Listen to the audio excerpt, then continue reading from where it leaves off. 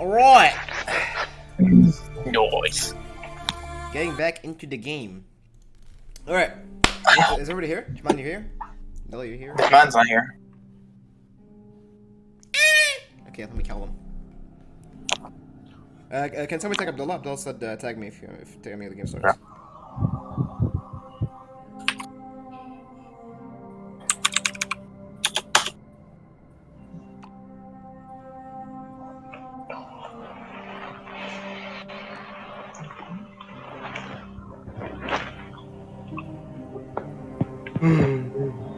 Yo. Gordon. Hey. Okay. Yo, Adminic, Can I call? can you explain? Can you explain to Ian more what happened and Yeah, I'm gonna do a really in-depth recap. okay. Can you start it now? Because it's gonna take time. Fuck Abdulmalik, who cares? Faizan. No, I'm Abdullah. Oh, Abdullah? No, that's fine. Abdullah already was here, so yeah, he knows everything that happens. Fine. Go. When we last left our heroes, my name is Abdulmalik and I'm the new DM. New DM. Nude. Oh, you want that? Yeah, ta. I'm gonna just put down the eggs into the pan. Just give me like, Okay. 3 minutes. Let it on the pan. Finish. Just turn off the fire. I think we can still do the recap, right? Yeah, we're just gonna start. Just start the recap, like man. Okay. Where we last left our heroes, you guys found yourselves in the Great Jewel of the South, basically the capital of the Kingdom of Wissamland, and home to the most ancient university of the Empire, the sprawling metropolis of Nole. You found your way in the city by taking a sailing boat downriver, and in the company of an old sailor of the name of Dieter. In exchange for gold and very delicious seasonal pumpkin pies, you were welcomed aboard his ship and set sail. While in Nuln, you were led by the native amongst you, Logan Dowerback. Logan led you all across the great streets of Nuln and brought you into Shantytown, the home of all the crime syndicates. No law lives here, and no guards ever dare interfere with the territorial disputes of the gangs and mafias. One of the largest mafias being extremely interconnected with the dwarven guilds of the city, the Dauerbacks. And that exactly is precisely where Logan led you all. On the way, you were met by rogues of a rival mafia, the Scarlet Fangs, which were basically a group of human supremacists who stylized themselves like the red bandanas. Logan, for some reason, thought it would be smart to wear a red bandana and talk to them. Little Is did he Dahman know. here? Dahman here? Oh, he's lying. I thought he's here. Man, What? Hello, Dahman? I'm gonna kill the chickens. Oh, it's here. I can hear it. Yeah, okay. Right. Yeah. Little did he know that they didn't like any race that wasn't human. So that's kind of the thing. And a fight broke out that wasn't particularly dangerous, except for the fact that the rogues almost snatched your gold. Logan briefly left the party and established contact with his family once more, meeting his sister and brother Ragni and Hadra. He exchanged critical information, and Logan decided it was time his friends met his new friends met his family. On the way, Zoltan, you found the way of life in the alleys of Shantytown to be depressing and pitiful. You saw addicts lay in the street against alleyways, hoping for a fix, as gutter snipes and orphans run across trying to cut purses or basically train their skills and that kind of stuff. And you thought yourself that these people must be helped. As you entered the Thieves' Den, hidden, basically sort of like a Thieves' Guild hidden under an inn called the Reaver's Return, you found a nest of vipers, rogues, cutthroats, burglars, and thieves. They prowl the sewers. It's basically their home terrain. Without Logan leading the party, there certainly would have been a big misunderstanding. Eventually, the entire party met the head of the Dauerback Mafia, Ragni Dauerback. Very large, stocky-looking dwarf, but devilishly cunning in his face. You also met the sister of both Logan and Ragni, Hadra, a very important woman for the basically the communication side or the sort of like the legal side of the Dowerback business. Introductions were made and courtesies were given, and it's through the interaction it seemed that you guys gathered that Ragni had somehow amassed quite a bit of information on you guys before you guys met. Especially in the case of Zoltan, where he managed to actually take and open and read a letter that was actually meant for Zoltan. What? A letter with the cause of Kara's Karak. Yeah. Okay. And basically explaining that he was researching people out of caution. Of course, generated tension. And Zoltan, you then tried to ask Ragni for assistance in uprooting and helping the people of Shantytown, like out of their problems. But you remember that Ragni gave you a look that hid the message of like how naive. And he's not above using children. yeah, he's not above using children, and he basically dismissed your request by saying this is how Shantytown works. This is how it worked since its inception, and you just can't come here and ruin everything. And I totally won't see about that. You see, haha. Yeah. Logan, on the other hand, was given a mission to enter the Celestial Tower of the Sorceress and steal a brass box with a pearl-topped lid. And inside it were secrets that could destroy the Dowerback's credibility forever. After that, you all left and explored the city. All of you gathered together and went to the Elector Count of Wissenland. There you discussed your deeds and how you saved 2 towns from annihilation by the forces of chaos, one being the town of Mycen and one being the town of Ogden, beastmen and chaos cultists. And you guys were generously rewarded with like pieces of star metal. Especially after Ainmar informing the king about the events that happened in the Grey Mountains, like in Carrick Norn and Badrick coming around and fucking everybody's shit. Okay. After that, the king basically took you guys into a private room and discussed even further, especially things with basically the laws in for the refugees and that kind of stuff. So basically, like what's the laws that apply to the refugees? They're not citizens of Wissenland. They're citizens of Carrick Norn, just refugees. You're talking about our people, like our troops. Yeah, of the refugees from Carrick Norn. Okay, yeah. Basically, when they left, they're technically still Carrick Nornian. They're not Wissenlandian. True. Magmaforge and Zoltan, you guys then both went to the College of Engineering, and near it basically also the blacksmiths. And there you basically met an old colleague of Magmaforge, a tinker named Thusgrin. There was like sort of this funny interaction between Thusgrin and Scally, where basically there was like sort of like it was tension. Thusgrin thought that Scally invented something great with the rune golems, and thought that would be like his crowning achievement and that kind of shit. Anyway, there you guys attended like sort of like this presentation of a steam tank. Basically, it's like sort of like this weapon that's made by a human engineer called Leonardo de Miragliano. After the show, Magmaforge and Thusgrin exchanged notes and items, and then you guys went to Logazar Ironhelm, basically the blacksmith, the most well-known blacksmith in Noon. And there, after borrowing a swath of gold from his comrade, Zoltan bought 2 magical pieces, an electrifying javelin and a set of beautiful dwarven bracers. It's cute. Then, you all gathered together in the Great Library of Nuln to do research on topics of chaos, dwarves, chaos magic, and vampires. Near the area of the Great Library of Nuln, there is also the Hall of Archives. Basically, this is the place where if you want to establish a new building, you go there, basically. It's sort of like the infrastructure kind of thing. So it's like a town hall Yeah, history or that yeah, kind of. Yeah.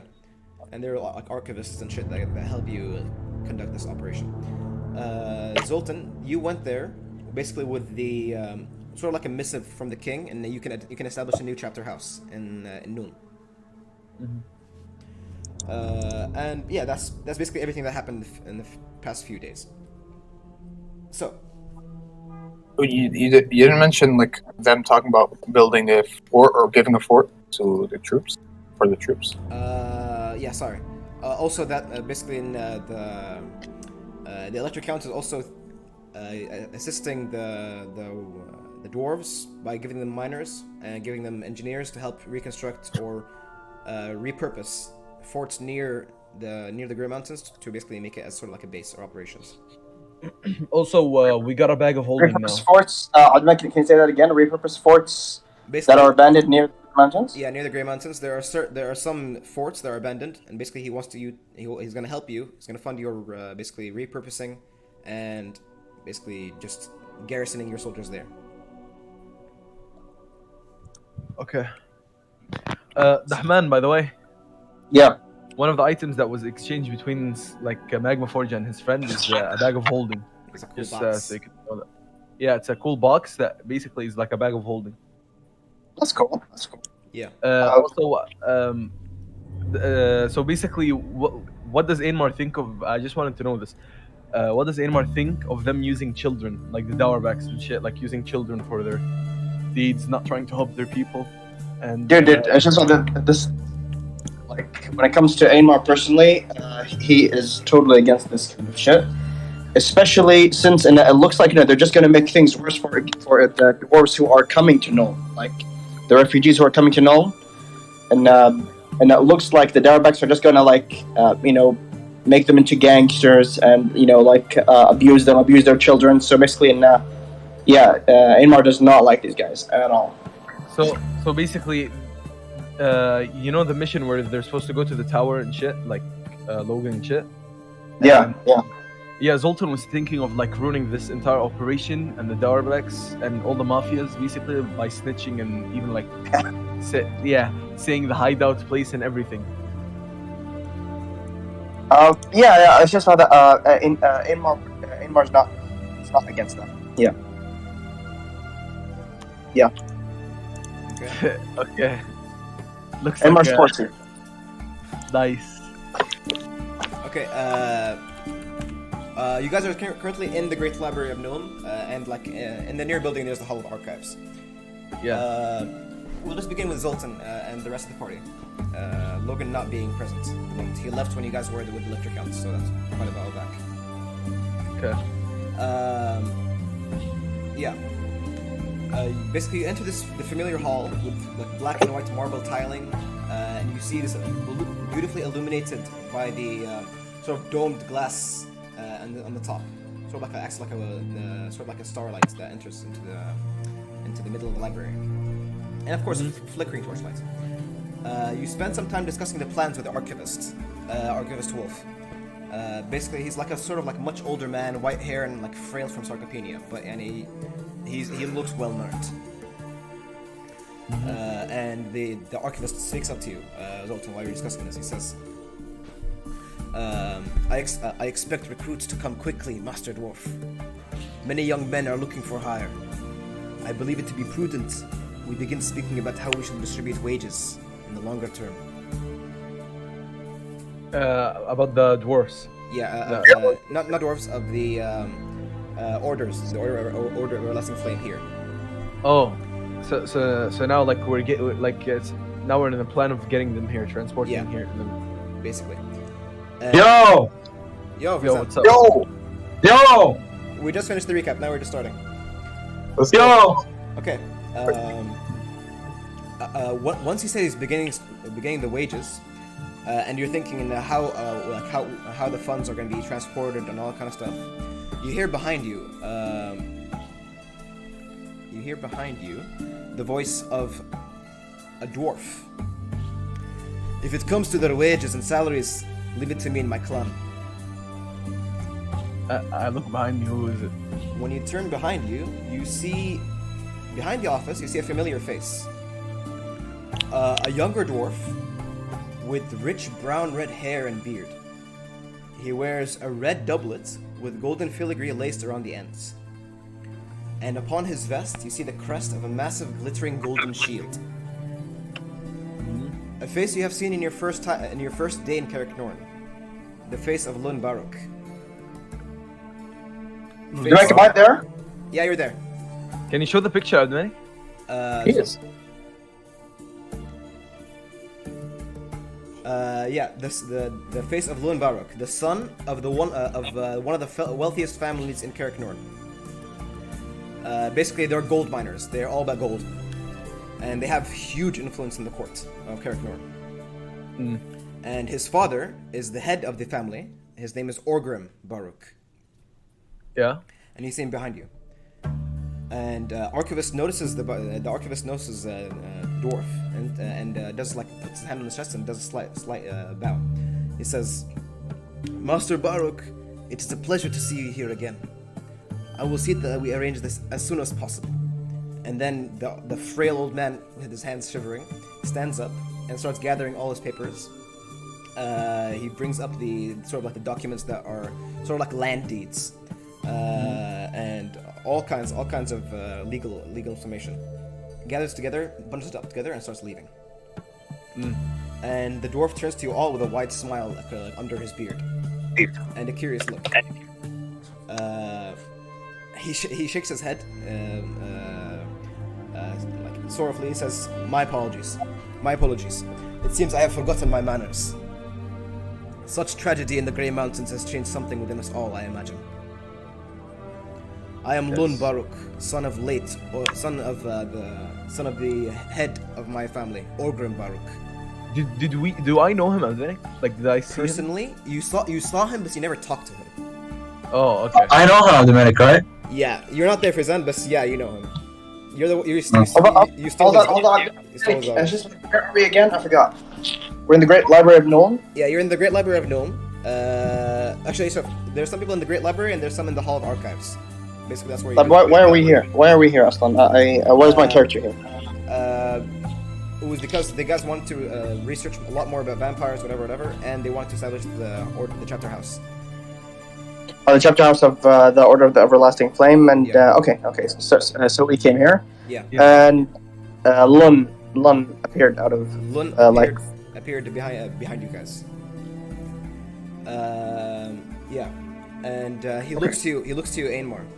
He says, "Prince Ainmar, the ancestors' grace are meeting. I believe we have a lot to discuss." And he basically motions his hand onto sort of like another side room, a more private chamber. He says, "Come, there are many private studies in these halls." Ainmar looks at him and he remembers the letter. Yeah. And then he says, "Yes, we do have a lot to discuss." Wait, the letter that basically the one who kidnapped or like the son of the king? Yes, Yeah. yes. That was in the Baruk's home. The one that said it was your cousin? Yeah. Is that also part of them? Is he your cousin, or like is he like part of the message? No. Basically, in Nashisma, the message basically says, Abdullah, correct me if I'm wrong here. Yeah. And the message is from the spy master. It's one of the spy master's notes. And basically, he says, in the king's daughter, the princess, who is married to another guy, like in another kingdom, came in to Carrick Norn, and she was accompanied by rangers, and they were on a secret mission. This was a few days before we came back, and it was after we last saw what's his name again? The son of Crag. What's his name? Guthrie. Guthrie. Yeah. So basically, the only thing that happened was that this woman came in, and she must have had the trust to enter the castle and basically take Guthrie. And she basically went up against the spy master who tried to stop her, apparently. Okay. And these papers are in the Baruk's house. And this guy is the head of the Baruks. So Inmar's like, he's like, we have a lot to discuss, and he's like, oh yeah, definitely. This guy's the heir of the Barracks, not the head. He's the heir. Yeah. But at the same point, we have a lot to discuss. Yeah. Okay, Yeah. so do you follow him into the room? Yes. Okay. Who's in the library so far? All of you guys except Other than Ainmar? all of you guys except Logan. Oh, okay. Logan's doing sneaky shit. Okay. Yeah. Abdelmalik, I head there, like Ainmar heads there, and he basically has the espionage papers clasped tightly in his hand, Yeah. and he looks like he's here, like he looks like he's incredibly pissed. Yeah. Okay.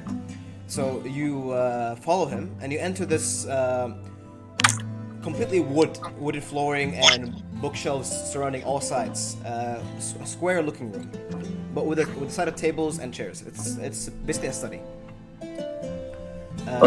And he basically motions for you guys to sit, and there's like sort of faint torchlights. I don't think there's a chair big enough for me. Yeah. He says,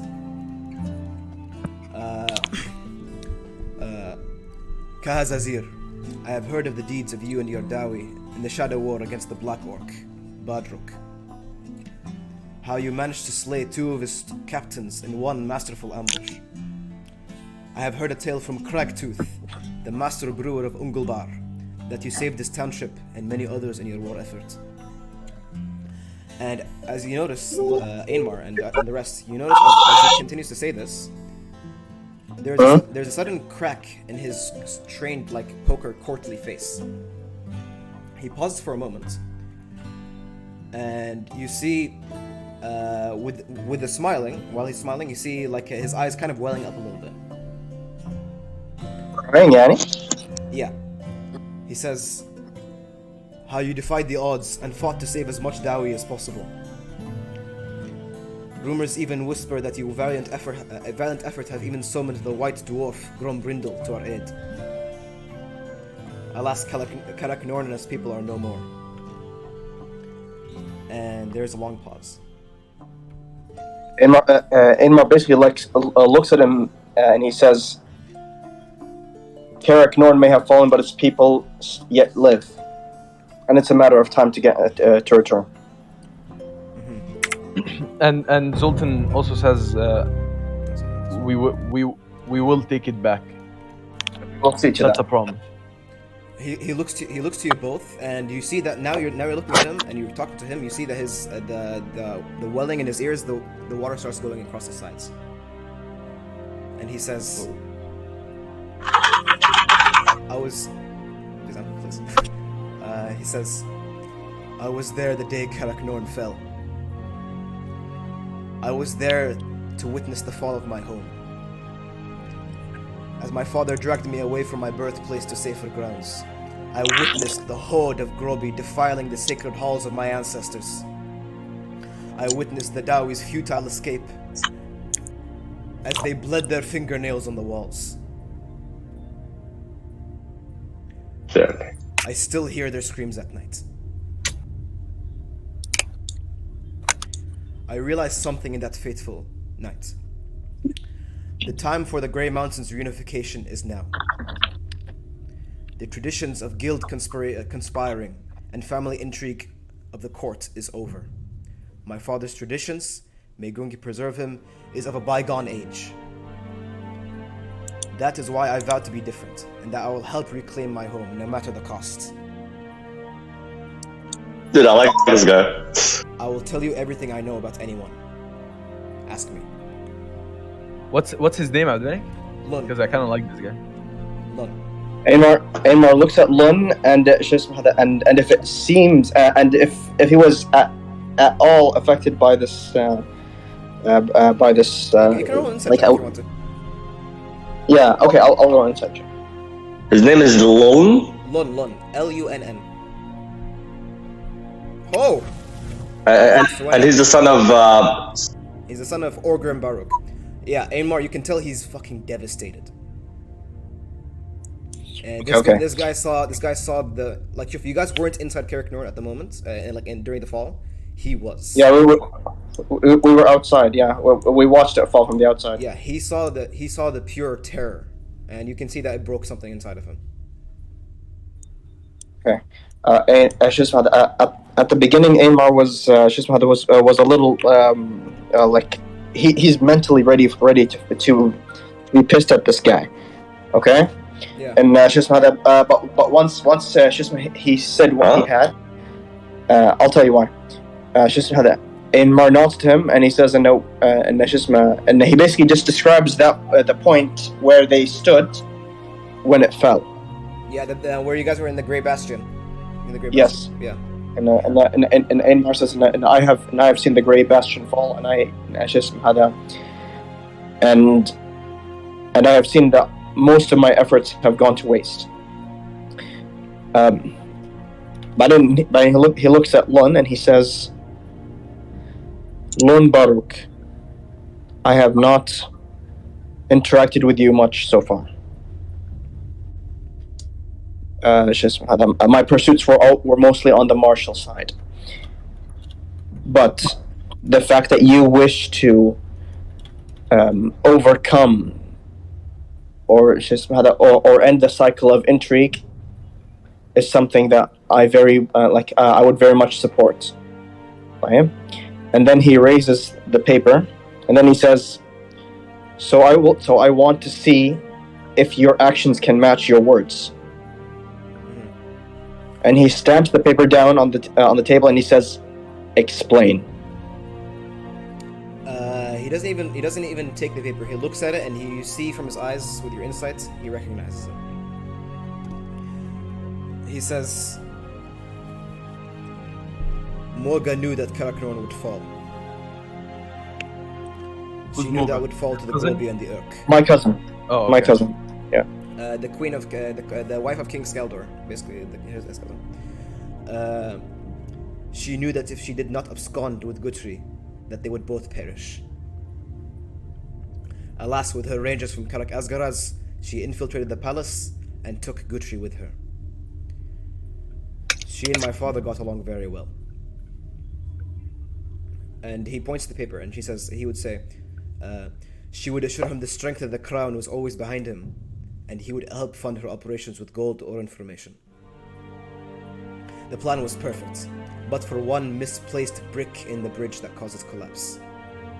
Fragar. The spy master, the loyalist Fragar, caught wind of the operation. He knew that this plan would devastate King Krag, but he also knew that King Krag would not let Guthrie be taken away from him. Fragar and his warriors stood and blocked Morga from her escape through the underway. My father did not tell me what happened next, but I know that Morga and her brother are safe in the halls of King Skaldor.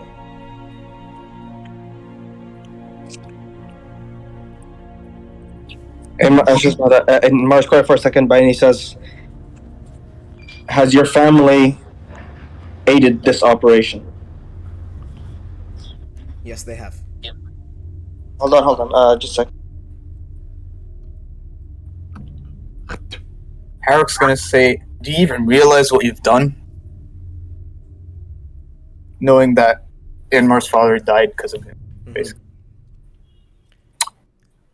He turns to you and he says, "It wasn't in my hand. It was the actions of my father." Just sighs. In what hand? Abdulmalik, was this the guy that was studying in his room while Faizan was robbing Yeah, the this place? is the same guy, yeah. This is the same guy. Nice. Oh shit! What a comeback! You never knew what came, you know?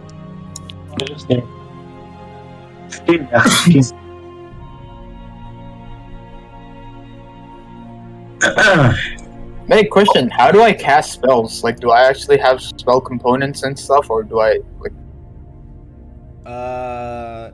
The runes take care of the components, but there are verbal, somatic, and that kind of shit. But I'm not a runesmith either, right? So like, how exactly am I casting? You kind of are. But then you Okay, I'm back. runesmithing, and then you have the thing. Yeah. Okay, the one's back. Okay, I'm back. Yeah. So Shishma, when Ainmar asked him, and has your family helped in this act of treason? Aye, they have. Ainmar's face basically reddens up. Yeah, once he sees And he says he bows as a reactionary. Eh? He does a reactionary bow once he sees your response. Okay. Just hold on. Just give me a sec. Sir, Sick. take your time. Look around. Don't take your time. That's bullshit.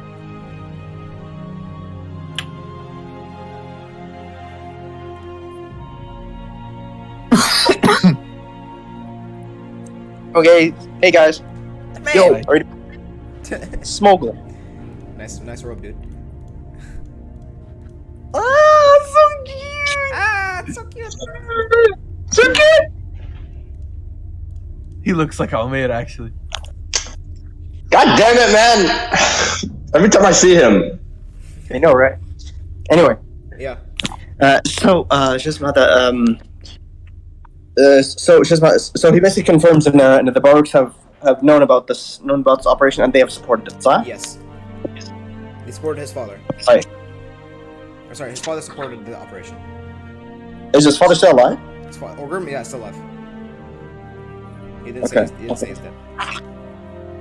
Okay. And it's just about that.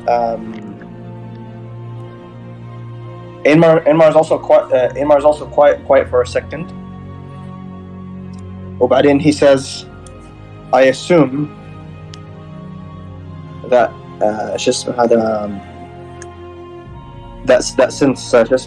since you that basically in Namorga returned to Karak Asgaraz and that you know that she has returned.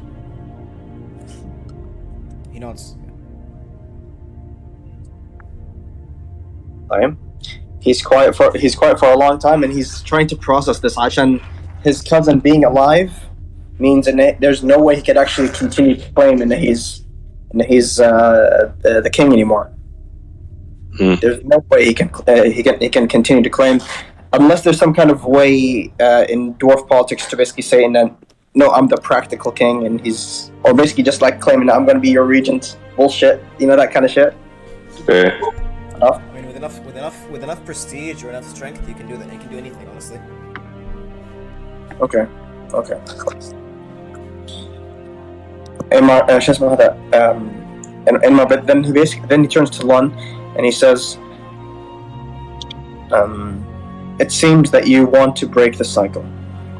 How can you prove to me that this is true?" He thinks for a second.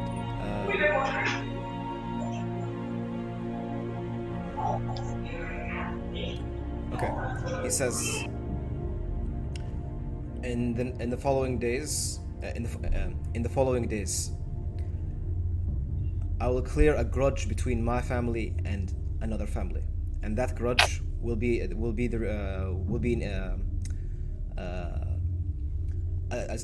basically sort of like a token of I'm doing this. The first brick in the wall, basically. Yeah. And he says, I will entreat with the family of the Black Spines. Who?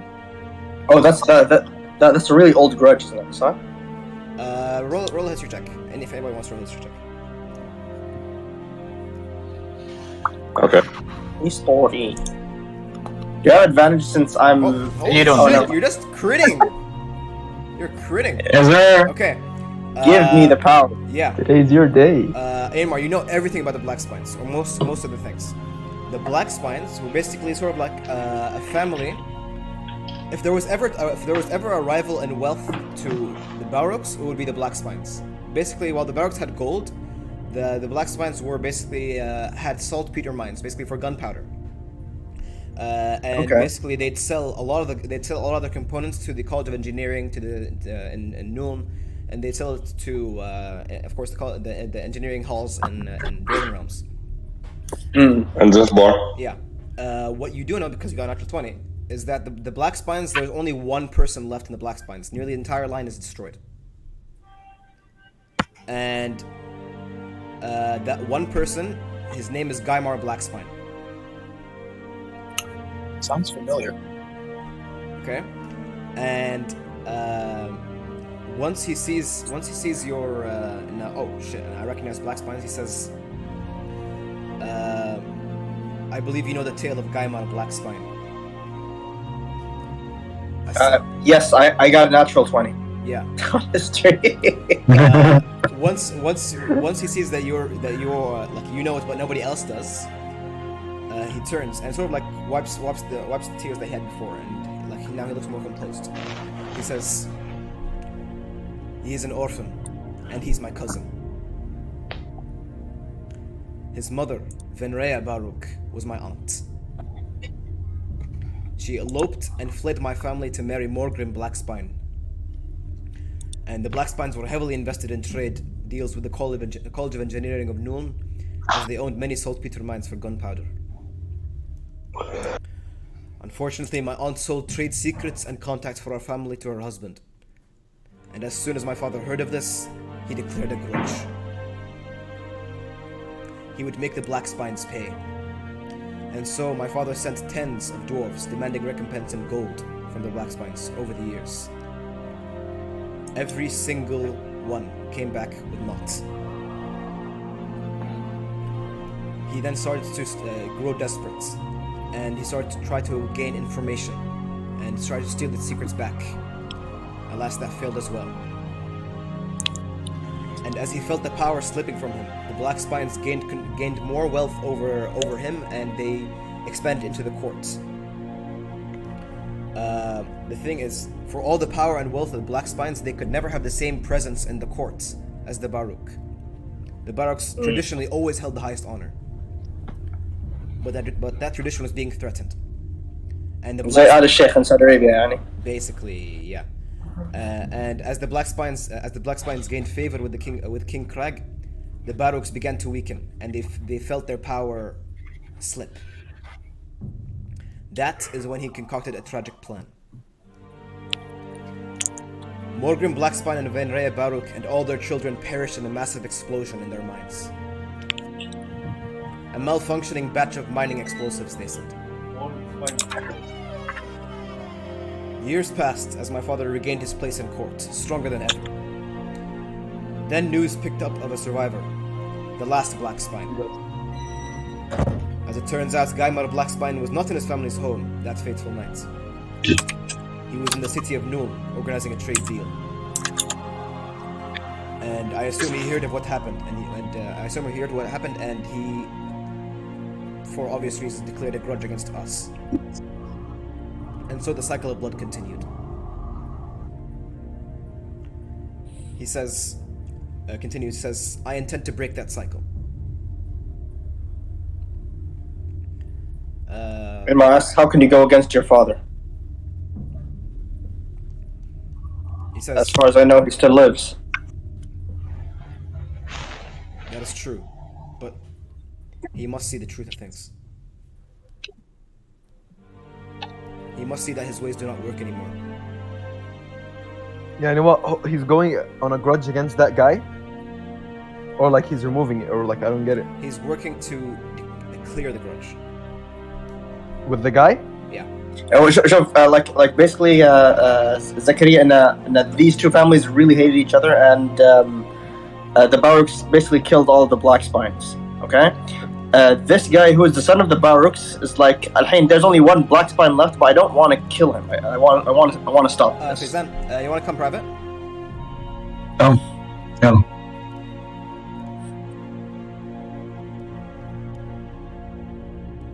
Oh, sorry. Okay. Yo, what's up? Shuf. Look, because we couldn't we couldn't get to do that Celestial Tower, sort of like stealing the box thing. I was gonna say no, we did it anyway, but maybe we do it later. So basically, what happened is you basically entered the Celestial Tower and managed to steal a brass box, and basically this box had sort of secrets about the Dauerbacks and that kind of stuff. And Ragni, your brother, told you to basically bring it back to the Thieves Guild and wait for him to come, and then you guys will open it together and uncover the secrets. Okay. So just because we couldn't be able to do it, I'm just gonna say we did it like in a private session, and we do it later. Okay. All right. Abdel, do you remember Avatar Last Airbender? I'm back. Yeah. It's just, remember when there was that cutscene with Zuko when he was getting his face blown up by his dad, and just his sister Azula, without being introduced, you see her laughing in the Yeah. background. I introduced her like maybe 5 episodes later. It's the same shit with Gaimar right now. And then we see Yeah, like probably. somewhere he's doing something in the background that we don't notice him. But then suddenly, oh my god, that is Gaimar. Yalla lik man. Yeah. Okay. Yeah, true. He says, by the way, while you're talking all this stuff, Lun, he turns to you, Zoltan, and he says, with another bow, actually, this guy seems very humble for a dwarf. He says, I have heard that you had established a new chapter house for your order. It is truly an inspiring ideal to seek to revitalize the old alliances. And he closes his eyes. I thank you. I wish to share this with people who share the same ideals that I do, and the same vision that I have. He replies to you. He says, "Would I be wrong to say that your order stands against such acts as the crime families of Noon?" Oh.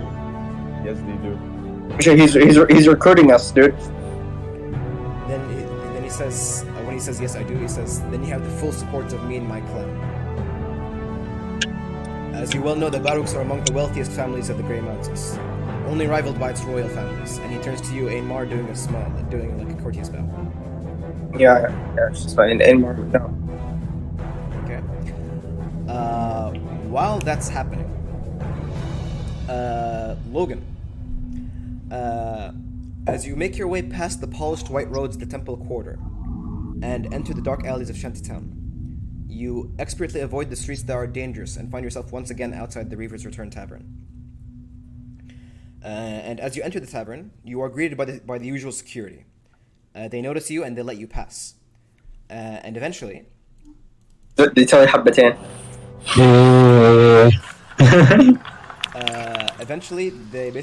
you find the secret entrance, and you find yourself again within the hideout of the Darbaks, the sort of like the Thieves Guild area.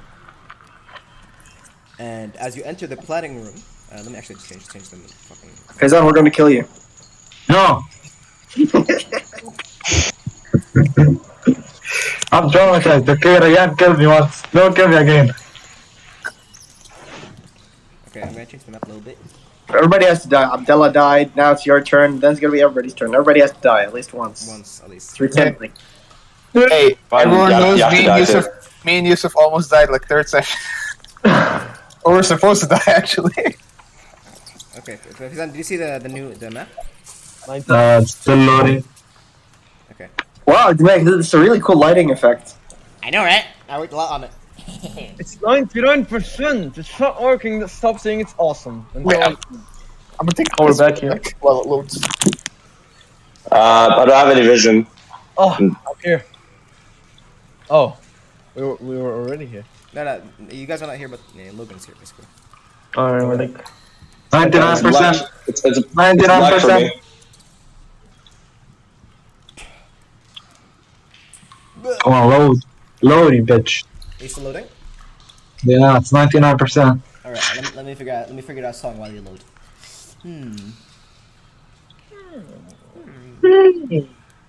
You know you're fucking right. Nigeria? You know this is gonna be on YouTube, right? What? Capo? What? You gonna put it on YouTube? Become famous? Yeah, you're gonna have like It's been dropped already. gonna have I think like- one of the last sessions. you're gonna have like 3-4 views, No way! and they're all like Yeah. maybe me or Abdullah understanding. We have to like see the shit again.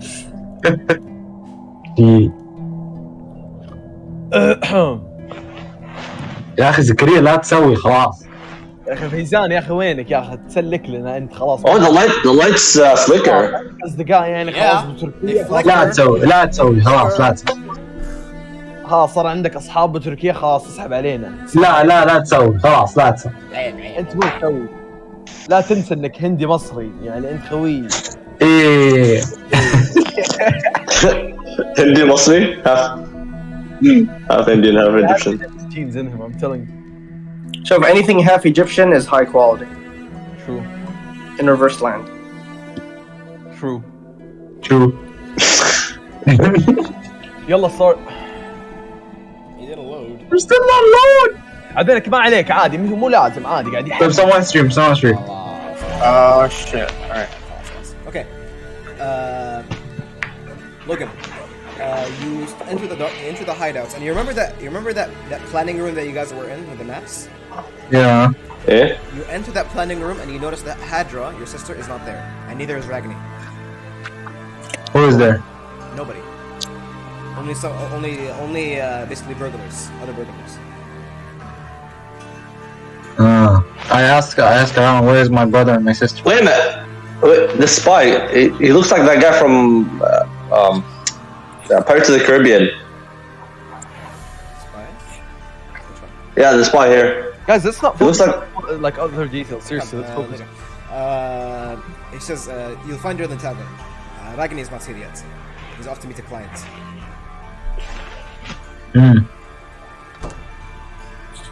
Okay, I go to where Hydra is. Okay. So you leave from the planning room and you go to his instructions. You start following the road that he told you about, and you enter this sort of like under the Reaper's Return tavern. There's a small there's a small tavern under it. Basically, you basically see a large square room, and basically with with sort of like a bar that's straddled across the wall. I guess the corner, and you see many tables and stuff. And in the middle, you see Hadra, your sister. Okay. And do you just go in? And like, I don't have vision in the shit. I don't see my token. Okay, wait, let me put it in. Okay, no. Okay, I go in. Okay. Yeah. You see your sister, and she's sort of combing through several sets of maps. And when she notices you, you see her demeanor like she smiles, and she says, "Ragni went off to discuss matters with a potential client. How are you, baby brother?" And she says, I'm good. I'm just waiting for my brother. When is he coming back?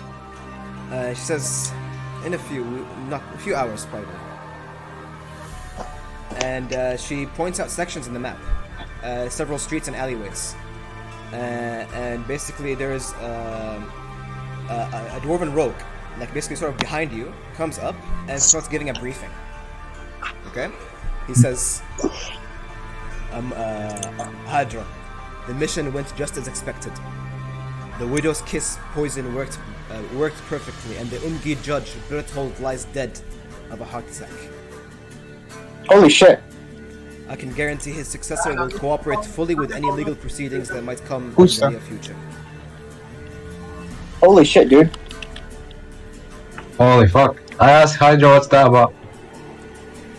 She says, an Umgi thought he could mess with the operations. Should have thought again. Damn. And he continues, says a second note. We believe we know this. We believe we know who sources the Scarlet Fangs their corpse dust. My forces are out to capture this individual, and perhaps we can convince him to sell to us instead. That way, we can secure enough funds to fund any other larger operations. And the rogue basically finishes the briefing, closes the maps that he had laid on the map and on the table, and basically takes it with him. And Hadra turns to him and she says, "Thank you, helped me. Make sure Ragni knows of this information as well." And he doesn't, not bowing, he leaves. And basically, Hadra looking to you, she says, "So, did you get the box?" Yes, I got the box. Perfect. Just place it here. We'll open it when Ragni arrives. In the meantime, tell me everything that happened with Gaimar and what happened in Karak Norn, and I will tell you the next step in our plan for survival. It is finally time we take the Elector Count out of the equation, and we will be our vengeful hand with your brother. I say let's wait for Ragni and then we'll discuss this. For sure. And she places her hand on your shoulder and nods. Dude, they're manipulating you. Fuck! Yeah, dude. Logan's such a nice guy! Leave him alone! Okay. For the rest of you guys, what do you guys want to do? You guys have like you're in the Hall Archives. You can guys go gather around and shit. Wait. Where? This is the halls of this is the hall of archives. No, this is not the same map. But this is the Hall of Archives.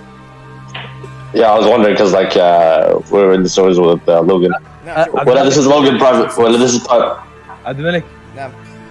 I want to discuss what I told you about, like, and like how I feel about this with Ainmar, Yeah. like, and explain to him like about basically how they use shield. Like he was with us, okay? Yeah. And basically, I want to tell him I want to do something about this, and I can't just do nothing about it.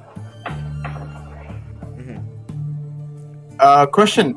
Out of character, basically. Like Logan did this without anyone knowing it already. He took the box already. Yeah, without knowing it, without anybody knowing. Alright, cool. So technically, we can't do shit about it, right? Because from what we knew, was that I was gonna help him do it. Apparently, he left already. Yeah, exactly. Okay. Okay, Ainmar, Yeah. what are you saying? Sorry, I had to check on Hamoudi for a Mate. second. What's up? He was on his Hey, side. can I check the box before I show it to Ragni and Hydra? Sure. You check the box. But we're not there anyways, so we can't like say anything in Logan's meeting. No. Zakari means in. If you- Out of character? Yeah, no, not out of character. And you guys are in the Hall of Archives. You guys are discussing then. And now, Yeah. how do we gonna like figure this out, basically? Writing them out. It's Basically. just about like, and how we're gonna oppose the Dowerbacks? Are we going to do it Aslan and we need to tell Logan he's been like a really like good ally to us all this time. Yeah, definitely. It's just that, like it seems it's just in his family. Like he's stuck with his family. So it's not like he did anything wrong. Yeah. So it's just that, yeah. But Inmar doesn't want to tell what's his name, Lun, because Lun it's just not did Lun mention the Dowerbacks and only the Baruch? Or only the... He only mentioned the Black Spines. What he did mention of the Dowerbacks is that they took in Black Spine. They took in Blacks. Yeah, basically because. Wait, if they took in Black Spine and there's only one Black Spine, does that mean for a long time they've been supporting the Black Spines? And basically they had trade deals before, and because he suddenly found out that he was an orphan. And by the way, the Dowerbacks usually they take in any dwarf that's basically doesn't have a home. Yeah. And basically they took in Gaimar, and from what you can tell from what Lun told you or described to you, and basically Gaimar owes them so much gold that it's basically his life's work just to pay them off. He Okay. practically he's a slave. Okay. Just know that Inmar basically tells Lun, and just if you have problems with the Dowerbacks, just that it is in our interest as the Khazazir to also like pull them down a peg, but we have I'm concerned of friendly fire. Just as you want to settle the grudge with your family, and that you do not want to extinguish the Black Spines, there is one of the Dowerback that we want to take care of. Who might that be? He is one of our allies, and he goes by the name of Logan. He thinks for a second. If you want to roll an insight check, go ahead. Okay.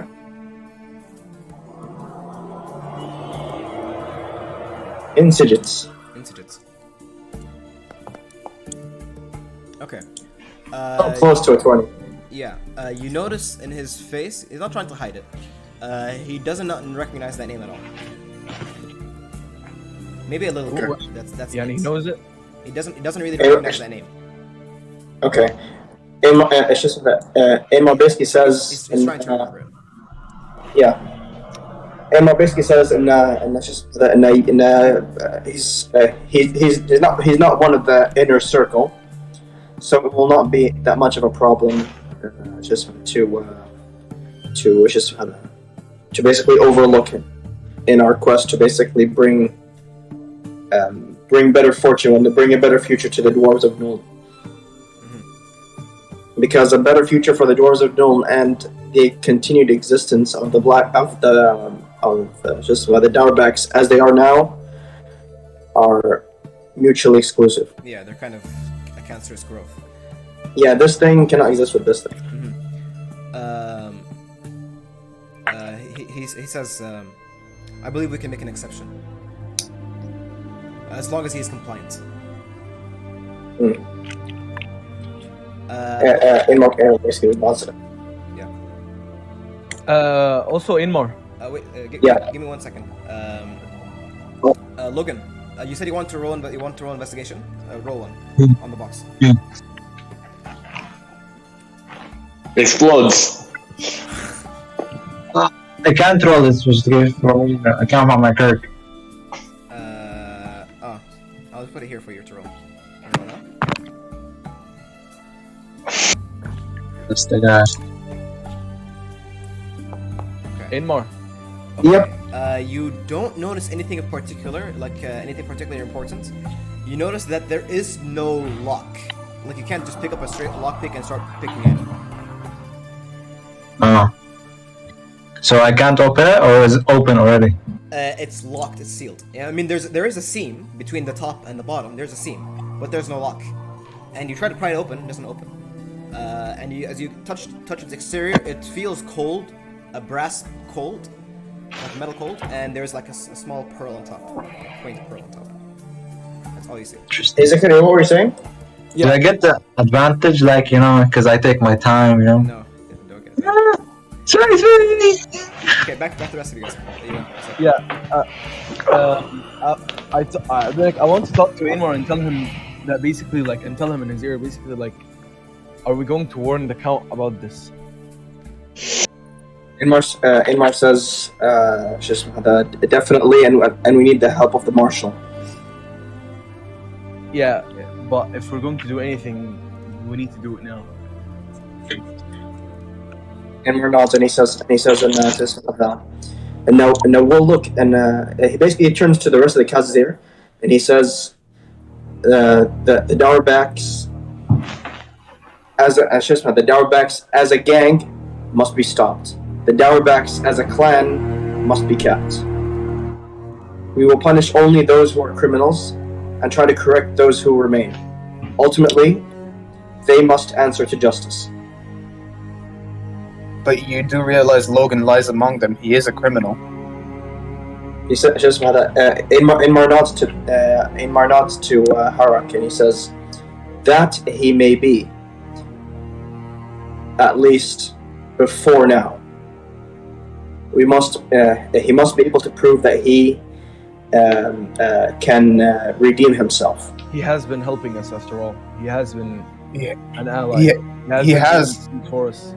And He has, but he did not need to do any of these things or help us and aid us. He could have just went back, but I could see the light in him.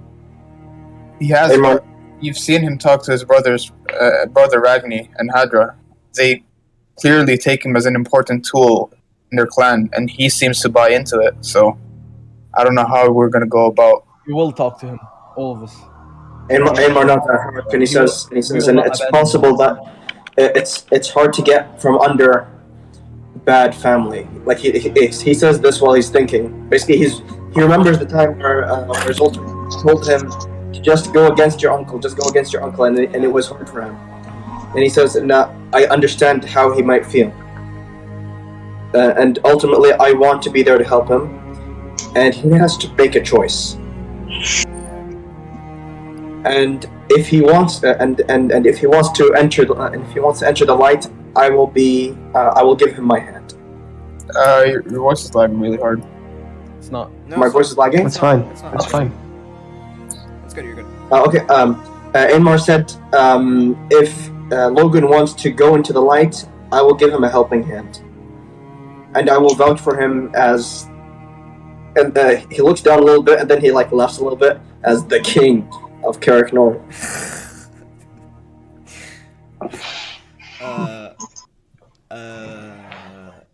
Logan.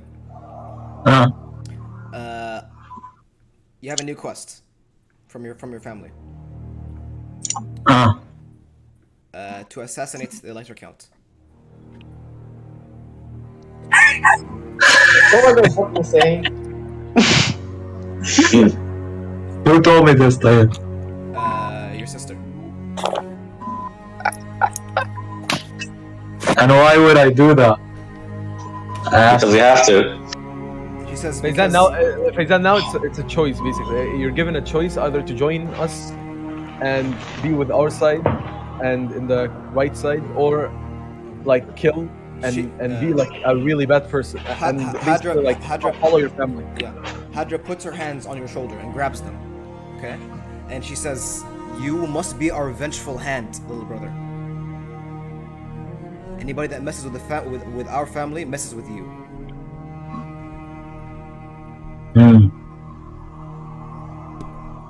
I'll tell her I'll handle it. I'll try to handle it. She smiles. But then- she smiles with like a yeah. But then I don't want to assassinate the guy, but I want to look like I assassinated the guy, basically. That's Fake also weird. assassination. Get me? She does not seem to understand. She says, He's not telling No, you. no, no, I'm telling you. "Oh, I'm telling me, Out me. Okay, Yeah, okay, yeah. Okay. Sorry, Get me? I misunderstood. Yeah, I got you. Okay. Yeah. So what are the rest of you guys doing while Logan is discussing this with his sister? We're discussing right now. You guys want to? I do want to talk to Rorik about something. Go ahead. Rorik, my favorite runesmith. How you doing? Arak, my brother. You know, when my money almost got stolen, I realized something. Fucking spend it. Never know when you lose it.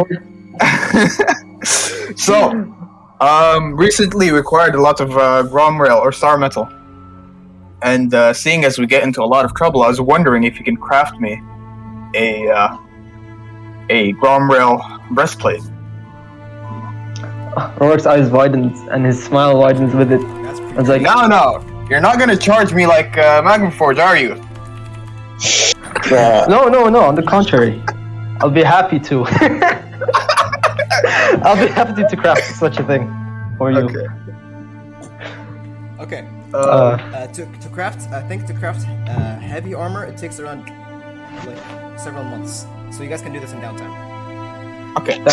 Actually, it's a task of I think high difficulty. So it's around. I'll bring up the exact time for you from the Warcraft system. Nice. Okay. I also want to make a special request. Medic, Yeah. would our family, or like my family, which is Bronzebeards, do they have like a crest or something? Do they have a crest? Yeah, like, you know. 2 weeks in Biki. Yeah, 2 weeks in DC. Okay, they'll give me a second. Okay. I imagine they would have a crest. It's completely up to you though. Okay, but basically what I want to do is I want to get my armor decorated With like the crest. with a crest Oh, that's or pretty something like badass. that, Yeah. and like I want to pay extra to make it fucking look fancy as fuck and shit. I Like can get it. Jewel more encrusted- decorations. Jewel Yeah. encrusted. Yeah, basically, like I want to get like jewels and pearls or whatever I can get like onto it. Okay, that sounds good. Would that be part of my specialty, or is it, or just the Yeah, armor making part? You are a blacksmith. Yeah, and not only are a blacksmith, you're a runesmith. So maybe if you actually spend even more gold, you can actually make it enchanted. Interesting. Wait, Yeah, enchantments require like a really high quality material, right? Yeah, the thing with the adamantine, or basically star metal, they take in enchantments really well. So basically, Okay. it's much easier to enchant them than normal items. We can enchant them later, right? We don't need to like enchant them now while it's Yeah, being you can enchant crafted. them later. Yeah. Could I make a star Nice. metal weapon? Urkbane is already star metal. It is. Oh yeah, Yeah. it is. Oh, also I want to talk to. Can I add more enchantments onto it? Zach is like, hey, can I add more? Can I make it more enchanted? You could, I think. Okay. Stack them up. Yes, you see. I see. So, you know. Okay, Abdelmalik, it's just Inmar basically turns to Lun and he basically says, and you have said that you just no, sorry, and Inmar says that I have sworn on my honor that I shall retake Karak Norn. Can I rely on your aid up for this? He thinks for a moment and he says, "You are the most viable candidate I know of," and he kneels. Oh shit! Oh shit. Okay, Lun. Thank you. No, it's just he basically reaches out to Lun to basically blow him up, and he says, "I may be a claimant, but I have not taken the throne yet. But I appreciate your aid." He nods. Okay, let's go. It's just that Aemar basically turns to Zoltan and the rest, and he says, "Then we must go to the Elector Count, so we can stop the Gazir. So we can stop the assassination. They don't know about the assassination, but basically to basically suppress the Dowerbacks, because it's just what we have to secure Wisdom Land, and that means that Nuln has to be safe for my people." Yeah, I want a perception check from one of you guys, or actually, if you guys want to roll perception checks, you can. I can roll a perception check. Sure. Bigu! Oh, natural 15, nice. Not bad. Not bad either. Actually, all of you have pretty good rolls. Okay, all three of you. Ainmar, Logan, and Herok. Sorry, not Logan. Logan, you're not there. Ainmar and Herok. Why did you roll? You notice that on Lun's belt, you see this this metallic circle, or like a metallic circular device with a metal pin, sort of like a compass, and it's pointing into a specific direction. That's not north. Huh. Aemar goes to that. Who possesses this thing? Lun. Okay, and Aemar basically he's attracted by the little trinket, and he says, "Curious, is that enchanted? Is that infused with power?" And he looks to you with smiling face. Says, "Aye, it will help me find the nasty bugger who took this from me."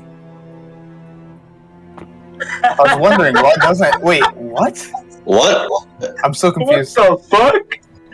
What did he point at? Basically, the eye patch that he would have. Oh! His eye. The Google. It's pointing towards the guy that took his eye. Putting two and two together, is that like a grudge compass? Not specifically. That would be a quite Guys, wouldn't That it? would Guys, be, I that think would I'm be, fucked. that would be on next on the list. Almeric! Almeric! What's up? It's pointing at me, right? You don't know, but yeah, probably. That would be so funny to see Logan move around in the compass. Okay. So you guys want to head to the general, the marshal? You guys want to do? Yeah, I guess so. I want Yeah, Logan yeah. to be here and discuss everything with Logan. We want Logan first. Logan ain't here though. As a side note, wait, I wanted to. If we're leaving the library, I want to inform our party about the vampires, and maybe we should get silver weapons crafted and stuff. You could. Yeah, because I'm Actually- guessing things like these take a long time. True.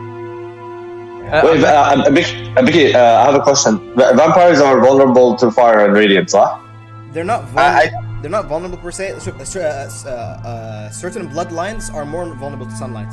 It says on the research that you guys discussed. Almeric, are they vulnerable to wood? Like stake to their heart? It's basically they're sort of like the rumors of peasants. It's never confirmed scientifically. They don't really know. Okay, Vicky. I want to ask Harrock. Actually, I want to ask Rorik to make special bullets. I said he can make infused ammunition. Charge him, Yusuf. Charge him. Good. Um, Couldn't change the so words. I'll be providing the ammunition and infusing it, No. or that you will. No, you're just infusing ammunition that I made. No, I think I can do that. Yeah, basically, what I'm asking you in practical terms, and you make a set of 40, 20 bullets that have the what's it called? Mickey, what's the cantrip that deals frost damage and slows and chills? Ray of Frost. Yeah, 20 bullets that have Ray of Frost and 20 bullets that have the Shocking Grasp, the one that deals electric damage and advantage on metal targets. Can I infuse with like spells that I don't have in possession? No, you have to have those I spells. think you have to have this. No. I might what do you call it? Ask for it from Alric if he has it. Shocking Grasp. Wait, another Yeah, idea does that it I have had. Maybe. He doesn't have it. No. Wait, why don't we make bullets from Gromrail or Star Metal? Could make. So when we fight the vampires, because it is a weakness of the vampires, they get hit by Gromrail easily. But that's Probably, I mean, like game terms, probably advantage on rolls or something. Ajal, it's a firebolt and a frostbolt set of bullets, like 2020. Abdelmalik, What's up? I wanted to just add, you know these foot bracers? Yeah. Can I make them out of star metal and basically ask Korok to do it and basically like to also be an addition like onto my It would count. It would count as armor though. why? It's bracers. The bracers you have are enchanted. They're not Yeah. I would make him enchanted too. They don't suck. Like, can it have a different? Can it have like a different effect, like Different effect probably. maybe evasion? Is that possible? Evasion? Evasion, the feature for the rogue. Like the percentage chance, yeah, basically, like No, that doesn't exist in the game. There is technically there is if you have it infused with blur, the spell, and then you cast Yeah. it, and then you have blur. But it's gonna cost you. And cast, yeah. What's the spell level, Blur? Blur, I think it's second level or third level. Third? Actually, it's second. Blur, 5. Second. But it's concentration, I think. Yeah, it is. Yeah, it's a concentration second level. Wait a minute. I can like the bullets don't have to be cantrips. I can make them level 1 spells, and you can put the rune of Rolling Thunder. Basically, it shoots a bullet that deals thunder damage in a cube and pushes away. Whoa. Pretty bad. Wouldn't that be like 10 times more expensive? Yeah, it's gonna be more expensive though. Yeah. It's gonna be 4 times as more expensive technically, because it's gonna be an uncommon consumable in terms of cost.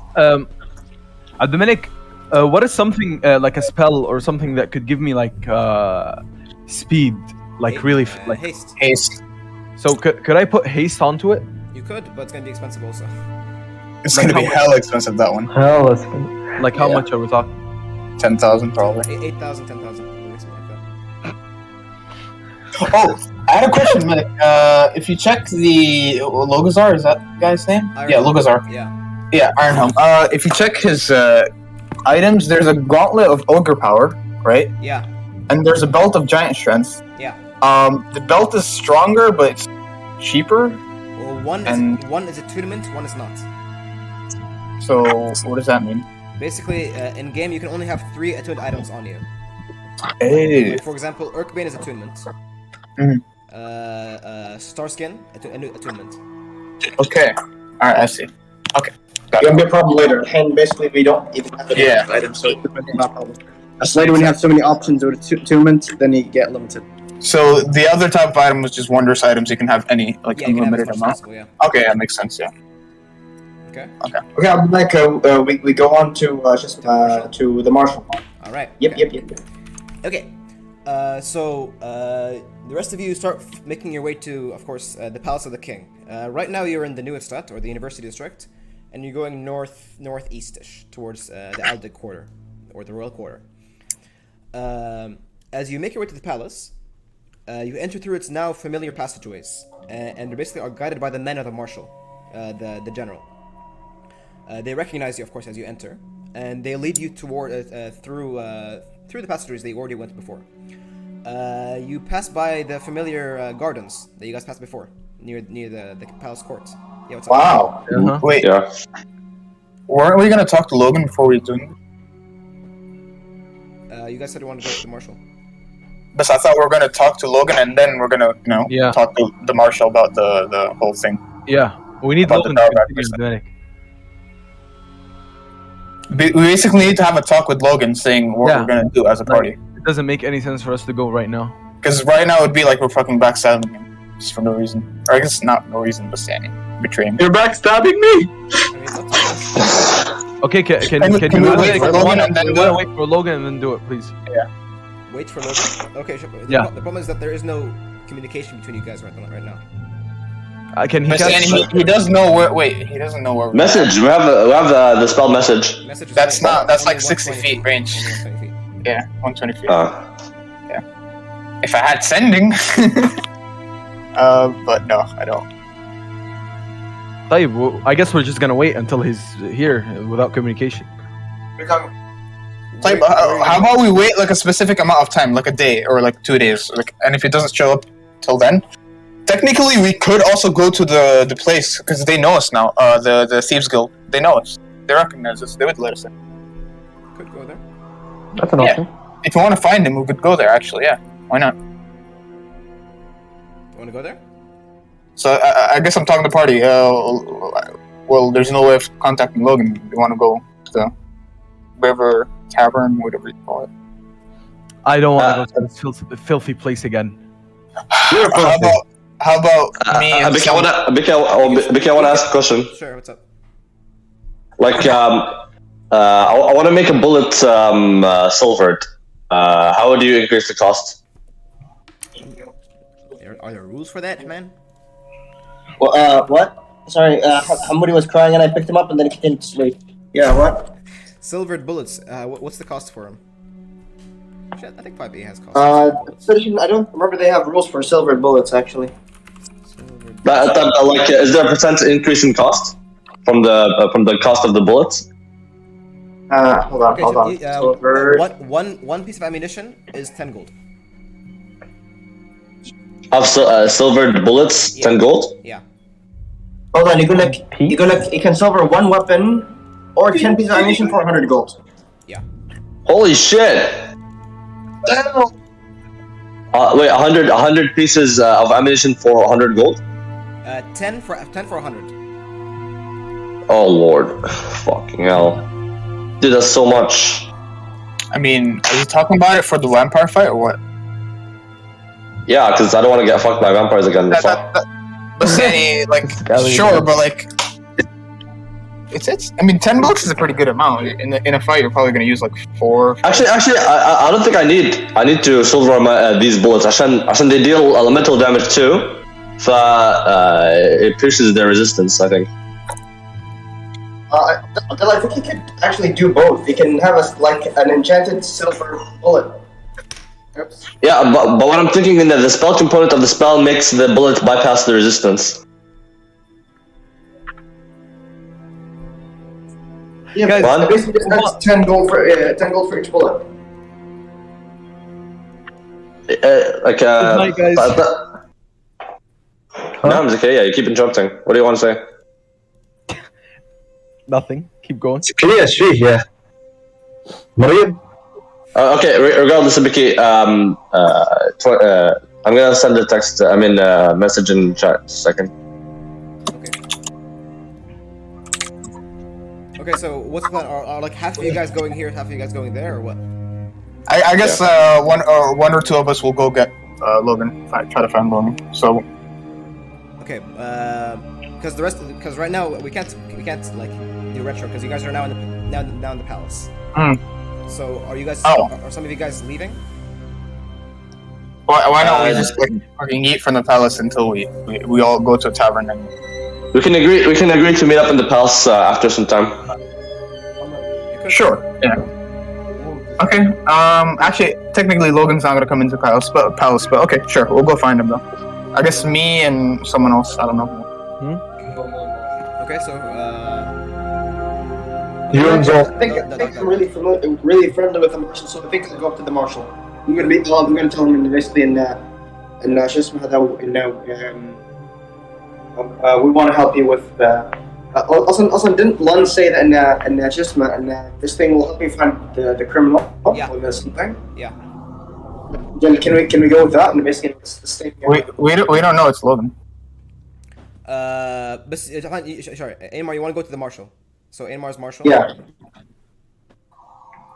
Who else? You're marshal. How about everyone goes to the marshal except for me and one guy? So who's the other guy who wants to come? I can go to the marshal. I can make a deal with him for as defense. I'll go with Harold. Okay. So Rorik and Herak going, and Zoltan and Aymar. Okay. Yeah. So we'll continue with the guys that are going to the Imperial Palace. You eventually pass through the familiar palace grounds, and you see the ancient, actually elven architecture that actually still stays.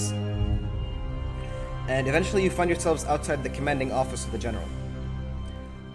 The guards accompanying you knock on the door, tuk, tuk, tuk, and you hear it from inside. Let them in, and the guards open the doors. You enter a large square room. A smell of burning incense hits you as you gaze into the room. You see, right in front of you, a large office. Behind it, a well-sculpted man, already armed and armored, who you recognize to be the general that you saw in the court of the king. Let me bring up his pictures so you can refresh your memory. It's been a while. This guy, Manfred. You see this guy, and you see two captains next to him. One you recognize being Captain Horst, the man who first guided you towards the imperial the palace, the court, and another halfling captain. And behind them, there's sort of like these triple high-rise glasses, sort of like stained, that brings light into the room.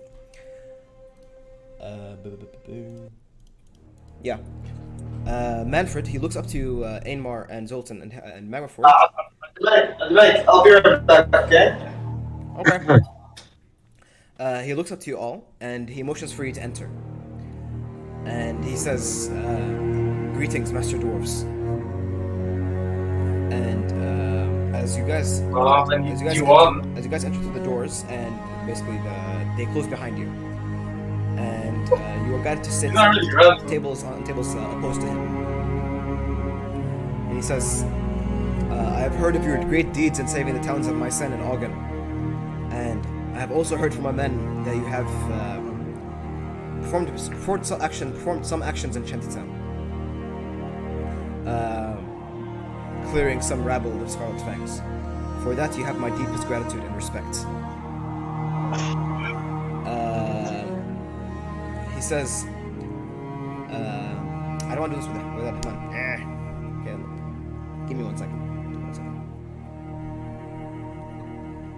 How about we take a break? I go pray. We'll take a break soon. I just need to get this part done. Make it make sense. Yeah, are you back? Yeah. All right, sure. Basically, the general welcomed you in, and he's just basically does discussing, doing introductions. He says, "I'm afraid events are unfolding quicker than we can anticipate.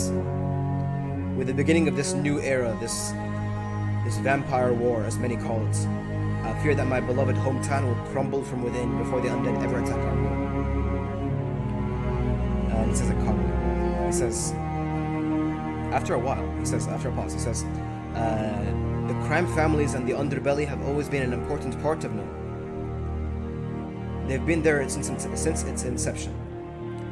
But I will admit that they have recently grown cancerous and malignant, spreading drugs the likes our alchemists have never seen. And in It is evident now that we must excise the mistake of our forefathers and eliminate these families once and for all.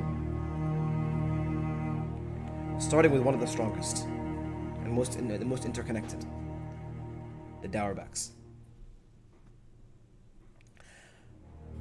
He says, finally, he says, the city guard will conduct a raid into the heart of Shantytown soon. This historical effort was only made possible by an insider and your companion, Logan Dauerback. Oh shit! Wait, repeat. You're not there, but I'll continue. I'll repeat it. The city guard will conduct a raid into the heart of Shantytown soon. This historical effort was only made possible by an insider and your companion, Logan Dauerback. Snitching. He's snitches. What the fuck? Wait, I feel like the whole tower thing was a setup. Or something like We that. expect that as soon as the city guard enter the streets of Shantytown, that we will expect armed conflicts. I have heard of your prowess in battle, but your reputation precedes you even more than you even think. Ainmar and Zoltan. The dwarves, especially the refugees of Karak Norn, respect you to a great degree. If the dwarves in Shantytown see you all accompanying me and my guard, they would be put between a rock and a hard place. I also request the assistance of the new chapter house of the Order of Everlasting Flame to send in fresh warriors. And that would help train your recruits and gain further prestige. Is that not so? So, he looks at you and you see in his eyes there's a hint of trained excitement. Like he's trained but he's used to this. Like he's excited. And he says, so what say you? Will you accompany me? Hell yeah! Okay. We'll take a break here. Hold on, Beck, I didn't hear that. Basically, the marshal said somehow they managed to find access towards to the heart of the Dauerbacks through the help of an insider and Logan Dauerback. And they're conducting a raid right now, and they want you to accompany them because number one, you guys are strong as hell. Number one. Number two, you guys have a really good prestige with the refugees of Karak Norn. So if they see you, they're gonna be put between a rock and a hard place. They're not gonna want to fight you because you sort of try to save the town. But they're also in the mafia. You know what I mean? Yeah. Okay, good. So we'll have a break here. I need to go pee so bad. Be right back. Nice. I'll beat my meat real quick. And Wait, I feel like it's gonna create a really weird interaction because I don't know how soon is this gonna happen. Because Meanwhile, we're looking for Logan doing exactly. Like me and Rourke are fighting Logan. We're with Logan, and then they come to fucking attack us. What the fuck is happening? I'm confused. Is that? I think what happened is basically you going to the tower was a setup, like made by them, to like find out where your base is. You understand? Guys, what if the Logan who is helping the guard is not actually a Logan? It's a guy who's disguised as Logan. No, he said Logan Dauerback. Wait, you're saying like it's a disguised Logan Dauerback? It's a guy who's disguised as Logan Dauerback. Yeah, could be. That's a possibility. But like thinking about it, right? Technically, they could easily like bait Logan into getting that thing and then follow him back to the lair or whatever, right? Or he's old. Man, I made sure that no one followed me. No? I made sure nobody followed me. How do you know no one followed you? You rolled a perception, bro? Yeah, I have high perception. I should know. But how's your natural roll? I have +9, +10 to perception. What's your roll? What was your roll, yeah? I didn't roll after I came down to place. I rolled it. Hold for you and then you Make the laugh. top.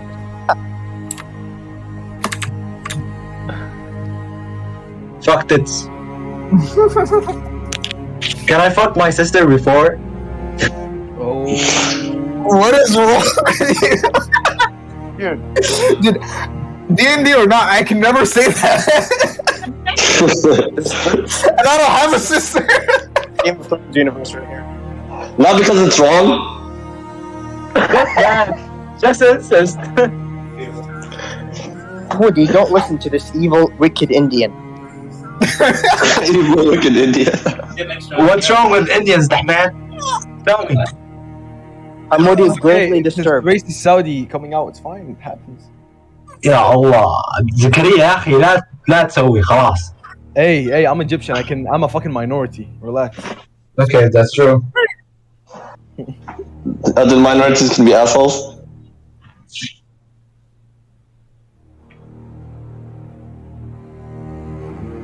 Why is there sound? So, I don't know.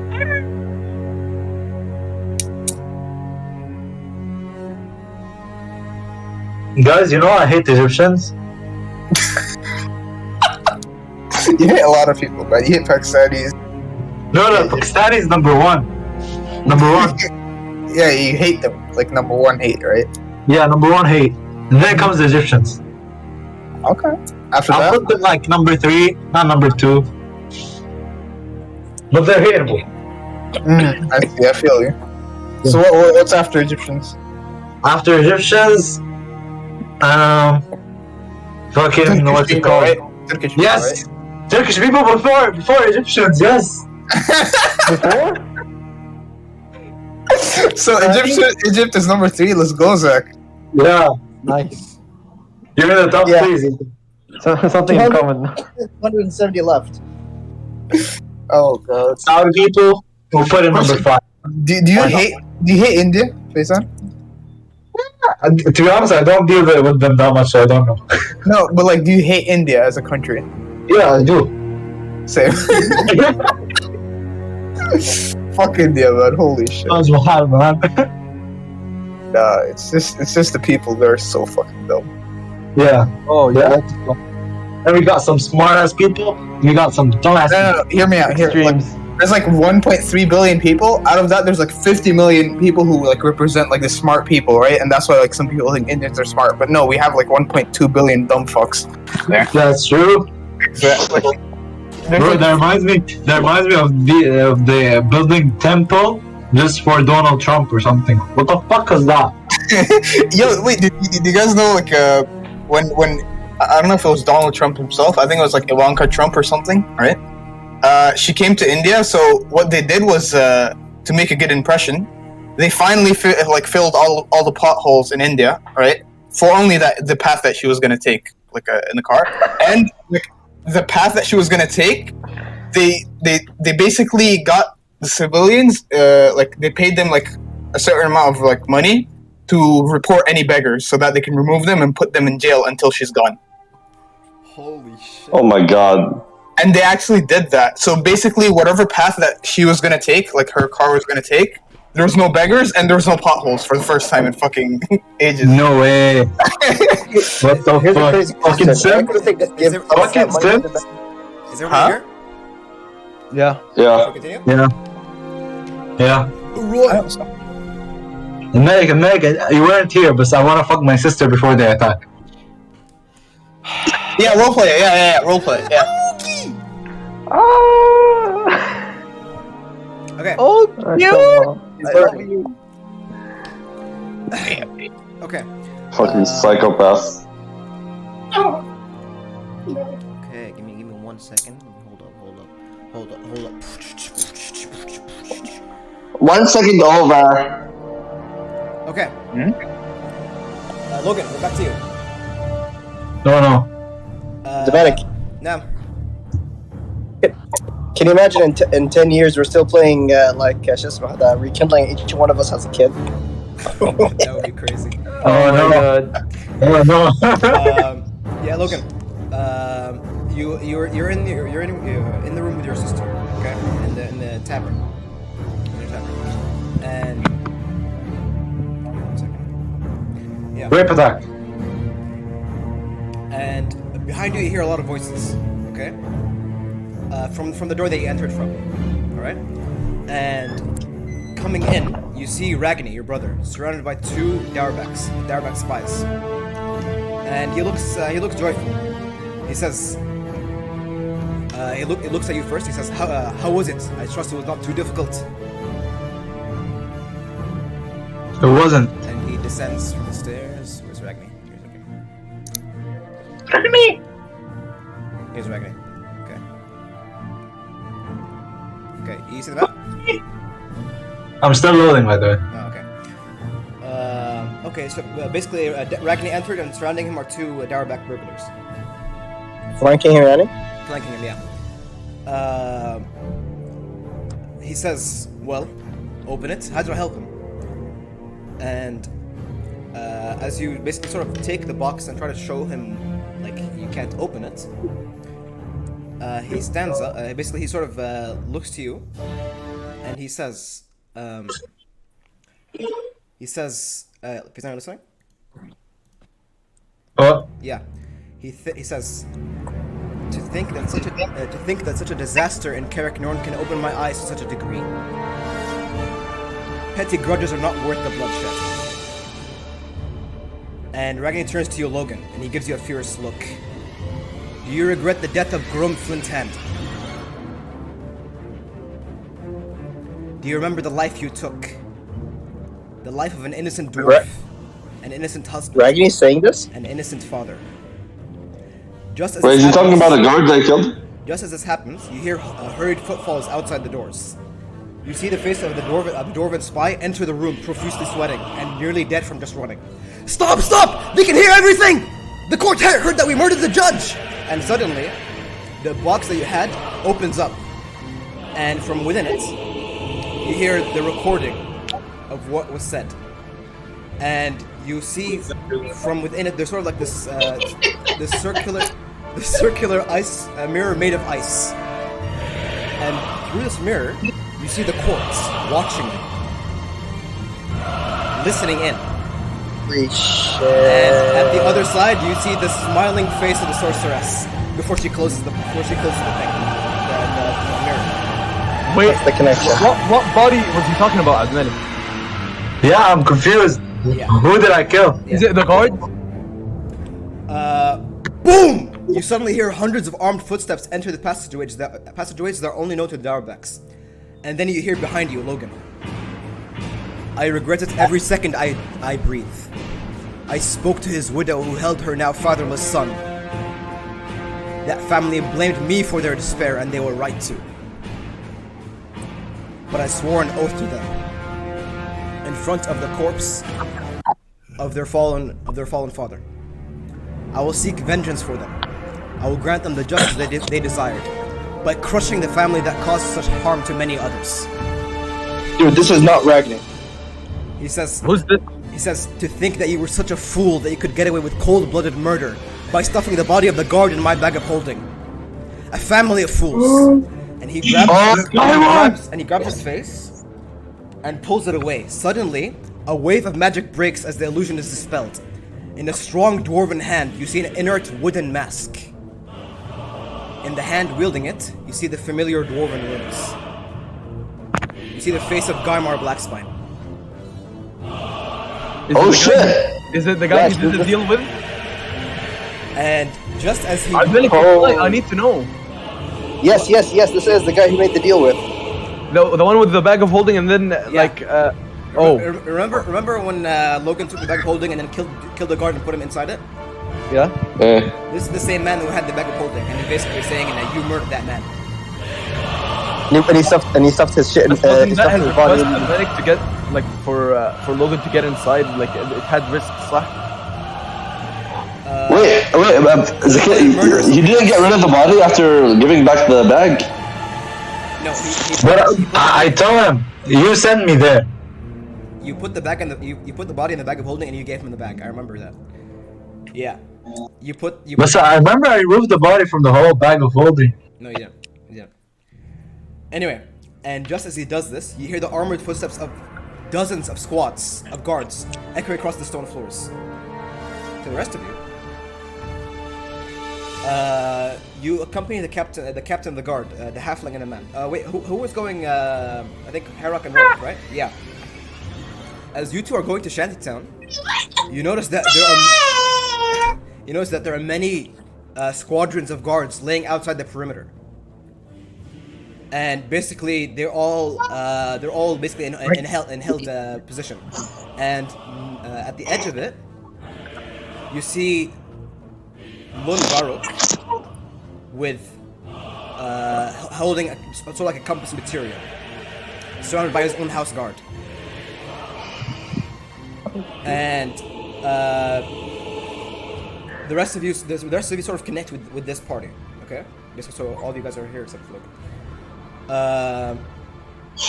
You then enter basically Admec, can I narrate my entrance? into Shantytown or into the Thieves Guild. Okay, Medic? when that happens, Medic? fine, okay? Medic, are there any? I know this place as back of my hand. Is there any escape routes? Strangely enough, they entered through every route that you knew. They Every came through the fucking entrance. They came through. They came through the escape route. The guards came through basically emergency escape routes. What the fuck? The rest of you, you then enter. You see dozens of squadrons of the city guard following you, with several squads of the new recruits of the Order of Everlasting Flame, fresh, ready to train. You then enter the outer bounds of Shantytown in stride, heavily armed and armored. And this is a historical event. No guards ever enter Shantytown. But as you enter deeper, heading towards the Reaver's Return Tavern, you notice a strange sight. Behind you, or next to you actually, Lun Baruch, and surrounding him his house guard. And in his hand, you see him clutching sort of like a compass item, like I described before. And he's following that piece of metal, and sort of like guiding towards a specific area. The same Guys, please help! same direction to the Reaver's Return Tavern. And Take it away from him! and in the distance, you hear the sounds of scuffles and suing, and you hear basically, it's almost like the sudden blitzkrieg operation by the guard has caught the gangs by surprise, and they can't offer up any actual amenable resistance. So you basically see there are many scenes. You see guards literally breaking into homes, dragging known bandits out, throwing them in the streets. You see basically. I'm back. I want to do something. Let me finish describing first. You see that Zoltan, the addicts that you saw before laying in the alleyways, they're dragged out. This place is being cleaned through force. And but what you notice is when you look in and you sort of perceive the environment, you notice that these rogues aren't offering any meaningful resistance because not only the surprise, but because of the crippling drug addiction that's rampant. Yikes, dude. Because of the Dauerbacks. Yeah. And the other clan. And the other mafias. It's basically a sure sign that the cancer has now, instead of becoming just there, now become parasitic. And as you proceed deeper, you find yourselves outside the familiar Reaver's Return Tavern. And the general basically he puts his hand on his chest. Okay, Abdurrahman, hold on. Can I say something? Sure. Just about that, as some of the addicts are basically the refugees, right? Some of them are, yes, yeah. Wait, the refugees from North? Eric Norn, yeah. Eric Norn, yeah. Sure. Yeah. And it's just about that. Aymar marches in front of them, and he looks at all of them like in this kind of terrible fury, but not like as if they angered him, but basically he's angered at this whole thing, and it's just about that, and he's trying to exude as much his aura of authority as he basically just about that, and as he basically alongside the marshal. If there's anyone in the way, he basically shouts at them in Dwarven to basically stand aside. As you say this, you see that there are dwarves that were ready to fight with knives, and once you shout this commanding voice, they look at you startled and they drop their knives. Also, Dominic, there's something I want to do. What's up? Can I march in with the new recruits for the order? Yeah, definitely. You're leading them right now. Oh shit! Let's go. Mike, I want to do something. I want to say something while in a loud voice. Okay. Sure. What to say? And I want to say, let's show them this is not a vision. Let's show them that we're not just talk. We show you what we dream of. We do it with action. Go, order. Go. And basically, the fresh recruits behind you, young men, but really young men and dwarves, but they're really motivated. They shout, And yeah. and I also like every like rogue like I give them a chance like before like killing them or like attacking them or anything. Yeah, most Like, of them, I most of them are startled from this sudden blitzkrieg of force. You guys are heavily armored and armed. I say yeah. I say, put your weapons down, or your life is forfeit. You notice not only dwarven refugees, you also notice that there are humans that see you with your army behind you, your personal army, and about to go for self-defense, but then they just drop their weapons and get arrested. You see them have their like face put against the wall, manacles attached to their backs. It's basically mass arrest. Yeah. Logan, you want to do something? Yeah. When all this is happening, I feel like I'm fucked basically, Yeah. and I go to my sister. My sister is in the same room, right? She is with you. Yeah. She looks Yeah. terrified. Yeah. Okay, I go and I hug her. And Please, no. Please, wait, no. no, go away, No. it's not that, No. it's not that. And then I take my goggles and I use sleight of hand to like put it in her pockets or something. Oh. I was like, sister, I have failed you. I'm very sorry, sad face. And then I Okay. can I do that? When he puts the goggles in her hands. Not in her hands, like I sleight of hand, I just put it in her one of her pockets or her bag or something. He plants the goggles on her. Okay. Roll a sleight of hand check. She'll roll a perception check. Faizan, you're leaving your item. What are you doing? Bro, I'm Faizan, fucked. you're already- They're gonna search me. Faizan, but you're already recorded. There's already the proof that they need. What are you? Yeah. What is Already put the body. Already put the body. I'm scared of not the guy none, because I saw his goggles. You stole his goggles. Bro, But Sandy, he knows he knows you stole it. He doesn't know I stole it. Faizan has a compass that shows towards you. Yeah, it shows towards the goggles, not me. Yes, he shows Huh? towards the goggles. Most probably. Oh, you're gonna sell out your sister. Yeah. He's gonna sell his sister. Nice. Okay. Roll a sleight of hand Good. check. I'm like inspiration. This is Yeah. get like Roll a sleight of hand. Faizan, did you get this from just what's it called? Pirates of the Caribbean? Sounds like Kind of, yeah. Okay. 29. Holy crap! 29. That's literally. You literally, it's almost as if this is completely normal. You slip it right into her backpack without even opening it. Just slip it right in. Smooth shit, bro. Super smooth. Medic, I want to do something. Yeah, sure. I'm assuming the party like caught us up to speed on what's happening. Yeah. So basically, Herrick starts panicking and saying, "We gotta save Logan. He's in there." And basically, what I want to do is I want to cast invisibility on myself and start fucking running like ahead of everyone if I can, Okay. just ready to basically to the tavern basically. Okay. Yeah. So you enter first. Oh wait, we have leverage. Like me, Ainmar, like and the dwarves, we can like negotiate our way with Logan and have him. Like I the guess we only could. guy who can escape. Would you stop me? Basically, what would you say to me when I say that? I would say, Logan, hold on. No more. I mean, I would say, Harrock, hold on. No more sneaky business. Let's just do it the right way this time. What if they kill him? They won't. I'm leading. I'm marching inside first head on in that place. Okay, but I basically encourage them. Okay, let's hurry. We might not Okay. have enough time. Stop All him. right, and I hurry. Okay. As you all enter, you see yourselves within the Reaper's Return, and you see a company of guards that have already arrested most of the individuals within it. You see the Rudolph, the innkeep, also his face set against his own bar, as guards arrest quite literally everybody. But just as this is happening, you notice a familiar face arrive from the shadows. Rolf. A what?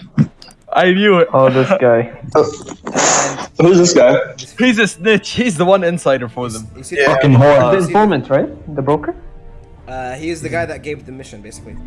Yeah, I knew it. Aslan, I called it from the beginning. He was basically supposed to be a Gaimar spy that turned coat, but he was actually he turned coat twice, basically.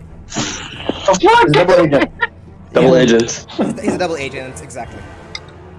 Yikes, this is intense, dude. He basically enters and you see him and he says, he looks at you, Kazazir. He says, Kazazir, Master Lun, Gaimar Blackspine awaits for you below. And he leads. Gaimar. Yeah. No, yeah, continue. Okay. He leads you. He says it with a sly smile. He looks like he was waiting for this.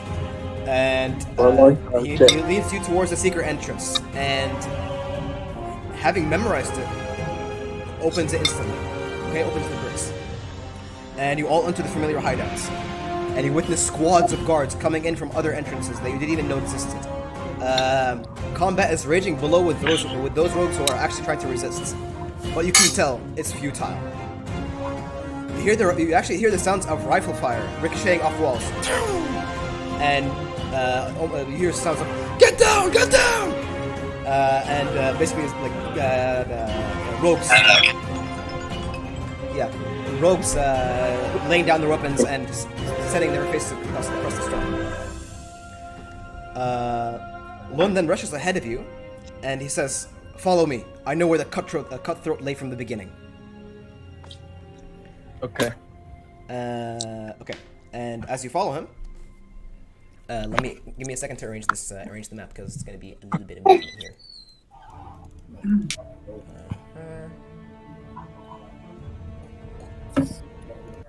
You know I'm a real nigga, right? Like everybody looking at your picture, he's really interested. Man, I want to give him a kiss on the cheek and go like coochie coochie coochie coochie. Coochie coochie coochie. Oh, Coochie? so cute. I'm gonna cry. Oh my god! Mashallah, mashallah. MashaAllah. Oh my god. Okay. Do your fake cry right now. Somebody going,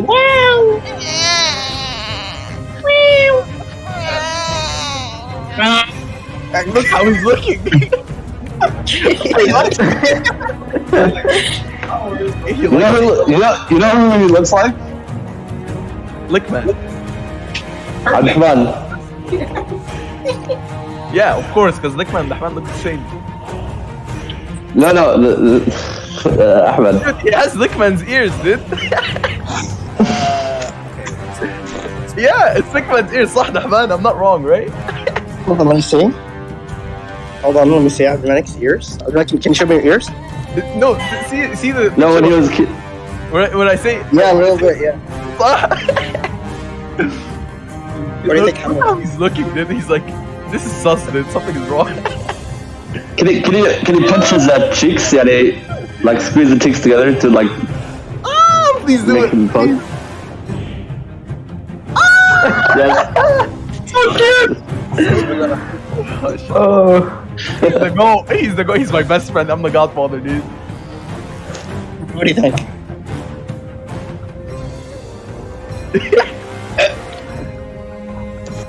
Your voice is concerned.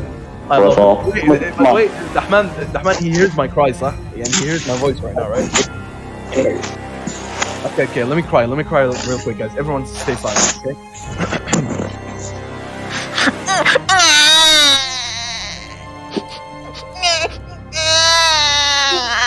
That is not annoying at all. Why is he laughing, dude? He's laughing at my pain, dude. Oh.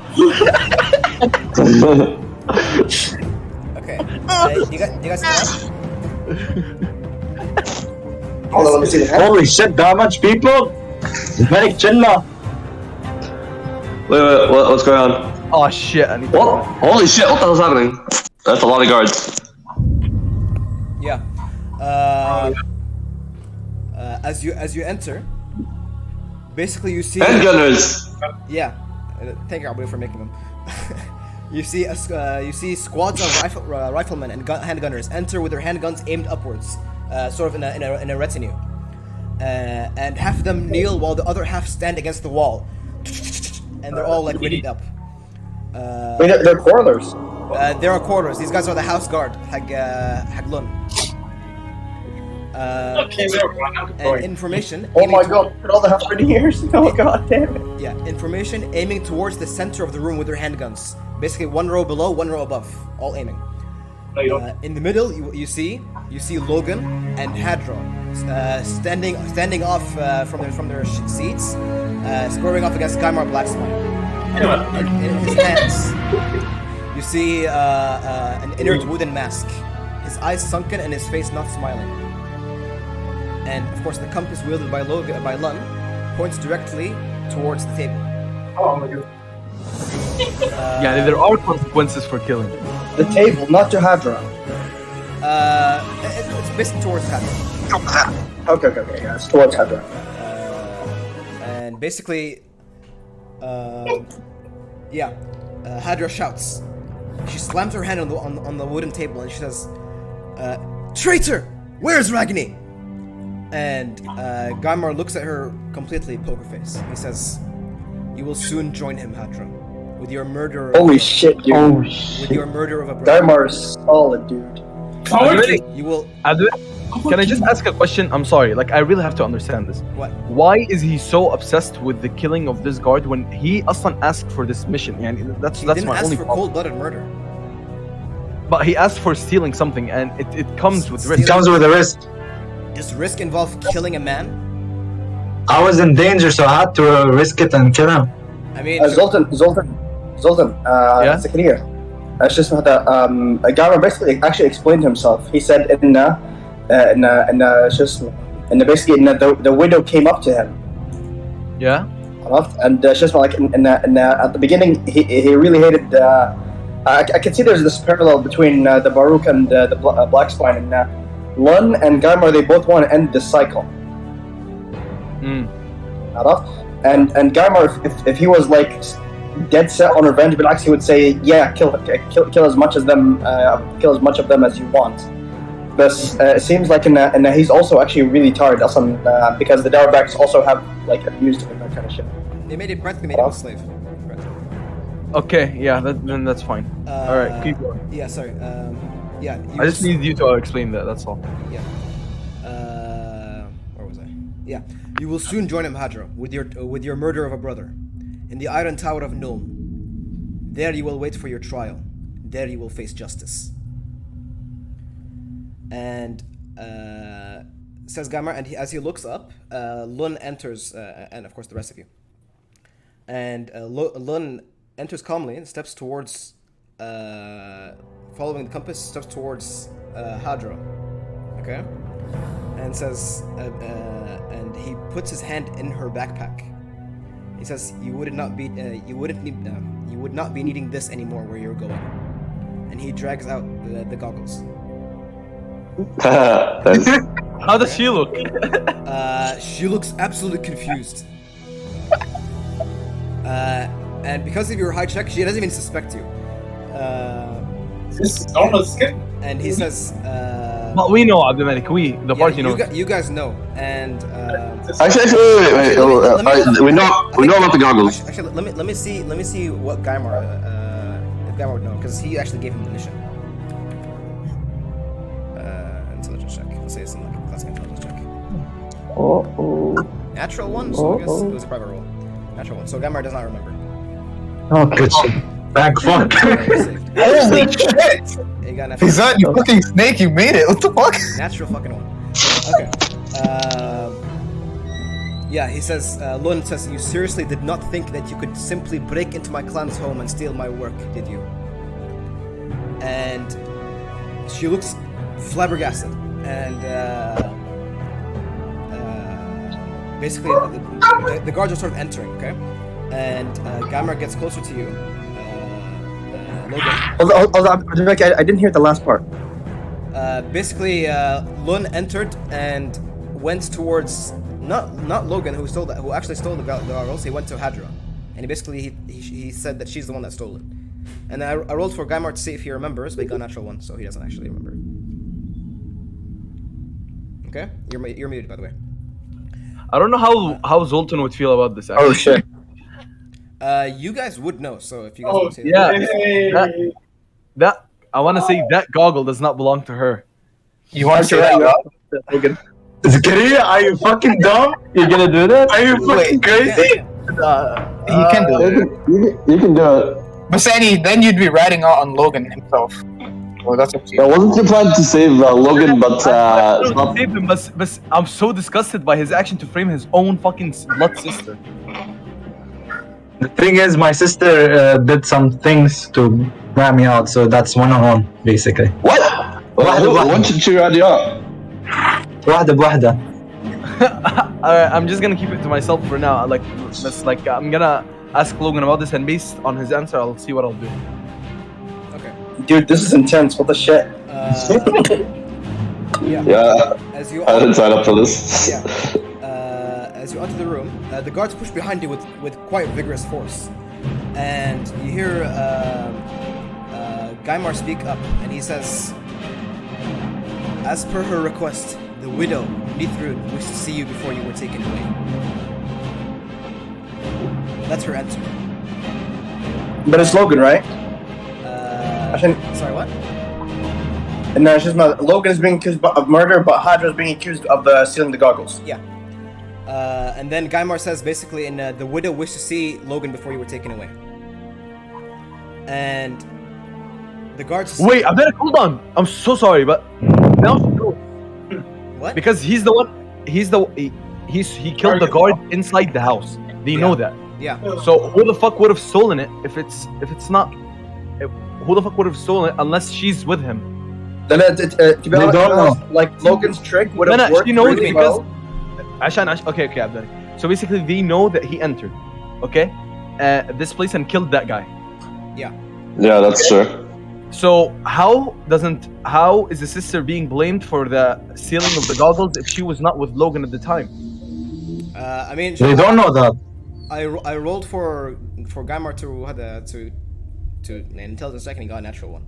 Yeah, okay, He's not connecting the dots, Yani. He can't remember that. Actually, I'll give him advantage. You're right. I will give him advantage.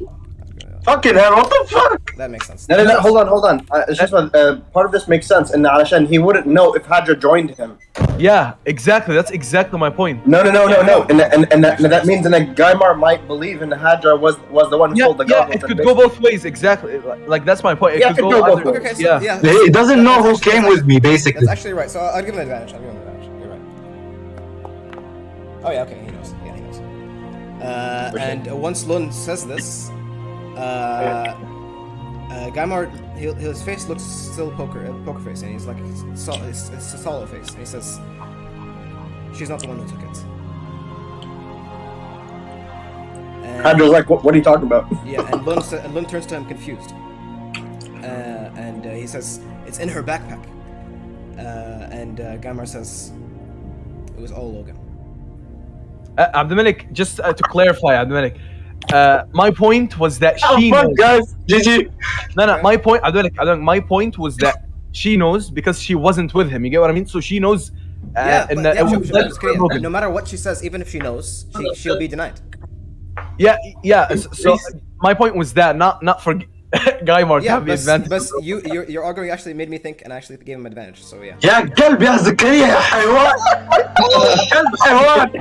It's not my fault. I was like, no, it's كلب حيوان. No, thank you. It actually made me. Actually, it literally is your fault, but it makes more sense. Yeah, it makes No, it doesn't make sense. What Let me speak.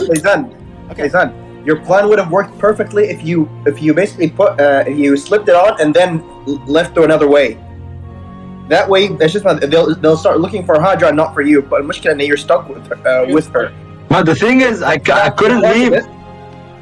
But even after you planted it and you tried to run away, like the guards came in through the other sides, and they prevented you from running away. So basically, you're stuck with your victim, and your sister knows that you basically tried to like frame her.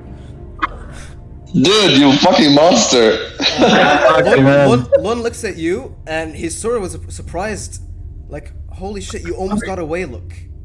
Oh. And he looks at your vest, your studded leather armor that you bought directly after stealing from him. Remember that, the plus one leather armor. Yeah. And he says, he grabs it with both of his hands. He grabs the lip of it. He says, "I see that you also helped yourself to my family's wealth.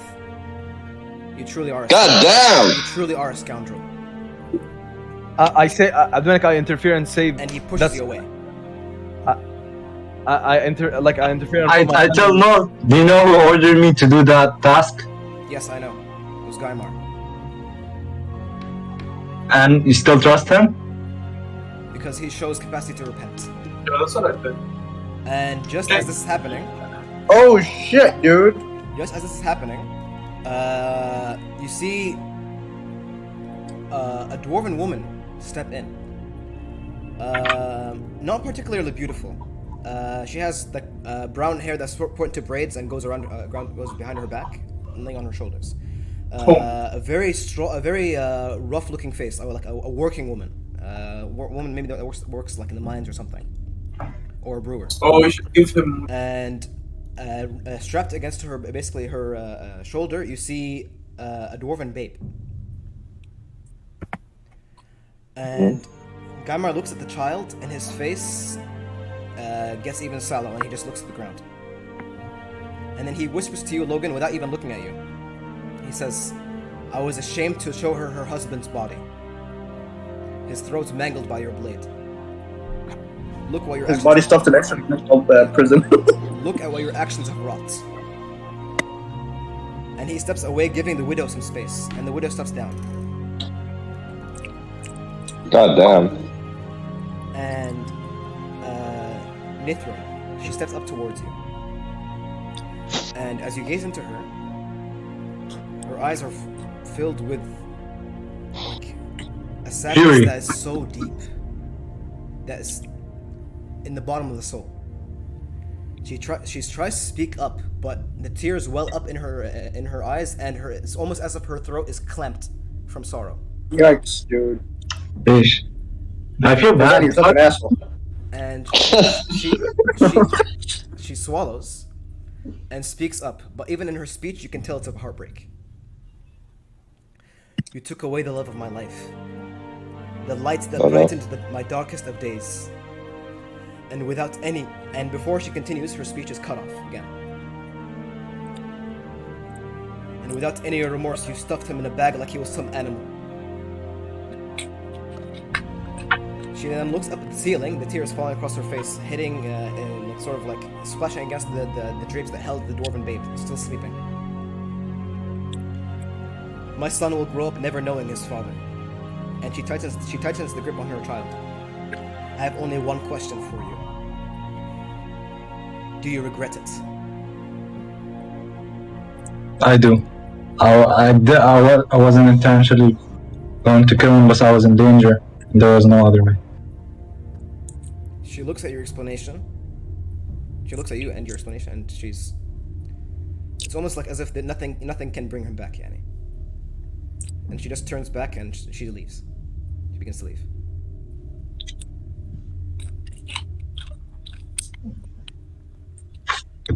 Whoa. The guard squadrons enter in force, all of them arresting all the rogues and thieves of the Dauerback family, and with violence if necessary. The human guard captain then does a hand motion just as the widow, Nithrun, leaves with her child. And the guards go next to you, Logan. Do you resist? Could I ask to be the one that takes Logan Oh, definitely. Okay. instead? You can ask. What? You can ask. I tell them, stop, guys. I will take him. Like I'll take him in. I'll take him in. With like basically a sad notion, Yeah. basically like he's my ally. You get what I mean? Like Okay. I don't want to do this. It's Yeah. like it's Dude, he's not just an ally, he's a friend. Like, he really helped us an ally, a friend. Like it's better for me to do it than them doing it violently and disrespecting him. Basically. Okay. Yeah, that's a good point. Good Just point. as the guards were grabbing his clothes and about to put the manacles and his face against the door, the hard wood floor, hardwood table, you stop them. And Captain Horst, the man that you knew before, the guy that helped you guide you around, he says, "Grant him his wish." And the guards look at each other, look at the captain, and then they give you the manacles. I like motion to Logan, like so he understands basically like what's the situation, and like I motion to him and put your hands in it yourself, basically. So, Logan, do you clasp yourself? I put it on. I tap him on the back and I say, we'll figure this out. Don't worry, friend. Okay. And they basically they arrest Logan and they arrest Hadra also. And they start basically pulling you up. The human general, he says, he comes up to you, Logan. He says, your family has been in Nuln for a very long time, and it had its legal side, and it was actually beneficial in some certain circumstances. But you grew malignant. You ate too much of the pie. I'm sorry for what I have to do. And he claps his hands, and the guards begin to, with you, Zoltan, escorting Logan and the other rogues out. The halfling captain turns to Gaimar and he says with a smile, "How you managed to get the sorceress to aid you is a mystery to me, dwarf. You are a cunning one, and for that you have my respect." And Gaimar looks at him and does not respond. And Logan, as you're being shoved aside, you get a last glimpse of your other companions other than Zoltan. Dude, what does the sister say? Is the sister completely quiet? She is both shocked that the goggles are in her backpack, and she is absolutely shook by the betrayal of Gaimar. As you're carried outside, Logan, Zoltan leading you. Zoltan, you see waiting outside is a prison carriage. It's more like a coach. And basically, it's like a normal four-wheeled carriage with horses. And the guards surrounding the coach. The guards are sort of surrounding the coach on all sides before they help you, Zoltan, put him inside, and sort of attach the manacles to the flooring of the wagon.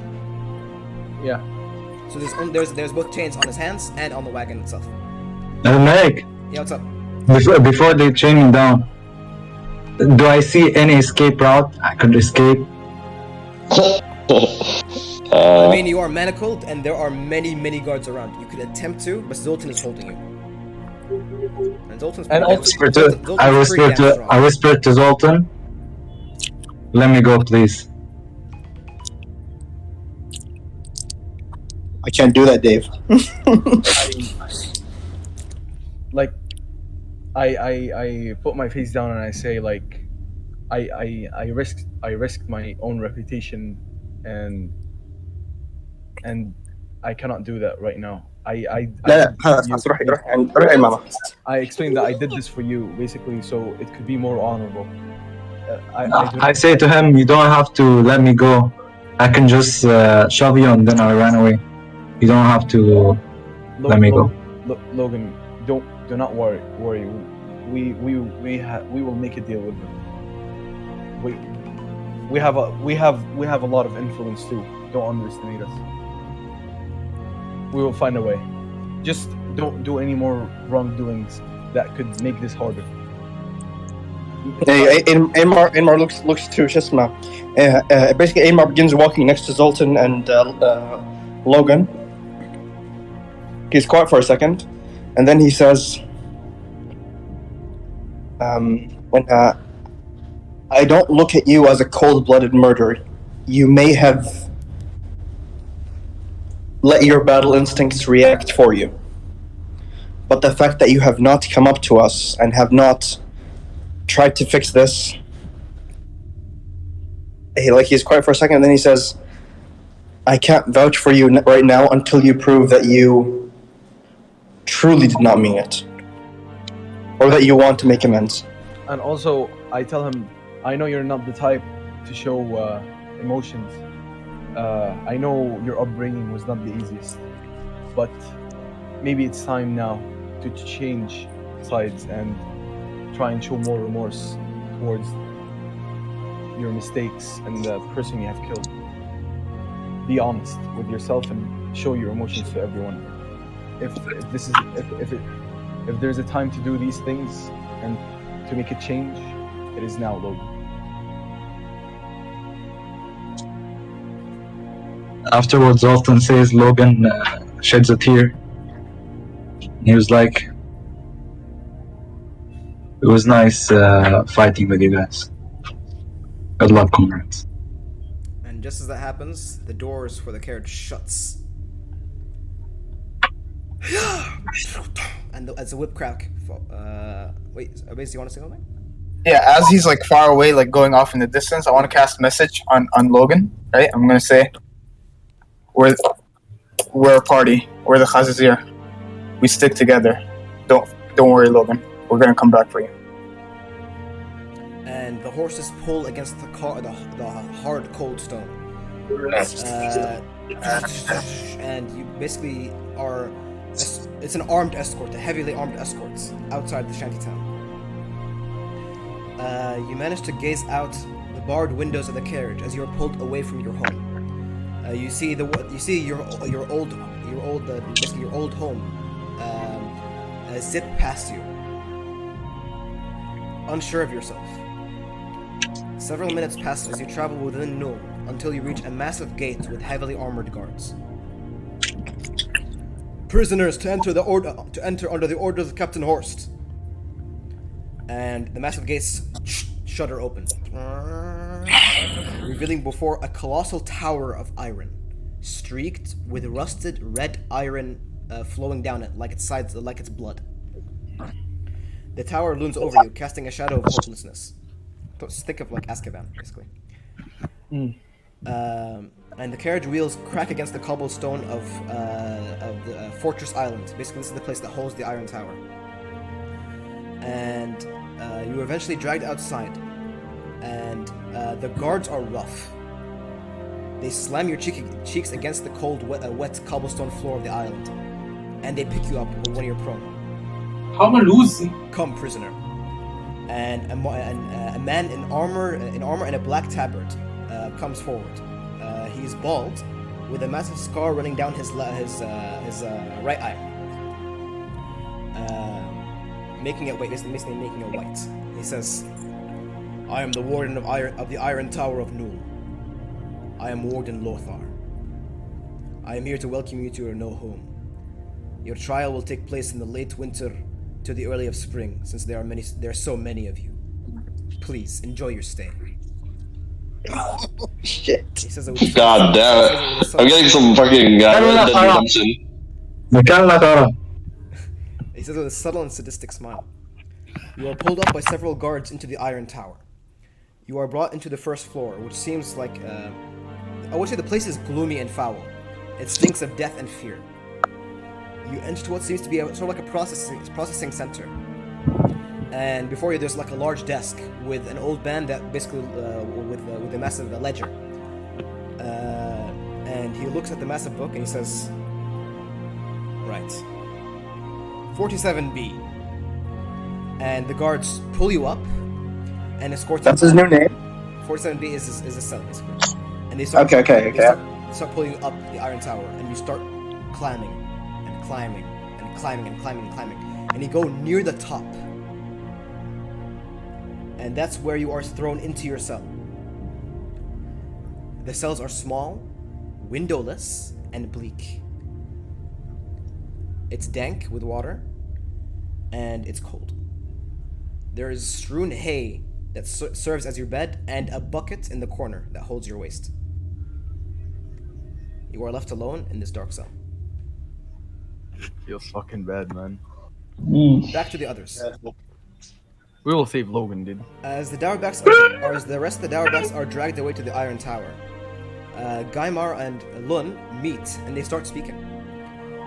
You all watch as both of them bring out two books from both their respective clans. One has the emblem of the Black Spines, one has the emblem of the Baruchs. Basically, a book of grudges for one and a book of grudges for the other. They sit down at the same table and they lay the books before them. Gaimar says this. He says, as you guys gather, he says, "Khazazir, we wish for you all to be our witnesses. Will you do us this honor?" Of course. Aymar nods. And they both nod in reply. And they actually switch the books. They give Blackspine the Baroque and the Baroque the Blackspine book. And they both cut their thumbs and cross the last grudge between their clans. Whoa. Gamar then looks up at Lun and says, "Thus we are cousins once more." And they smile and they have a small gentle handshake. He says, "May our families grow together stronger than ever." As the eventful day finishes. Wait, Abdulmalik, there's one more thing I want to do. Yeah, what's up? Remember the children Yeah, that are there? yeah. I wanna gather all of them and ask the order to gather all of them and basically to provide school, whatever, like the normal expensive for a child would be, basically to Definitely. provide Education. from the order, and then basically possibly recruit them later on when they grow up if they want to, and if they don't have anything Definitely to do. possible. Yeah. The captain or the newly assigned captain of the order basically takes in your orders and starts gathering or rounding up the children, and he takes them separate from the guards, because if they were taken to the guards, they might have been taken to a prison or something. Al-Malik, when they put me in the cell, Yeah, what's up? I asked for the warden. It's like I asked for the warden, and I'm like, I want one last thing for you to do for me. Okay. He looks at you across the cell from the other side of the bars. And he doesn't reply. Have you heard of the widow? He says, the dwarf mother. Yes. Yes. I take 100 gold from my pocket. No, you don't have any gold. I don't have anything. They took. They already took your money, dude. They took your. Yeah. They took your gold. They took everything. Fuck. Can he take from my inventory and they store it in the storage, so? It's not given like it's not. It's It's basically seized. It's the government's property now. This is back in the game. Yeah, they won't return it to him when he's out? Probably not. Wow. Abdulmalik, if you could allow Retro, Aslan, you could give him the chance to give Logan, it Aslan, to give you, one of us. Logan, you would actually, I think most of you would know. If the guys that are most well, Logan, you would know. The punishment for murder in Nome is hanging. Holy shit. Guys, I gotta escape this. Basically, they expect you, and you won't ever be needing these again. Oh, dude. He's gonna Shit. Question: Do we know how long it's gonna take for them to hang him, or like, is it like, hey, 10 years you're fucking prisoned and then you get hanged, or is it like I next think day? there's still a conversation to be had after. Or like, The wait, like trial is supposed to be in a few months. In a few months, yeah. The trial is Okay, going to be in a few months. Okay. I Shosmo, I investigate the cell and see if there's any possible escape routes from the cell. Roll investigation check.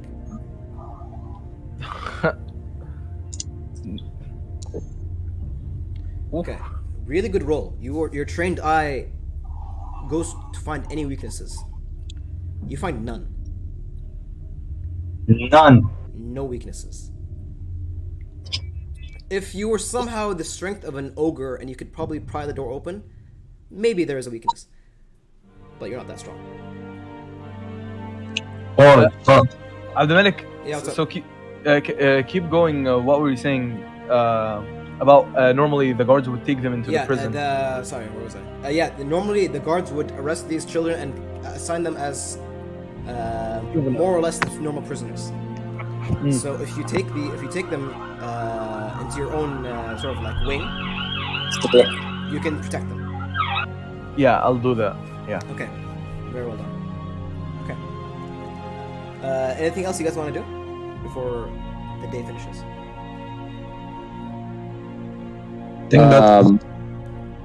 I guess we just want to plan out how we're gonna get Logan out, or who we're gonna talk to, get reasoning, shit.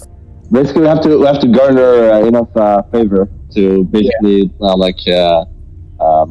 get the jury on our side. Fun? What? Basically, we have to garner enough favor to get the jury on our side to like lessen Logan's penalty. Wait, is there a new judge? Because the old judge died or something? Yeah, the judge was assassinated. Yeah, By who? by the Darbacks. Fuck! No, man. That doesn't improve it. Makes it worse actually. Yeah, it makes it so much worse. Make the war. Yalla, So let's keep going. Yeah, I'm just asking if there's anything you guys want to do. Yeah, no. I mean, I want to craft something, but it doesn't look like the time for it. Okay, you want to craft anything else? Anything else? In a roleplay? Wait. I mean, Nothing I wrong. want to do the prostitute thing, but I don't know when that's gonna happen, right? Like, Dominic, later. the only thing I want is the context for the widow, like how to contact her and where she lives and things like that. Oh, she lives, I believe. Let me check.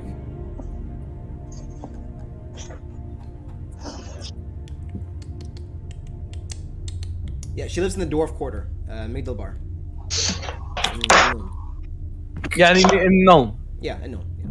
Yeah. can we basically arrange like a lawyer or something and like start the plans to like get him out, basically? Or like, Well, wouldn't the Darbacks already have like lawyers on standby since they're so influential?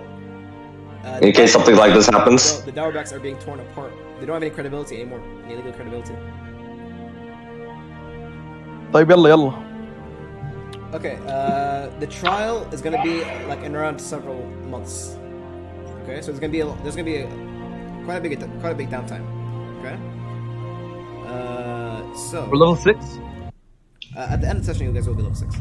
Okay. Okay, Dominic, just my question. How can we sort of convince? Oh yeah, I think we have to convince the widow. I think we have to convince the widow and Baruch and Blackspine, all of them that Logan has to be free and will basically take custody of him. I think the best thing to do is like say what good he's done and how much more good he can do in the future, and we're gonna ensure that he doesn't kill people and shit anymore. You know, things like that. I mean, that part can't be guaranteed. The thing is, it's not in their hands anymore. And Yeah, but they could be witnesses, يعني, as in like vouch. all of the law stands. A murderer gets murdered or gets hanged, and he was admitted to the Iron Tower. So now he's in the hands of the government. So we can Yeah. just But the count like owes us, right? Like he already paid us. He already paid it to him. Oh, shit. Pretty Yeah, well. He doesn't owe you shit. Yeah. yeah, but like he's willing to establish like a good relationship between us dwarves and humans again and things like that. That would be like a good start. You get what I mean? We'd owe him a favor. So, Yeah, that's the first thing. We'll owe him a favor, and also, by the way, if he'll say if I help you get this guy out, it'll actually be worse for our relationship with the dwarves because this guy killed one of your guys, and he'll basically turn to Aenir and says like, and shouldn't you actually be the guy who wants to sentence Logan to death because you know you're the king and you have to act kingly. Yeah, exactly. Asan, this So it raises a lot of questions. This Logan literally planned the assassination of the king. Why would he ever let this guy go? Yeah. wait, technically he hasn't done that, right? Yeah, but even speaking of this kind of shit is treasonous enough. It's true. Even then, like, he didn't even speak of it as Hagra. Like he was just like a bystander to the conversation. I mean, he's a tool. He's a tool. He was the tool of the Darbacks. He has proved once and again that he's gonna do anything for his family. I guess. So. Minik, I forgot to mention. Can I meet with Archmage Anastasia? In her tower? Sure. Yeah. Okay, yeah, you can. We'll just from now we have basically I'm just gonna discuss this thing. What is that team? Yeah, you guys, you see this? Wait, where? I lost connection to the server. Yeah. Connection to. Oh, hey, it's a downtime You table. guys have 120 days of downtime. Wait, I don't see anything. It's Yeah, it's a big thing. Wait a minute, we can increase our score? Okay, I'll Yeah. I'll put it in general also. Okay. I put it in general. You guys have 120 days. You can increase your ability scores. You can increase. You can get a feat or work to get a feat. You can have hit point training, proficiencies. Blah blah blah blah blah blah. Oh wait a minute. There's a number that like next to +1. It says 1 and then 250 days. What does the 1 mean? +1. Where? That one is basically. Wait, let me see. Which one? Same thing with the troop trait. There's a number and then there's days and languages and armor. What are you talking about, Abdullah? Can you say that again? I think it Sure, refers sure, to the number before the bracket. Yeah, the number before the bracket. They're all indented. I guess like the parentheses. No, see +1 up to 11. Yeah. Look to the right. There's a 1 next to us, huh? One segment. What does segment mean? Look reference number 1. Segment represents 8 months of training. Or 280 days. 250 days. It's like an asterisk, basically. Okay.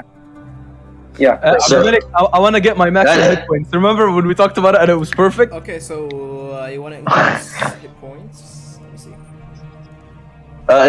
No, Rahman. Again, that's not what I'm talking about. What? You know what? I'll just take a screenshot. I'll send it paint. عشان... Are you asking what the 1 means? The 1 means 250 days. يعني like each one is 250 days. Yeah. Up until an ability score of 11. So if you have an ability score of 7 for something, يعني مثلا 7 charisma, you can increase it to 8 and it takes 250 days. Yeah. Okay, I understand. Helpful context. What does that mean? For example, if just you want هذا. access to a good miner or something like that. Yeah, it's just this is basically you could basically make a friend somewhere, and you don't have to declare it immediately. Basically, you come across a guy later, you can say, Abdullah, can this guy be my friend? And Vicky could say yes or no or that kind of thing. But basically, the idea is that you have a helpful contact, a friend. You're gonna have And memorize references like what is it? That's just basically instead of having to keep a spell in your spell book, you can memorize the reference, like a spell or a formula or a blueprint. And what does that mean? Normally they depend on rarity, and they cost gold. In weeks. And you have to already have it. If you have it, you can memorize it. That means you don't have to refer to the book anymore. Oh, I understand. Yeah. Basically, Okay. like for example, like the formula for a handgun, you already have it in your book, but if you lose it, you have to make a new one. But if you memorize it, you don't have to prepare it. Yeah, I understand. There's a lot to do. 120 days, huh? Yeah. Station, you want to do something in that time?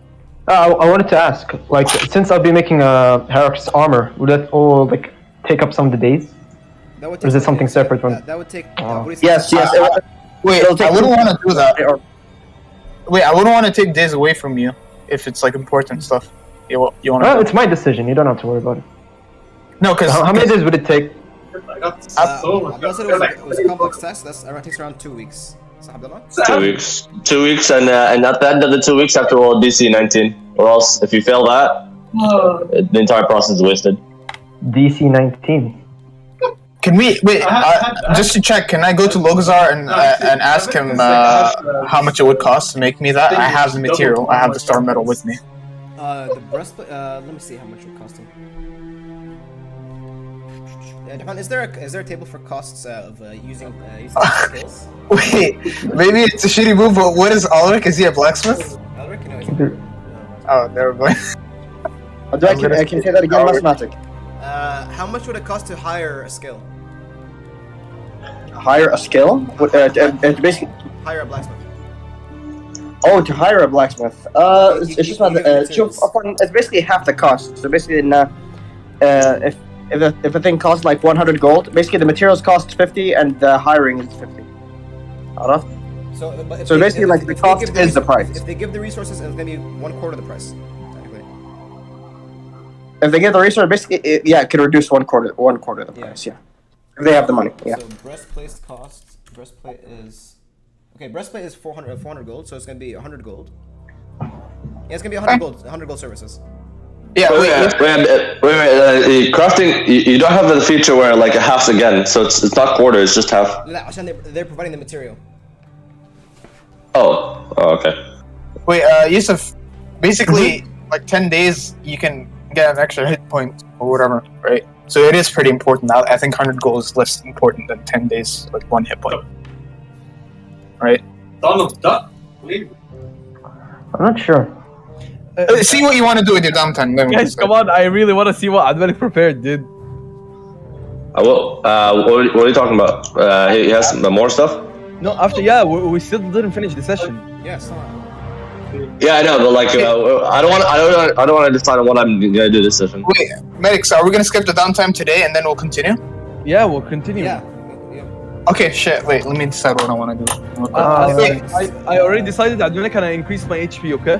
Wait, I have to decide what to do now? Yes, now. You have time. Medic. We'll give you time. Don't worry about it. Medic, do I need to stay or can I go? You want to leave mid-session? Yeah, is there something more I should do? There's still. Because I'm in prison.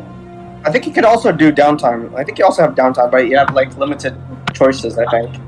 You can't spend gold and you only have it inside your prison. I don't know. You can do the IRO thing where you train your muscles in prison. Yeah, actually, you can do that thing. Basically, like just look for a ability score and try to improve it. Yeah, basically. You're not gonna increase it because like you only have 120 days. Hmm. You have like 30 days till the trial. No, he has months, so it's gonna be like. Wait. Basically, Medic, your downtime is gonna coincide with his trial. Medic, do we roll HP now or are we gonna roll later? After the session. After, okay. Roll? For HP, yeah, level 6. Sure. Can we keep going now, guys? Yeah. No, I haven't decided. Give them time, man. Give them time. It's a pretty hard decision, dude. Zoltan, you want to increase? You want to use each day for HP, right? So that's plus 12 HP. Yeah, 12 HP. I already added it. Yeah. You already added it. Okay, perfect. Yeah. By the way, I'll make this also requires expenditure of money. Yeah, it's gonna be how much days? 120. So it's gonna be 120 gold, I think. Yeah. Yeah, it's exactly that's 120 gold, please. Oh my god. Medic, I wanna train my dexterity. I wanna increase it. Your dexterity is already pretty damn high. How much is your dexterity? 18.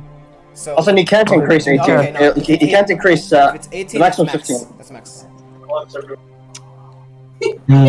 Should I increase my strength or charisma? You can increase stats. You can try to work on a feat. So maybe you get downtime in the future also.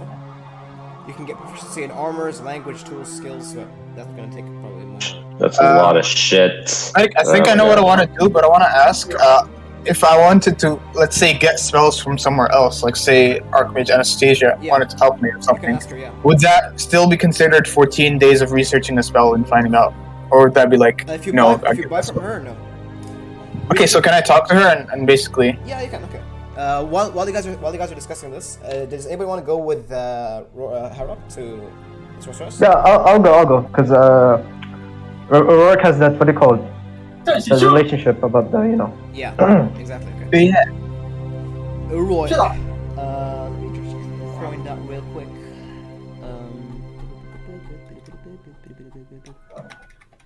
Melik, I want to send a message to Conrad. Oh shit! All right. Okay. Okay. Yeah. What's the message? Do you have it written? Yeah, I'm writing it down right now to you in Okay. Discord. Helpful contact. Okay, like 4 years for a feat. It's gonna. I don't know when that's gonna happen. Tell me, you guys are dwarves. I'm gonna give you a shit ton of downtime. 4 years, yeah, definitely, Abdullah. 4 years is nothing for dwarves. Medic, if I read number 2 on the thing, it says so long as the character's existing hit point total is less than half their average. Yeah. After let me see. Harrock, you're a bard, it's a D8, صح? Less than half average. So if your hit points are not less than average, you can't train your. The average for Harrock is 35. So no. Oh, okay. It's not 35, right? Plus con, it's something else. It takes. No, guys. You half could still drain your hit points even if you're like above half. So But basically, when you're you below half, it takes less time. Yeah, I know that. I'm just saying that it doesn't have the halftime. It's gonna be 20 HP. Sorry, 10 days, 20 days, 5 days per 1 point. If you had half, less than half. Okay, if you had half. Alright, got it. Half points. I gotta leave now, so I'll just improve my charisma, I guess, 3. with the downtown. Actually, I'm You just look in the like mirror a lot. Do you have to leave now? Is there something I need to do? It's a session phase, then, Annie. Like, So how long, Tayyib? Maybe an hour probably. خلاص okay, I'll stay. Yay! I'll just go play and I'll come back. Okay? Okay. Okay. Herok and Ulrich, while other guys are doing their downtime, throughout the days, you guys managed to start making your way to the Celestial Tower. Okay? You enter the temple quarter, basically the home of the gods in the temple quarter. oh, real quick, I'm gonna take the 2 spells books we have from the like cultist mages and shit.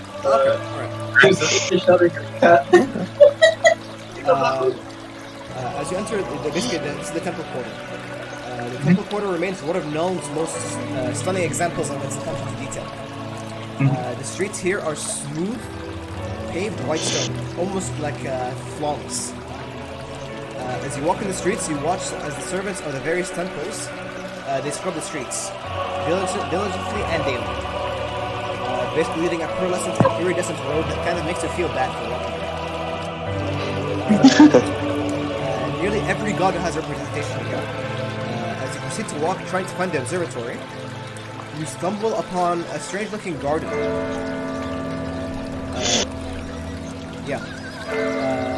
The garden is well maintained, and it's surrounded by high spiked walls with a single gated archway. And the ground of the cemetery is filled with old headstones. Basically, it's sort of like a garden cemetery. Like, this is very nostalgic whiskey. Yeah, I know. And it's filled with headstones, mausoleums, and all Okay, I can't hear the music all this time. Oh. and all along with the temple, you see statues of winged saints bearing swords and books in each hand. And basically, they have these dark wings and hoods. You also see gnarled and twisted trees, but the most interesting feature, strangely enough, are these black rose bushes that decorate the grounds near every grave. And as time passes, like the black rose wilts, and they drop and decay in the ground immediately.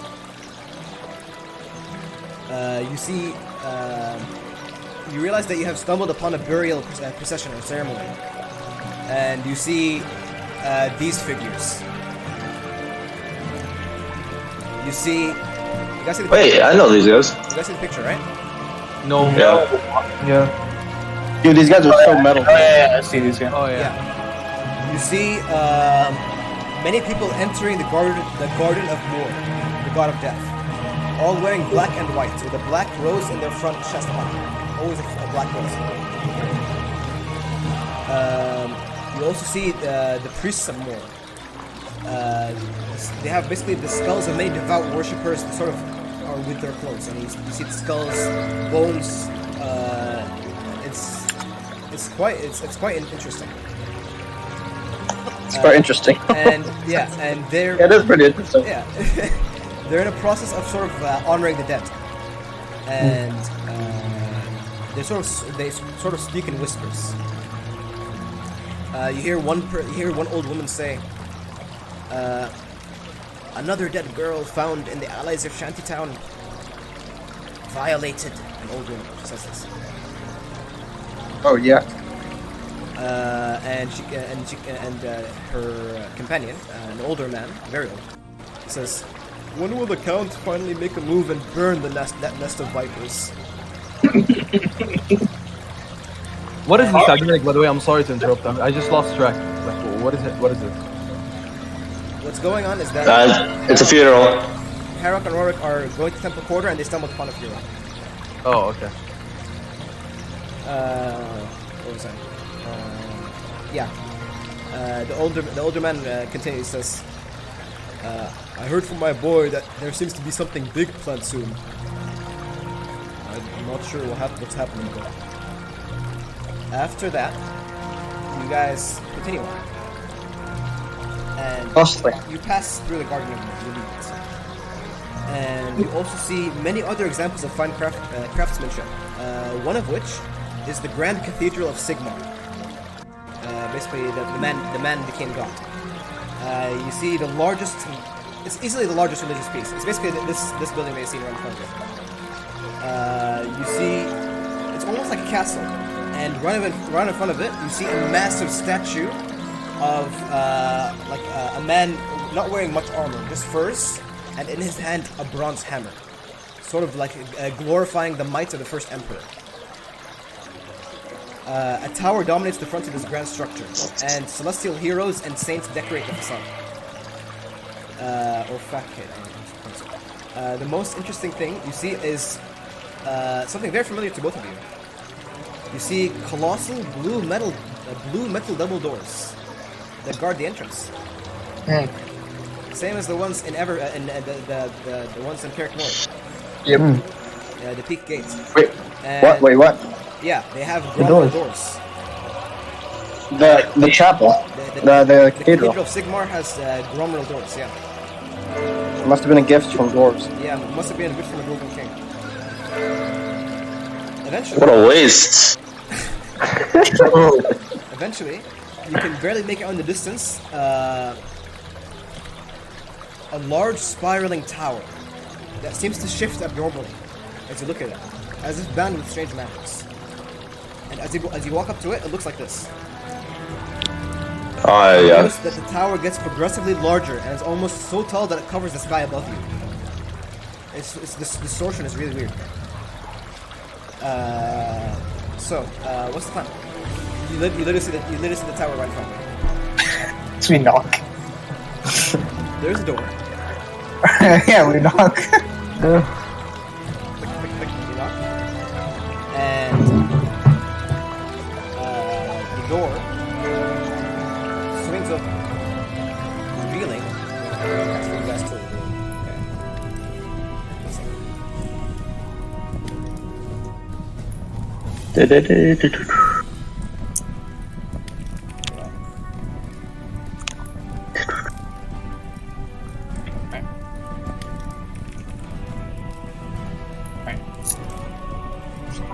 And just for the sake that you guys can see as well.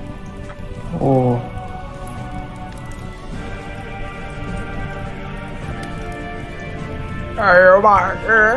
Wait, did you put my token?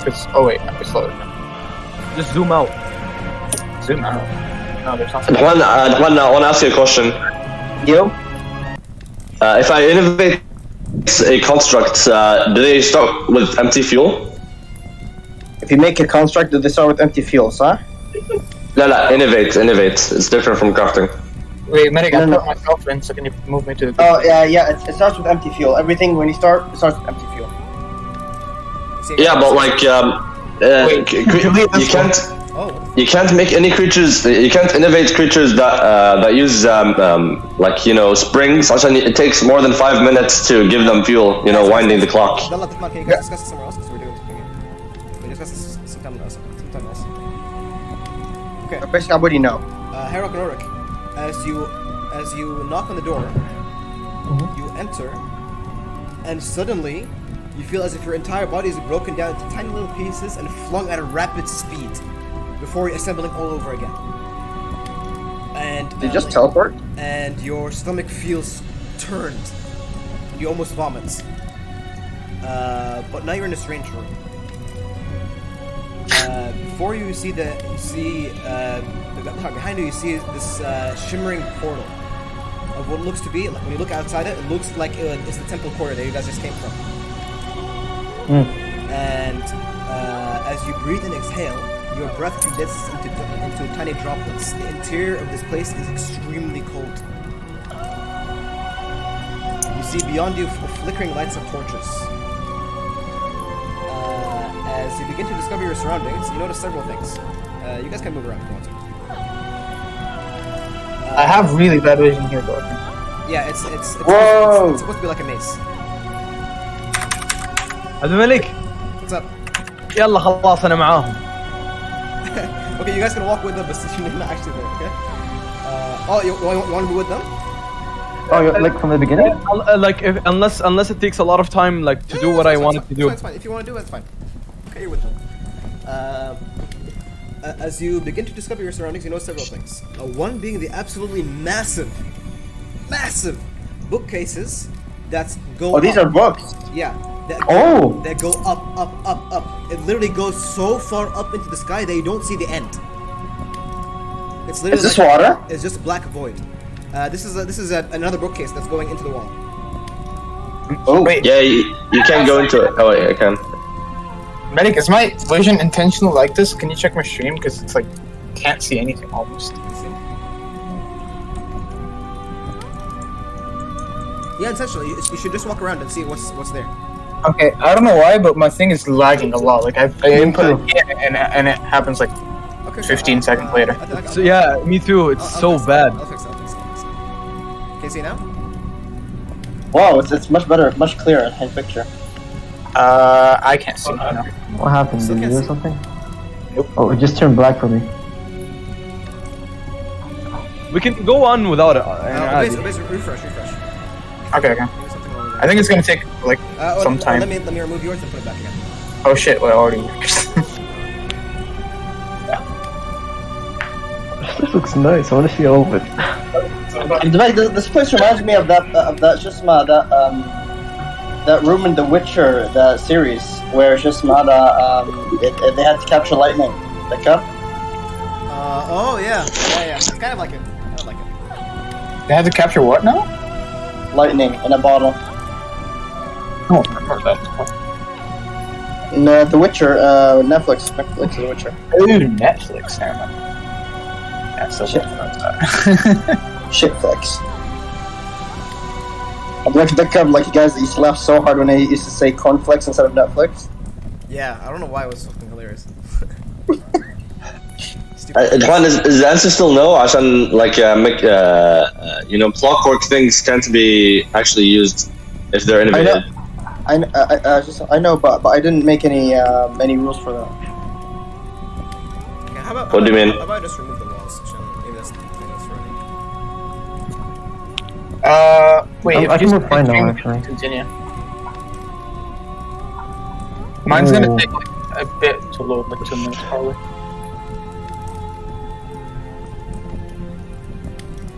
Okay. You see the absolutely massive bookcases. They go up into a dark abyss. It's so high they can't even see the end. And each book has a spine. It has a name. So these are actual books.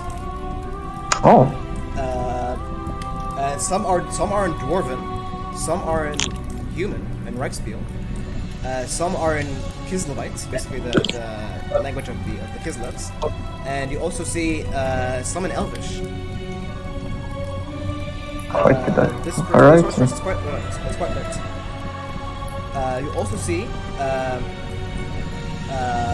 you see arcane magic in Elven tongue, in the Empire tongue, and some also Dwarven runecrafts.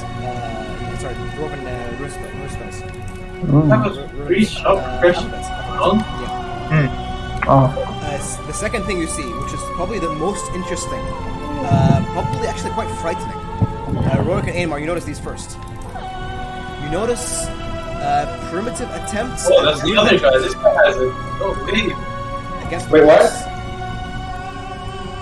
primitive attempt at rune magic? At rune magic. Magic that's only Does it look recent? that's only known for dwarves. And there are Does it look recent? there are attempts or trying to crack it. Oh shit! There's just the sorcerer's trying to learn rune magic. Yeah. Yeah, I kind of figured that out when she proposed that. Vicky, can I look at? Is that one specific book that's like suggesting this, or that's a series of books? No. You see against the walls, actual rune spells against the walls.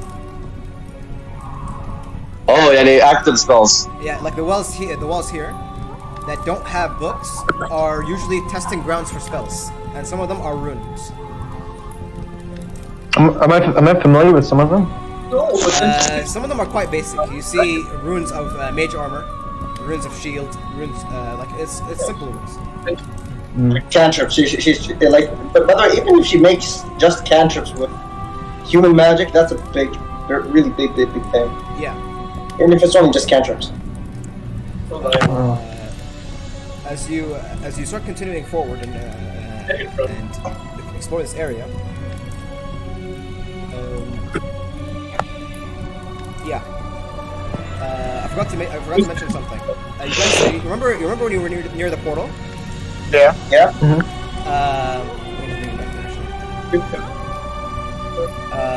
There was a small dial, basically a multicolored dial, blue, red, black, and white. And it's sort of like next to the portal, and it sort of like shifts. There's sort of like a marker that points to a certain particular color. And currently, it's pointed towards, I believe. Consider subbing. Yeah, it's pointed towards. Red. Right now, it's Can we red. change it to blue? And there is blue, white, and black. We change it to blue. Swap. Okay, you grab it, twist Out of it. curiosity. You twist it into blue, and the portal shimmers, vanishes, and then restabilizes itself. And the picture outside changes. Outside, you see. Outside, you see a beautiful, beautiful ocean. You can step outside and look if you want. Or step inside. Step inside. Give me a second. Inside the portal? Yeah, the portal. You remember how the portal shifted? Yeah. I feel like we're doing shit without the Archmage to get in trouble, so can I like just shout for the Archmage? Okay, you begin shouting. No response. Okay, so Harek's gonna assume that the Archmage is probably in one of the portals, like in one of the destinations or something. It's like a window, right? I can see out of it. Yeah, you can see out of it, yeah. So can I just like swap scenes, I guess, or the dial? You swap to black. Black. You see a treasure room of sorts. You see many items set along walls, magical items. And you see in the center there's a pedestal, and there is a certain object in the middle. You can't really tell what it is. Pretending I didn't see that, not touch myself. I'm gonna switch the dial again. Then you change to white. Yeah. Okay. When you switch to white, you see an extremely a large circular room, but an extremely colorful yet cold looking room. There's like a lot of ice decorations, and you see there's also a window, and peering outside of it, you can see Null a little bit. No. What is this? Did you change the dial again? Yeah, I tell you Yeah. No. There's one other dial with there's like a treasure room with like magic items and shit. Yeah, let's go into that and just see it. Just see it. And above, when you're looking at the white one, the white dial, when you look above in the portal, you can see a large dome with a megascope that looks up. Oh, I'm assuming that's the top floor of the tower. Yeah. Seems like it, right? Wait, so we don't see. Wait, is that all the dials? That's 4 dials, yeah. Wait, we don't see her anywhere in those 4 Nowhere dials? there. No, she's nowhere there. Yo, the items, dude. Come on, dude. Fuck off. Yeah, but not like that. I'm not dumb. I guess we go to the icy one, the white one. Okay, the white one or the blue one or the black one? Huh? The one with the telescope. Yeah, the one with the Yeah, I was icy also one. just the same. Okay, so you, Yeah. you jump into it? Yeah. Wait, is Zoltan here? Yeah, he joined. Yeah, he retroed and just appeared. Okay. So you're backseating me, telling me to fucking rob them, huh? Like my moral compass doesn't allow me to, but yours does. Yeah, I'll feel guilty, like, but you won't, so it's fine. You can do it. And then when you give it to me, I won't feel guilty. It's a gift from a friend. Yeah, and then when Logan does it, no. He's a fucking bitch. Oh, you're gonna kill the sorceress? Is that what you're gonna do? No, why would I kill This is the moment we set the foot to her land. I feel like she like has eyes on us, you know. No, she does. She opened the door, right? Yeah. Or like they'll just magically open. I think it says 33% for me. It's hard stuff. Like me and Dora. Okay, you guys see the map? I see it. I see your dick. Okay. Your map. Again, you guys feel your body rend apart into tiny pieces and then restabilize again. It's gonna take time to get used to this. Guys, there's an owl. Yeah. Yeah. For the first time you were in the Celestial Tower, there are windows here, and there are drapes that peer outside that flow with the wind. And outside the window, you see a beautiful view of the entirety of Noor and the massive like riverport. You can see all of it. It's amazing. Inside the room, there are extreme variety of different colors and shapes. Above you, you see the dome of the observatory, and it looks like 1,000 stars, and they're like galaxies and that kind of stuff. You see constellations. It's truly wondrous. And next to a large table, you see a white, fluffy owl with blue eyes sitting on a table. And next to the table is a white and blue ceramic tea set with still steaming tea. Ainmar pets the owl. Okay, you pet the owl, and the owl's head bops and bops down, but doesn't respond. Can I cast Speak with Animals as a ritual? Okay, you can't speak about it. Oh. Yeah. All right, and I'm gonna ask hello there, owl, or what's your name? Oh. It's almost as if you didn't actually need to cast a spell, and it speaks into your mind directly. Oh shit. It says, Knocked owl. The psychic owl. It says, I'm I speak. I speak. Okay. You know where the good mage, Archmage Anastasia is? I seek an audience with him. He you know the owl thing with the heads, and they turn around 360 degrees. Yeah. Holy shit. Okay. And say, she will be arriving soon. In that deep voice? Yeah. Inside the middle of your head. Holy shit. Alright, thank you. I'll wait right here. The owl says, help yourselves to some tea. Okay, Thank you. Owl? I'm confused. I put Ezio next to the white owl and say, hey, be friends. Where are they? This owl. They went to the sorcerer's tower. Oh. Okay. Is the telescope active? Ezio, the eagle, baby. Yeah, Rorik. This place is almost overpowering with magic. Your senses are kind of being fucked right now. Overwhelmed. Yeah. Yeah, you have much more heightened senses than the others. Partly because of your mark, but this is a little overwhelming. So you guys pour yourself some tea and you wait. Yeah. I look around. Okay. Dude, like, roll investigation check. Investigation. You guys, Yeah, by me the too. way, I you wanna- guys can tell me if you want to roll a check, and then I will say. Derek, I want to speak to the owl. Okay. Give me 1 second. Okay, Rorik. You start searching around the area. Okay. And you find the rug that you're walking under.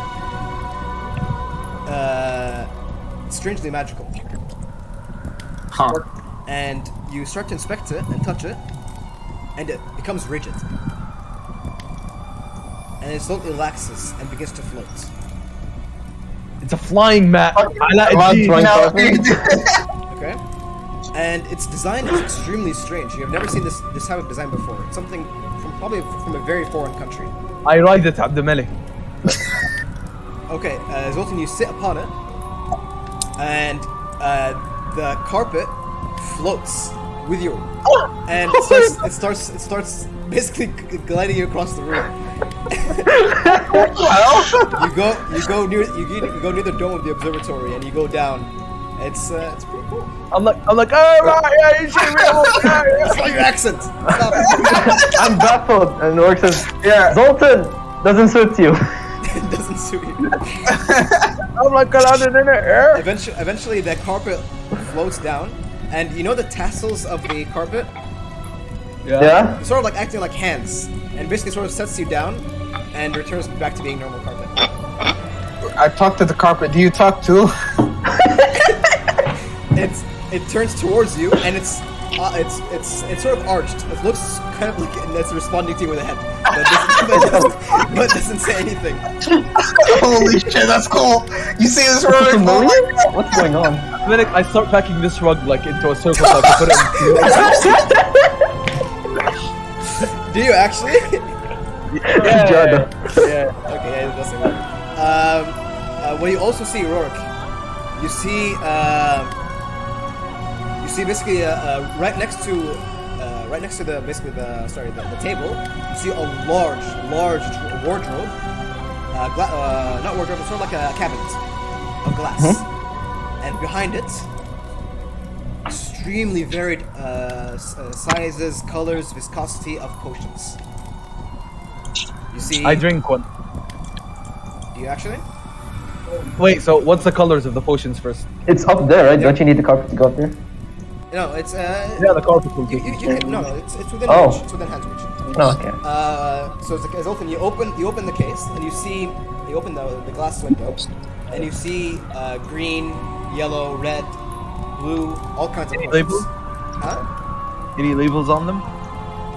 No labels. Only like some of them are bubbling and effervescent, but no labels.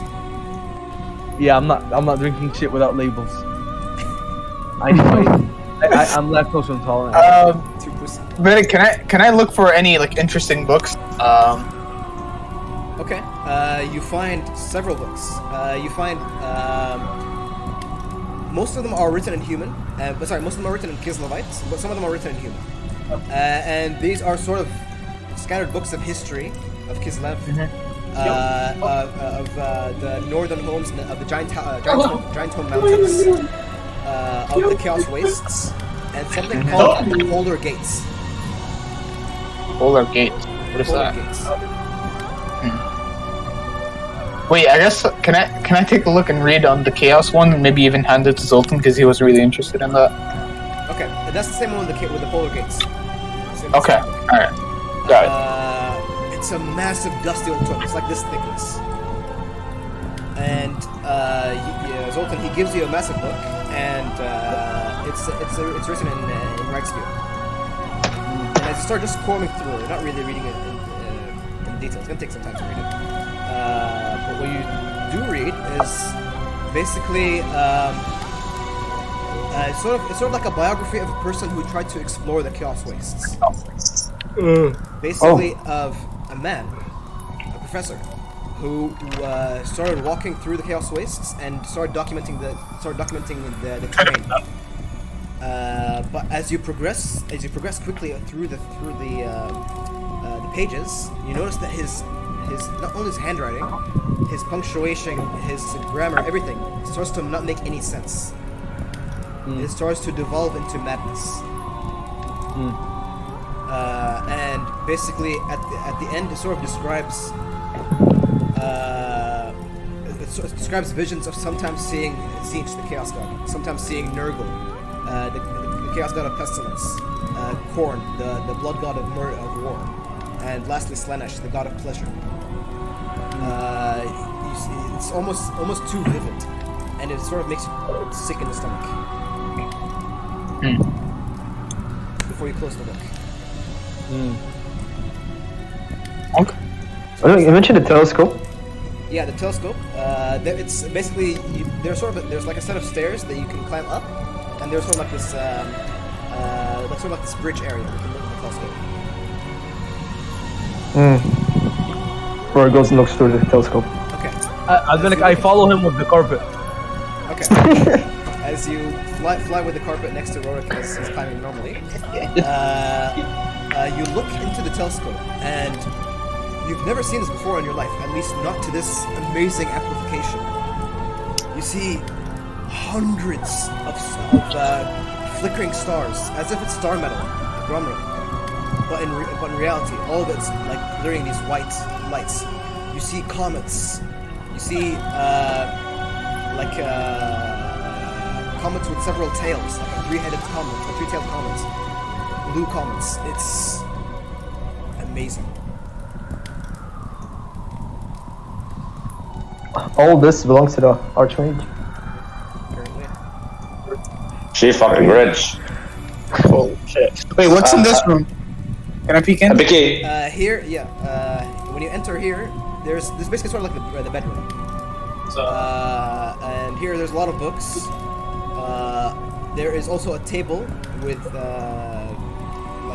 more books, and there are chests, and there's also a large curved saber on the top of the glass or the mirror. Sorry, there's a large curved saber, and basically you can tell that it's sort of like think of it as like a Slavic in design or Russian in design. And Alright. also you see next to it, you see a bow and arrow. Not wanting to intrude too much into someone else's bedroom, I just step out, close the door. Okay. And I guess I'm just gonna wait, drink some tea. wait off, yeah. I want to do something. Sure, what do you want to do? I want to talk to the owl first. Okay, you walk up to the owl with an extremely weak voice. Yeah. Okay, my boyfriend says, look, we're dwarves. If you're going to serve us anything, it's not tea. That's what he says. The owl looks and says, what would the owl say? It's saying, if you seek any other beverage, just tell me. Okay. My boyfriend looks at Herok for a bit and says, a bit of the bronze dream then. Sorry, what? A bit of the bronze dream then. Oh. The owl flicks its head and thinks. Or it looks like it thinks. And then it turns with its eyes, and its eyes flicker with gold. And it flashes open. And you see a jug of ale apparates from thin air and lands on the table. Should ask for Bugsman. And you see there's beer on it, basically in the ale. Hey, Aemar drinks it. It doesn't taste like Broad Stream. It tastes like normal ale. Tastes like ground, basically. Actually, I want to ask you. I want to say something else for the owl. How far into Dwarven magic has the sorceress researched? The owl turns to you and says, "You can ask her yourself." And suddenly, and from this mirror, you see on the side, the sorceress steps through, and basically the shimmering blue and white, sort of like snowflakes, come with they sort of arrive with her teleportation and then melt into nothing. And basically she says, "Welcome to my tower, Dowie." And she says in really good Khazalit. She says with a courteous smile. She says, "I believe a change of scenery might be more pleasant." And she snaps her fingers, and you all again feel your stomachs wrenched once more. So, Really nice house, dude. I do not own I don't know. I don't know how Logan managed to steal something from here. What? well, if you didn't catch on yet, it's because you let him. True, obviously. That's so dumb, actually. It's crazy. Harek's gonna wrench and say, "Oh, this tower is crazy." Yeah, actually, I want you guys to roll Constitution saving throws. Because how many times you guys are getting apprehended? Okay. Except Magforge, because you don't have a stomach, so you're fine. Oh, okay. Zoltan, Aemar, and how about Herok and Rorik? I rolled an 18. Did it not show me? I don't Natural 18. Okay, I'll roll again. It's Wait, fine. my thing is laggy. You rolled as me, you It's a bad check. It's like an 8. You're welcome, you got a high score. Herok, you find yourself clutching in your stomach and you vomit a little bit. All of you almost suddenly vomits, but you've kept yourselves. And you notice, basically see, you're in the middle of an ocean. Literally in the middle of the dead center of the ocean. And the tower is no longer in Nuln. It's now in this island. Is this the first dial? This is the blue diamond. Yo, get me out of here! What's going on? I don't want to know your life. Exactly. As if the entire tower shifted. And basically what you see is in the middle of the ocean, and in the distance is something seriously strange. You see a large, massive expanse of a multi-8-colored tornado in the distance. And Holy shit! And this vortex is extremely massive, almost country-sized. Sucking Holy shit. Sucking all weird 8 colors into the center. By the way, all you Can I make a history check to know where I am? Yeah, sure. I want you guys to roll history checks. Okay.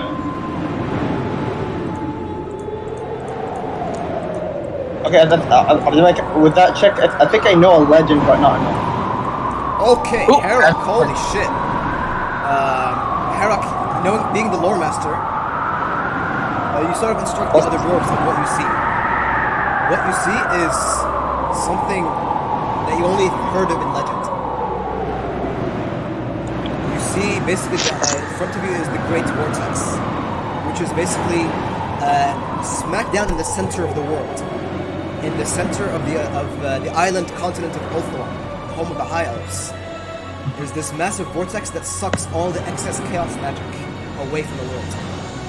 Oh shit. And basically with your natural 20, you know that if this vortex did not exist, the world would have already been lost to chaos. I relayed the information to the party. And Okay, Aemar turns to Anastasia and he says, "We're in the Elven Lands." she looks at you and she smiles and she's happy you noticed. And she says, "Yes, we're near Ulthuan." And you guys see that the sheer immense magical power that's echoing through this area. You guys almost feel that it's sort of being pulled away from you, and your magic weapons sort of kind of dim a little bit. And basically, in this area, you see it's not completely flat. There is sort of like these tables for studying, and in the center, you see a large room encrusted on the ground, or drawn on the ground. And she says,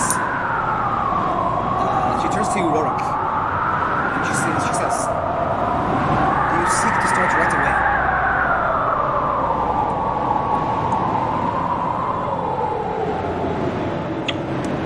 Are there any preparations needed first? He says, "All will be on me. The resisting will be on your hands."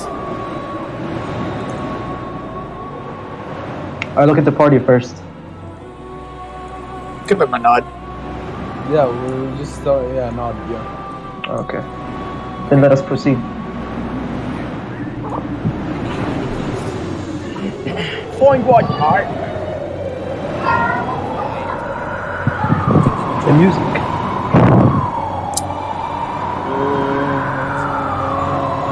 I am mesmerized by this map, I swear. Zach, did you take the carpet with you? The one looks like the place like in Dudley's or Dunley's, whatever, from Harry Potter. The Dursleys? Oh yes, that little island place, the little shack they got on the island. Eh, Like in the first movie. yeah. Yikes.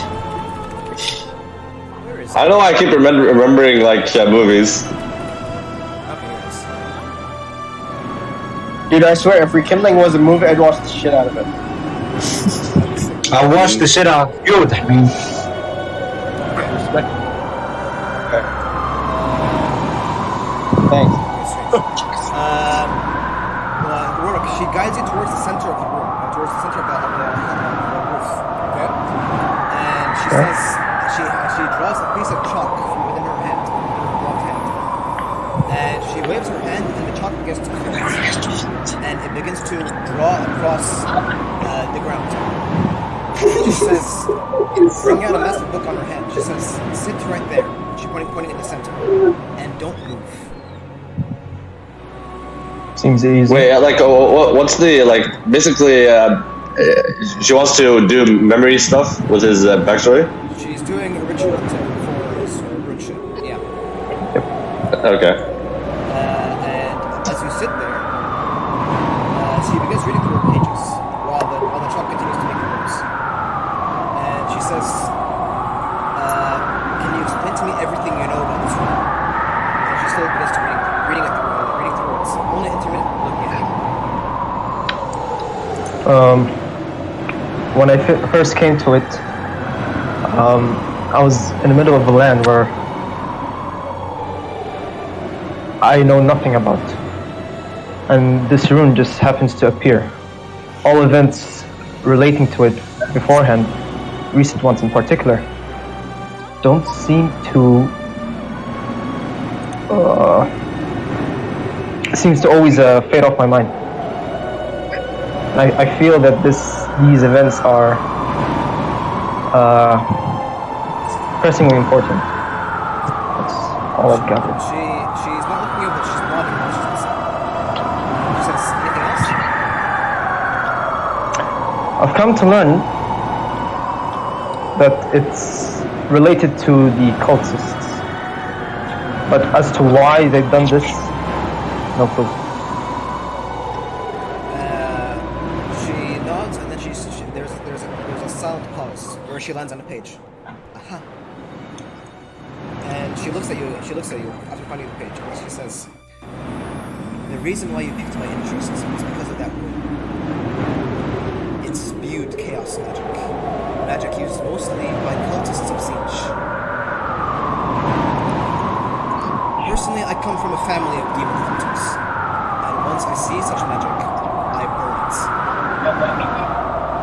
When in Kislev, we fought the servants of the ruinous powers daily, and demons and the like were not an uncommon occurrence, and as such, our people were harmed. I think the reason why no runesmith ever knew what was wrong with you is because this rune is simply beyond the borders of the lore of runesmithing. It was something else." And she brings out the page and rips it from her book, throws it in the air, and it burns. She says, "Watch as I unfurl this rune and cast out the demons that haunt you." And suddenly the wind whips extremely strongly around you, and sending much of the areas around you, much of the items around you, and the characters behind you, almost blowing away off the roof of the tower. And she says, "Moldoran, Cinebras, Kildres, and cast a spell." And suddenly her eyes open, glowing white, and so is your eyes work as she places her hand on your forehead. Well, You.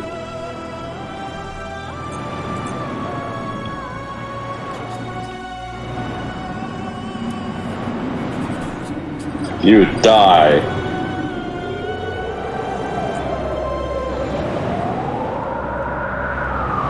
Okay. Rorik, your vision is dragged away from you. And you witness yourself walking with your companions behind you. Yet they are vague outlines. You see that you're in a cave of some sorts, and it's extremely cold. Extremely cold. And it seems like the climate of your home in the Giant Twin Mountains. Behind you, your allies. And in front of you, a large pool of white crystalline water. As you gaze into it, you notice in its reflection hundreds of huge iridescent crystals that cover the surrounding walls and ceiling, jutting outwards. Then you see yourself step forward near the edge of the pool. One of your companions grabs your shoulder, and it feels strong, as if it's the grasp of Zoltan or Ain. Well, you can't see their face. And once they grab you, they let go. And then you walk purposely into the water, wearing your armor. You suddenly, your entire life flashes before your eyes, dragging memories from past beyond what your memory held. But then all of your vision suddenly concentrates on one thing. You see before you, imagine it, okay? You see before you a pitch black void. Your footsteps hitting this sort of like a surface like water. Sort of like it's completely dark like this. And standing in front of you, you see the Anvil of Doom, Winter's End. Glittering lights. And as you step closer, it says, you see the Anvil of Doom, almost the white becomes dark and becomes corrupted. And suddenly from the Anvil of Doom you see another Rorik with eyes red, looking against you. Fuck. And this twin Rorik, this dark version of yourself, looks at you and smiles. And It's creepy. as it looks to you, it says, it looks to you, and suddenly, once it looks to you, it's almost as if you met the person they have met their entire life. And suddenly, visions start flashing. Of you know how you remembered events that were performed by your brother, Fulgrim? Mm-hmm. You suddenly start seeing reflections of yourself performing those activities. You suddenly see that you were the one that brought the Chaos Cultists here. That you were the one that corrupted the Anvil of Doom. You were the one that actually brought the servants of Chaos into the Abode of Wolves. Shit. But then you start denying this because it's impossible. And you start swallowing his memories, trying to break free. And the dark reflection of Rorik smiles with an even grinner smile that pierces his skin, almost a Joker-like smile.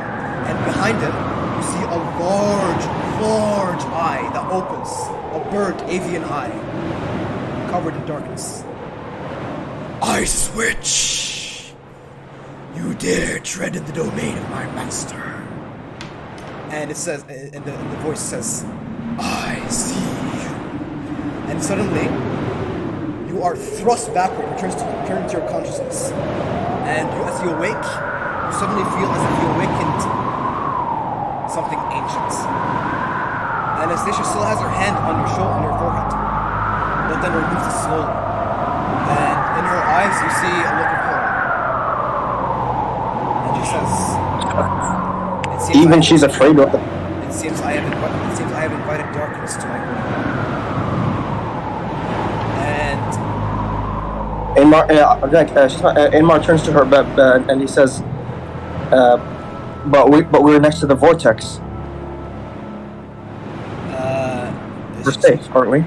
She says, if my predictions are correct, that I belong to a changer of race. And she says, almost looking back into her book and trying to find comfort in her books, she says, nothing is safe from me. And she says, she is extremely frazzled. She says, we just go back. And she flicks her hand, and you guys again teleport.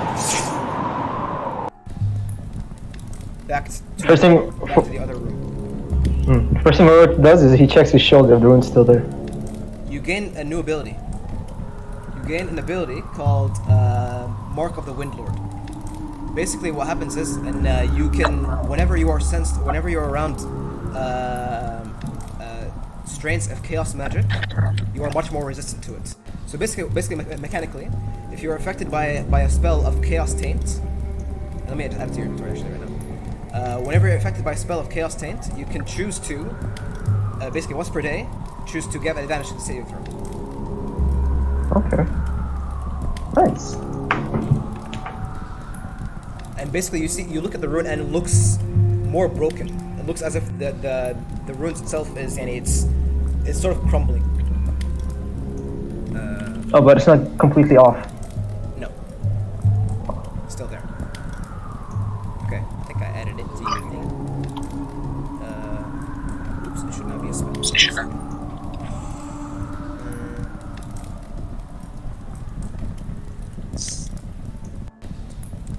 Okay, it should be in your inventory now. Yeah, it's in your passive abilities. Okay. So once per day, as a reaction, you can activate the curse on your shoulder. It grants you the ability to see the winds of chaos, specifically the ones aligned most aligned to Tzeentch, and resist them. You gain the advantage on saving throw spells against spells for the targeting spell or radius effect. Okay. And as this happens, he says, it's not safe for me here. It's not safe for me here anymore. And she says, I must pack.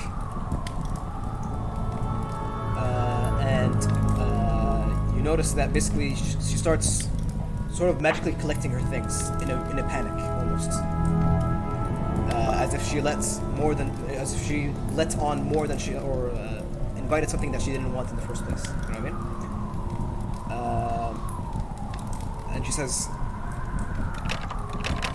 Is there anything you require before I leave? I say wait. The condition was you get this thing off me completely. Can you check your messages? Sure. Where? What's up? No, Discord. Discord. Oh. Yeah. Once this is happening, you guys feel as if she's like, when she starts saying, "I must leave," you guys see that the shadows are becoming longer in the room. Holy shit. Biggie, I asked, check. Yeah, don't give me a second. Once this sort of starts seeping in, Rorik, your mark already acts up, and you begin to sense Tzeentch magic, almost scouting out the area. Magma Forge, you. As if just remember how you were thrust back when that priestess took hold. The priestess? When basically remember when you crafted that rune and cleansed the corruption of my son. Oh yeah. Yeah. I remember. After the fight. It's happening again. But this time a different figure takes place. And basically, you see Megaforge. You see inside your consciousness. You see a large outline of a dwarf, a male dwarf, with the looks of a slayer.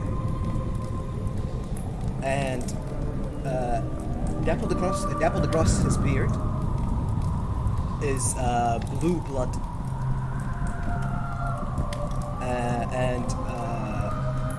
Wait, give me 1 second. Let me bring it up.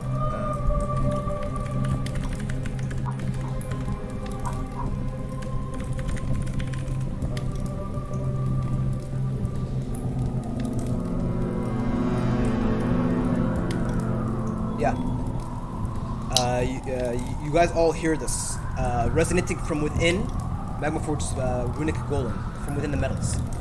You hear a very strong, old dwarven voice. Harsh, yet steady like stone. You hear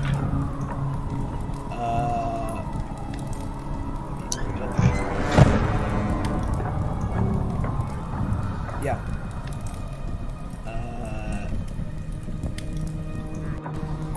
Where is it? Fuck. Where's this thing?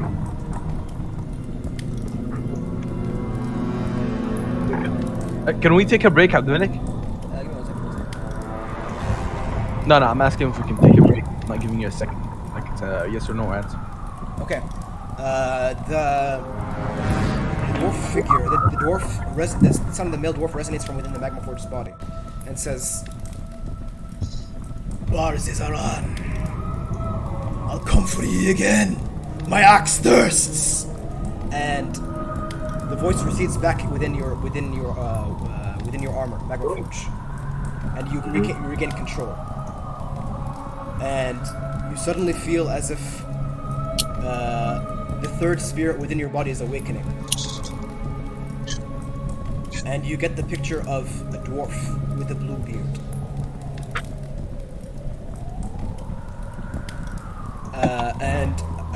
The sorceress notices this, and you can see that she's beginning to panic. And she says, "I must leave at once." And she begins casting. She begins casting for a portal. Wait. Explain I yourself. stepped What forward happened? and I told her explain what happened. We're confused. Dominic, I'm not doing anything. Babe, you're watching this shit. You're watching this show.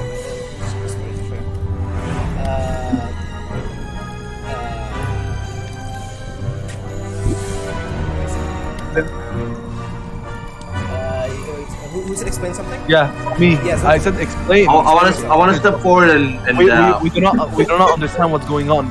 She says, We need it seems a changer of ways has awoken within the Giant Hill Mountains. Albeit accidentally, I didn't mean for it. And now, Wait. we're all marked. Where can I contact you again? I need some help. She says, basically, this is sort of like last chance to buy items. Oh shit. Before she leaves, she can't leave right now. Okay, wait. I'm gonna ask her. All right. I was hoping I could get some access to some runes. I guess dolls, technically, right? Yeah. We've come across a lot of dangers, and I need some runes to help my party. She waves her hand, and a cupboard comes out. Mike, I sent you another thing. I can't open the shop. Probably have to reset. Okay, wait. I gotta fix this first. Okay.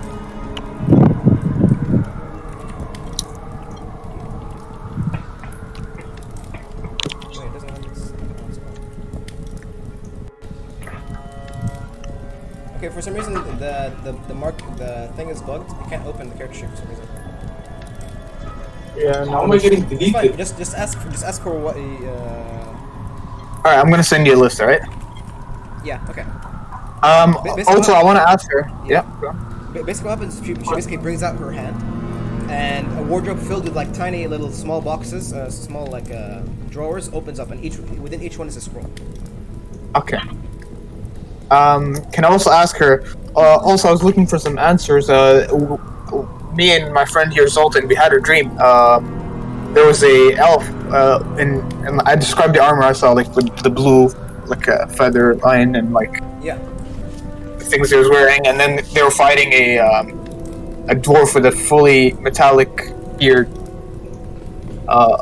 and it was a naval battle, and like they were saying they were going towards the west.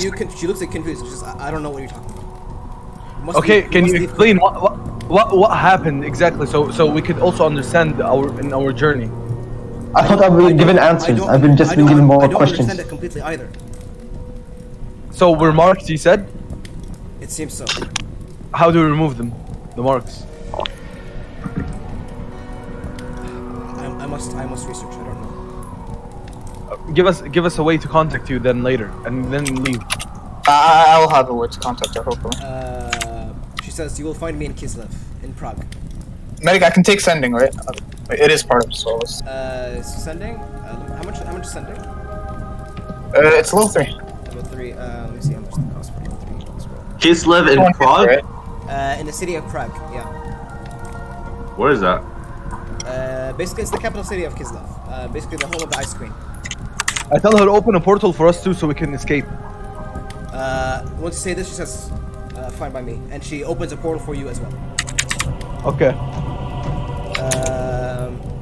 Give me 1 second. How much does the scroll cost? Fuck you, Rorik. Fuck you, bitch. When you get someone with this cube, I get one gold. إلا Asian. Don't attack Asians. You can take the flying carpet. I want to use Can what? The flying carpet. You can take it. Oh, okay. I take one of the carpets. Leaving anyway. And the Asian. potion. And the potion. You sort of fucking Asians. tucking everything. Yeah. Okay. Asian. Relax. Asian. Wait, Find, we can take match guidance. Asian. Jesus. Asian. How's Manchester? Oh, Manchester's really fucking cold. But how much does level 3 scroll cost? Like? Have you watched any football games? Huh? Have you watched Manchester United? You know. Yeah, I have. That's Live? No. Like in person, no. But like, yeah, I've watched some.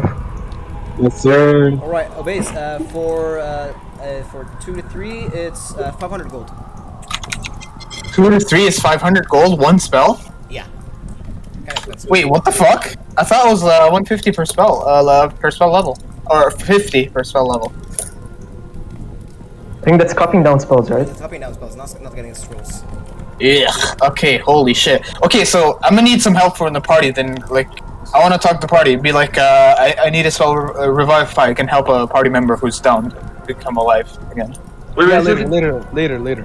What do you mean later? We have the one shot to fucking buy it right now. What do you mean later? I said we don't have time, and I land Harok some of the gold.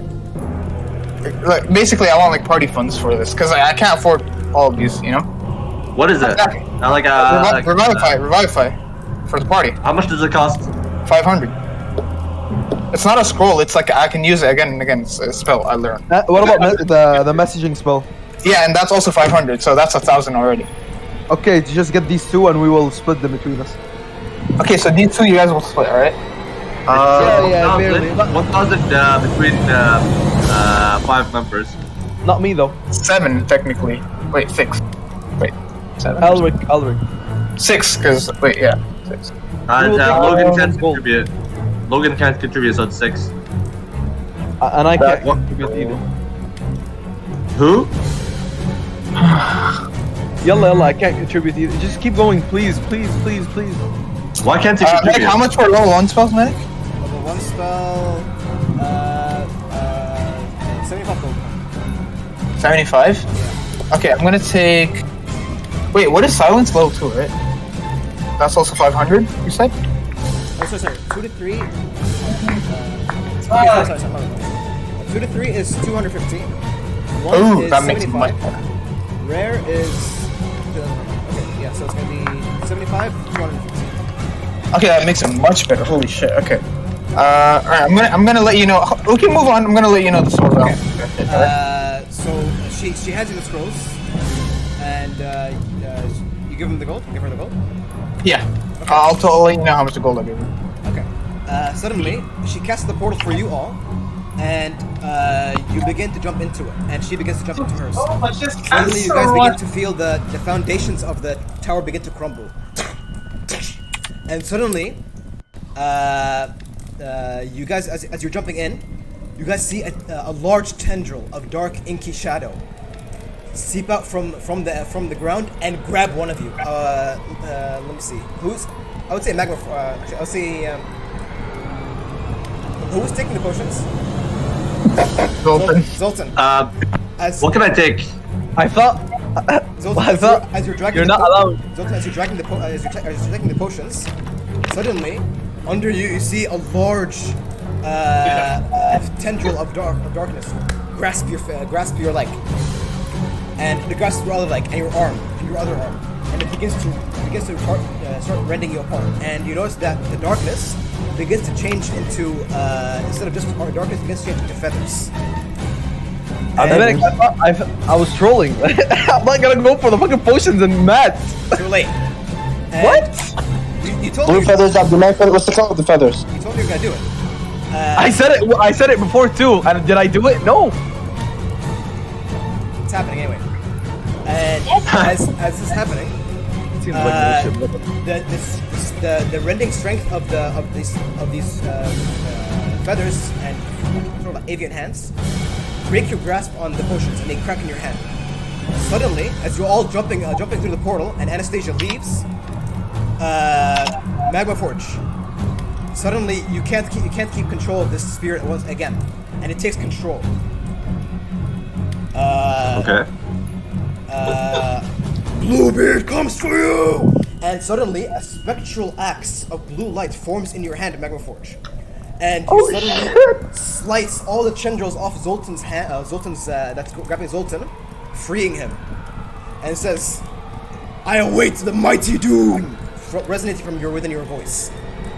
And Zoltan, you're given enough chance to escape. And as you dash into the portal, Magma Forge looks in the tendrils, which begin to coalesce to form more of an avian shape, before he joins you as well. And suddenly, you guys vanish outside beneath the tower. And when you appear here,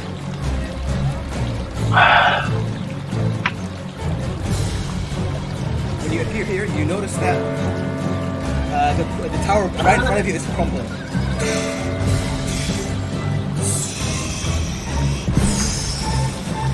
Crumbling into nothing. The artifacts. Wait, did she actually pack everything, or it's just like whatever she could take? Because you said she was magically packing things. Yeah. Yeah, it's whatever you could take. Like all the potions, everything else is gone. Holy shit! No shot.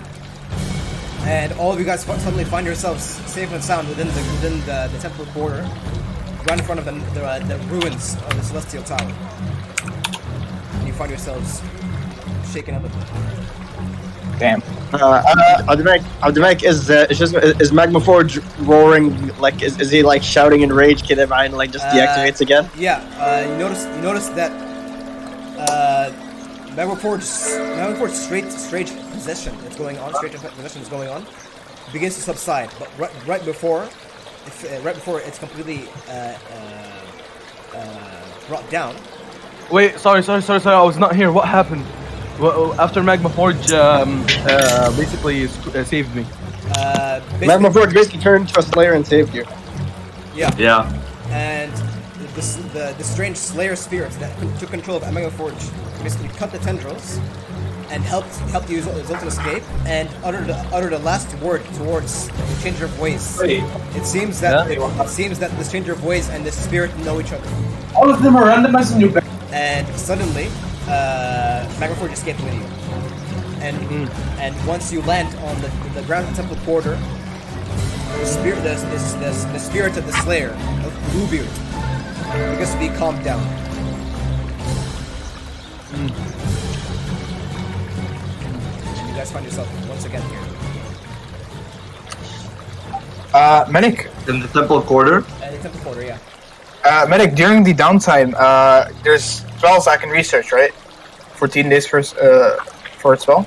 It says? Yeah. Right, so I can get, like, say I want silence, I can get that during downtime. For myself, basically. What level sounds? Sounds level 3? Level 2. Level 2? Yeah, I think you can sounds. Okay, sure. Alright, I'm gonna send you the list, and I'll calculate the gold, and I'll see how it divides. Okay. Alright, let's see. 1,000 plus 150. So 1,225 gold.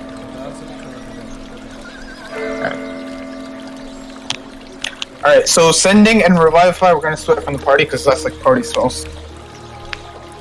Technically, clairvoyance is also a party spell, but I guess I'll take it. Yeah. Makes sense. Yeah, as you guys all find yourselves here, you notice that some people are looking at you with confused looks, like what happened. But none approached you. So what's the plan? Can everyone deduct 100 gold from themselves? Okay. Wait. Why 100 gold? We're splitting the spell cost of revivify and sending. I can't afford it myself. I wanted to get it, and we're a party.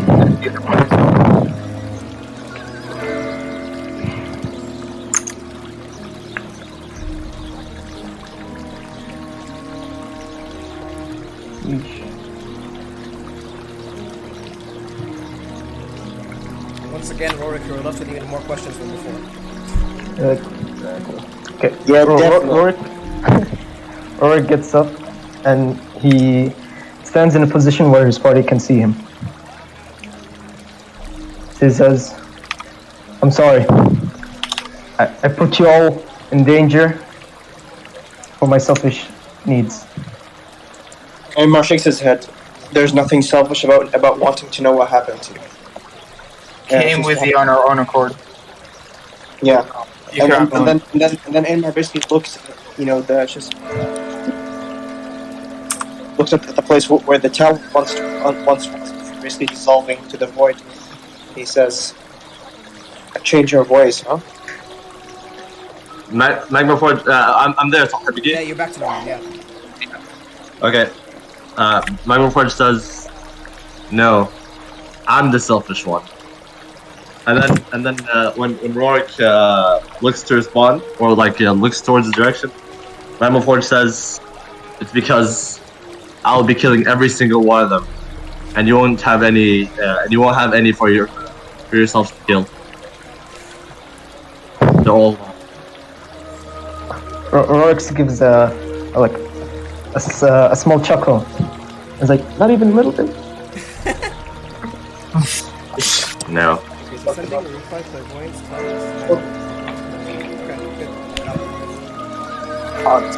Wait, you got them all? I'm not sure. Already? I'll add them in my post session. Okay.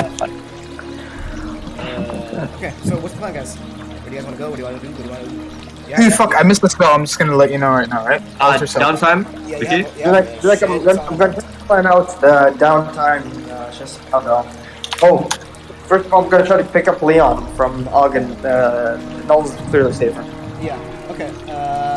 We'll say over the downtime.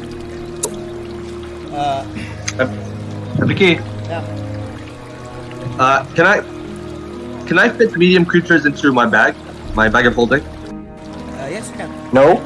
Illa, bodies can be fit into the bag of holding. Oh, no, hold on. Just hold on. Let me just make sure. عشان الظاهر إن it has to be like it's just it can't be up to 4 feet wide or some shit. Abdelmalik, Yeah. To make there's just the mouth is only 2 feet in diameter. 2 feet in diameter. Okay, that's still big. 2 feet. That means anything that's shorter than 2 feet can't go in. Yeah, because I want to fit a creature inside so I can What do you want to put in there? I want to make a creature and then bring it out anytime I want. Specifically a red dragon wormling. Oh, I don't think you can do that. Some things that live, things that they put inside the bag of holding die. I think. They can't put living things. No, that's just Well, it's not going to be living, isn't it? No, It's not going to be living. It's going to be but a it has to construct. breathe. It has to breathe. That's the idea. Constructs don't breathe. But is it 2 feet in diameter? Constructs. And is it 5 feet deep? I don't know that. It's probably not, but I'm just asking. It sounds like you can only put something tiny sized. Well, I don't want to make a battle chicken. I want something more. Medic, I want to do something with the sending spell right now if I can. Is that possible? Zach, Yeah, sure. Alright, can I? Let me see the sending spell. Ortiz is streaming right now. let's go. Abdulmalik, just something real quick I need to tell you. Sure. I want to go to the marshal, okay? Okay. And I want to ask him for Logan's stuff to be kept with us. Logan's equipment? Not like, okay, not like, My op. not his equipment. I want to ask for something that's not his. Basically, it was like for the party, for our party. It's the feather. Oh, the feather. Yeah. Oh yeah, that thing. Okay. It was with him? Yeah. Session? Is the session finished? No. No, it's not over. It's not over yet. Because then just I need to sleep first tomorrow after work. To go as well. I mean, you can stop it here if you guys want to. Yeah, what's up? But Medic, can I do like some stuff that I want to do right now? Because I feel like Yeah. it's gonna interrupt next second. You know? Sure. Yeah, like the individual stuff. Yeah. Yeah, we like, can. Okay, we can it doesn't concern any of the other party members. I wanna travel, Abdulmalik. You said that today is the traveling day. Yeah, I was gonna do it today, but actually, it's gonna ruin the flow of the next session. We'll just do the level up now. Okay, and we'll just get it over. Okay.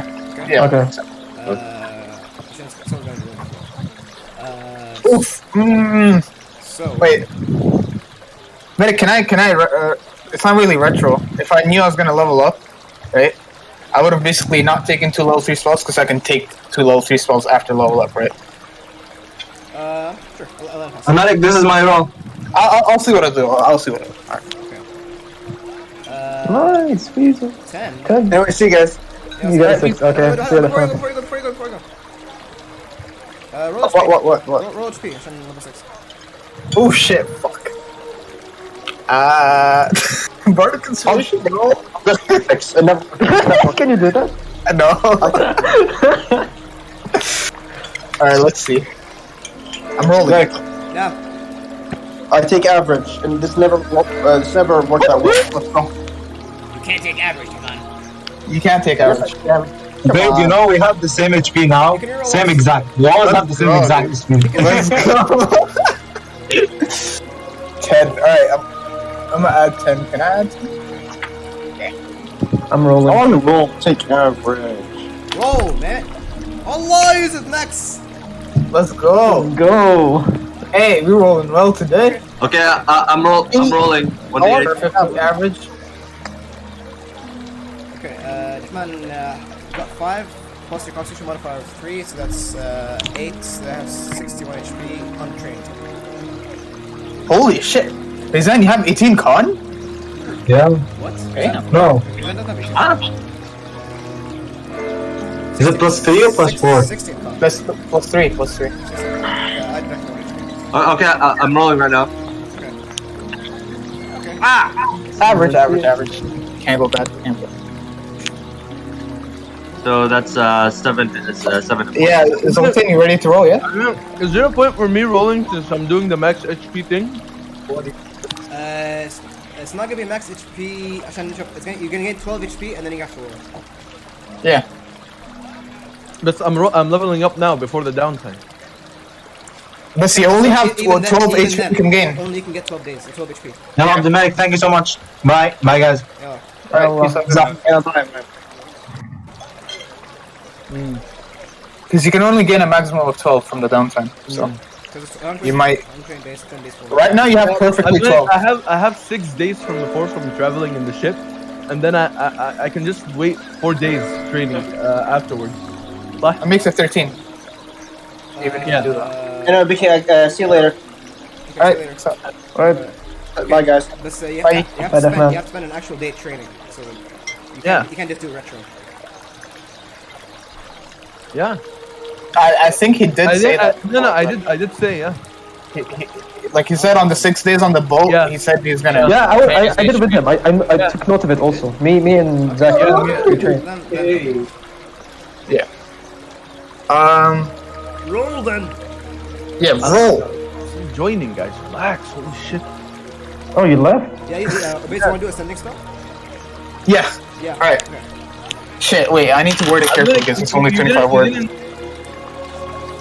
Did my message reach Conrad yet? No, the one before even this one. He didn't reply. Does it just take a long time, don't they? This could take a long time. 2, 4, 5.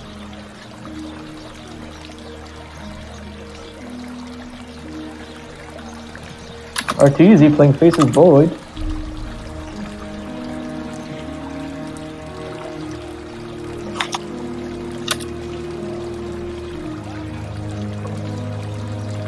Dominic, what's that? Is that a keycap remover?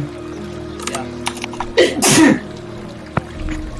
1, 2, 3, 4, 5, 6, 7, 8, 9, 10, 11, 12, 13, 14, 15, 16, 17, 18, 19, 20, 21, 22, 23, 24, 25. Wait, is Milik, would 25 be counted as one word?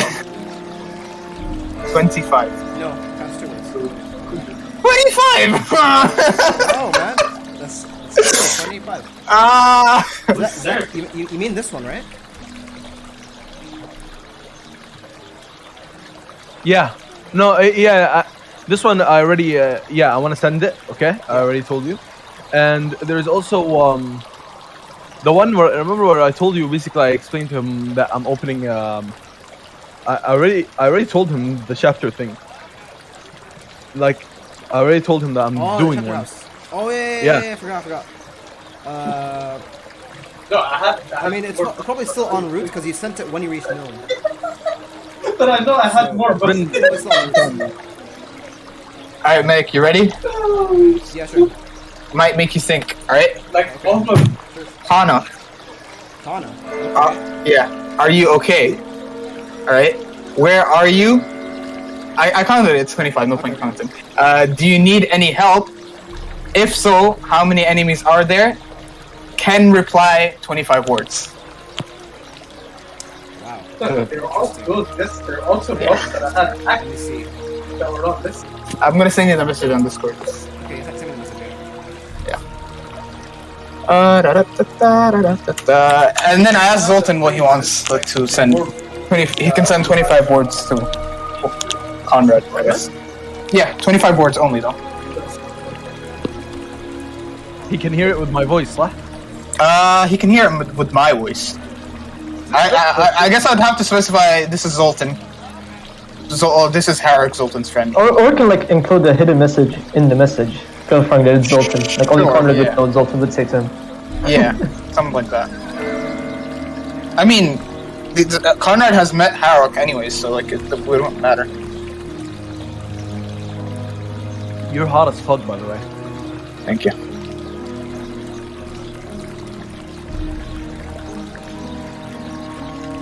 Not as hot as me though. Yeah. What? Guys, Cringe.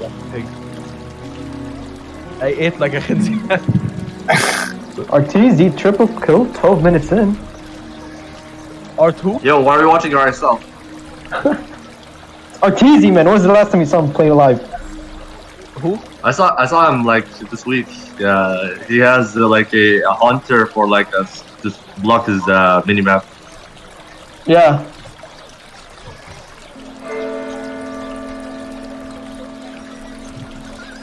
عبدالملك Oh, انت خويي تدري Milik's counting the words. Are you serious, Abdulmalik? This is It's what so you- disgusting. This is what you. This No, is what, he's sending back. this Like is what, this she's sending. This is what you hear. Okay. Okay. You hear the voice of Connor once more, Yeah. and you hear, "I am okay. I am in a place far from home, far beyond across the chaos wastes. Huh. Okay. No enemies abound, only friends, and my brother." He lives? Fuck. How does he live? Who's he? Who? The guy we killed, Kana's brother. The one who flew away on top of a raptor or whatever thingy. What the fuck? Abdulmalik, he's dead. I mean, he can get res pretty Alright, easy. I can't Pretty remember. damn dead, yeah. Is this something I'm not supposed to know? No. No, it is. Remember, You were there. remember Malephus? Malephus? Blackheart? Oh! He lived. Apparently. Okay, so I let the party know. Apparently, Khana's doing fine. She's far beyond the Khana? chaos. Yeah, Khana. She's doing fine, and she's among no enemies, only friends, and her brother, which may indicate that she's already corrupt, or that I don't know. Interpret it how you will. But yeah, Malphas lives. I told the party. Oh my god. Why would she tell us that he lived, though? Just to say that the bells are ringing. Actually, Admonic, it's crazy. Admonic, you know it's crazy? How many times your descriptions and like narrations fit so well with the music. It's baffling, Completely honestly. not engineered. Wait, okay. Harris looking a bit broke on Money Medic, right? So he wants to do something. So he goes to his pal Zoltan. Says, Zoltan, Yes. thought of a genius idea. I need Hey. money. I need money. I hear you, Zoltan. I hear you. Yeah, you owe me. Help him. You see that Archmage? Dude, she like, I got the spells, but like, fuck, man, they were expensive. Anyways, I thought of a genius idea. Why don't we go to the richest tavern or bar and we play poker, right? But hear me out. I'll be invisible, standing behind the other guy's deck, and I'll message you when to fold and when not to fold, basically. Right? And I don't want this to be a simple whatever poker night. I want you to basically keep trash talking, shit talking. Find a rich guy. We're gonna keep shit talking him, right? Make him feel like a piece of shit. Stroke his ego, like insult his ego, and then make a huge bet. But under only one condition. Yes. Only obnoxious rich people. Then I You won't can feel find bad. you can find the Marquis or whatever. They're fucked people or something. Trust me. I've been raised by them. They don't need money anyways. I say. Roll a persuasion check, actually. All right. Okay, you have a lot of downtime. You can craft the items you want, or maybe you can dabble into magic items. Yeah, actually, first before that, I want to go to what do you call it? See the remains of the Celestial Tower. So I can tell what I think. You're so fucking down, bro. I'm I okay, so saw that natural 20. I saw that. okay, so Admonic, you got a 20. Okay, Zoltan usually won't go for these things, but he's Damn, you're desperate. into it, man. You have to do it. And Hera convinced him so well that he's like, Listen, I've lived with these rich people. They throw money like it's nothing. They don't give a shit. They leave the candles open. They don't care about their money. Trust me, Zoltan. They don't care. It's not even like a pin Say in no a more. drop of water. Say no in the more. ocean. And so I guess I go find a rich tavern, and I'm dressed in my like fancy clothes and shit as well. All right. Abdominic, I have a question. Going plus, like let's say my strength is 20. If I make it 22, what happens? It's plus 6. You can't increase it. You can. Yeah. If you get magic items.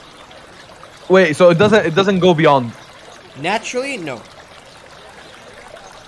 Wait, I have with potions or with items. You can. Did you manage to bring any of the potions back? Like what items, Abdominic? Give me an example. Like gauntlets of ogre power or belt of giant strength. Those don't do it. Ogre power, don't do it. Some of them do, like the variations. I mean, طيب عشان I get an ability score improvement at level 6. it only goes above. It can't go above 20. It cannot go above 20? No. Wait, what's the point of like the gauntlet thingy being 21? That's just how. Mechanically- That's just how it's designed. Mechanically, 21 doesn't do any benefit, right? Like It's just other plus than 5, still plus 5 strength. yeah. If the 1 point. Are you saying something? 'Cause I can't hear you. Little into the void. Wait, mate, can we do this thing? Give me a second. Obeys! The one! You can add you that begin to for look- carrying capacity if using the rules. The rules of what? It increases your character capacity. Oh, okay. Yeah, Aurora, as you look into the ruins of the Celestial Tower, you notice that the rocks that held the magic are no more. And basically, it's as if all the magic faded from these ancient rocks. And you look and sift through the contents, and you can't find any magical items or anything. It's just ash. I say out loud, Mr. Owl? Question mark. No. What do you mean? Please,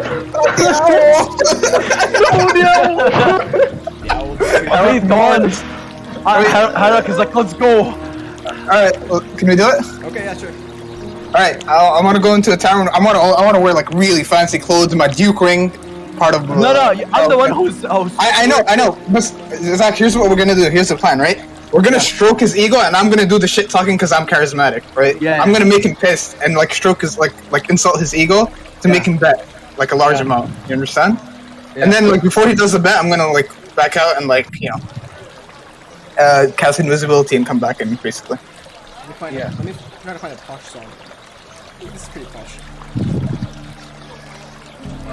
Oh my! This is the accent I'm choosing for this. Oh god. I'm in for a ride. Oh. to fit in, with the royalty.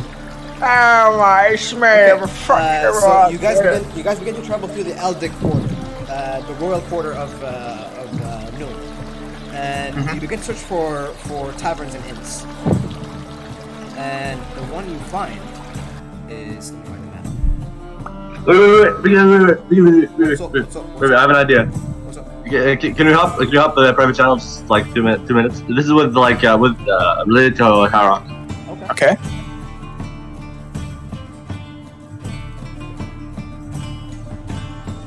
Okay, listen. You know how Harak wants to make money? Yeah. How about you put him in a gambling bet? Okay. Yeah. I'll throw this information as fast as possible. Okay. Okay. This is one, and you know about raises and folds and gambling, huh? Not really. You have a deck of cards. You remove everything, but like you remove the Joker. But you have aces, you have twos, you have threes, and queens, whatever. Okay. Yeah. And you have you can put a card. You set a card, and then the other opponent sets a card. Okay. Whoever has a greater number wins. Yeah. Starting from the bottom, two is weaker than three is weaker than four. That way. Yeah. At 2, beats an ace, which is the strongest. Okay. Yeah. But the weakest beats the strongest, and you can raise bets. Okay. If you have to put a bet. Okay. You have to like a minimum bet. If one guy raises, the other guy has to either raise to match the amount or higher, or folds.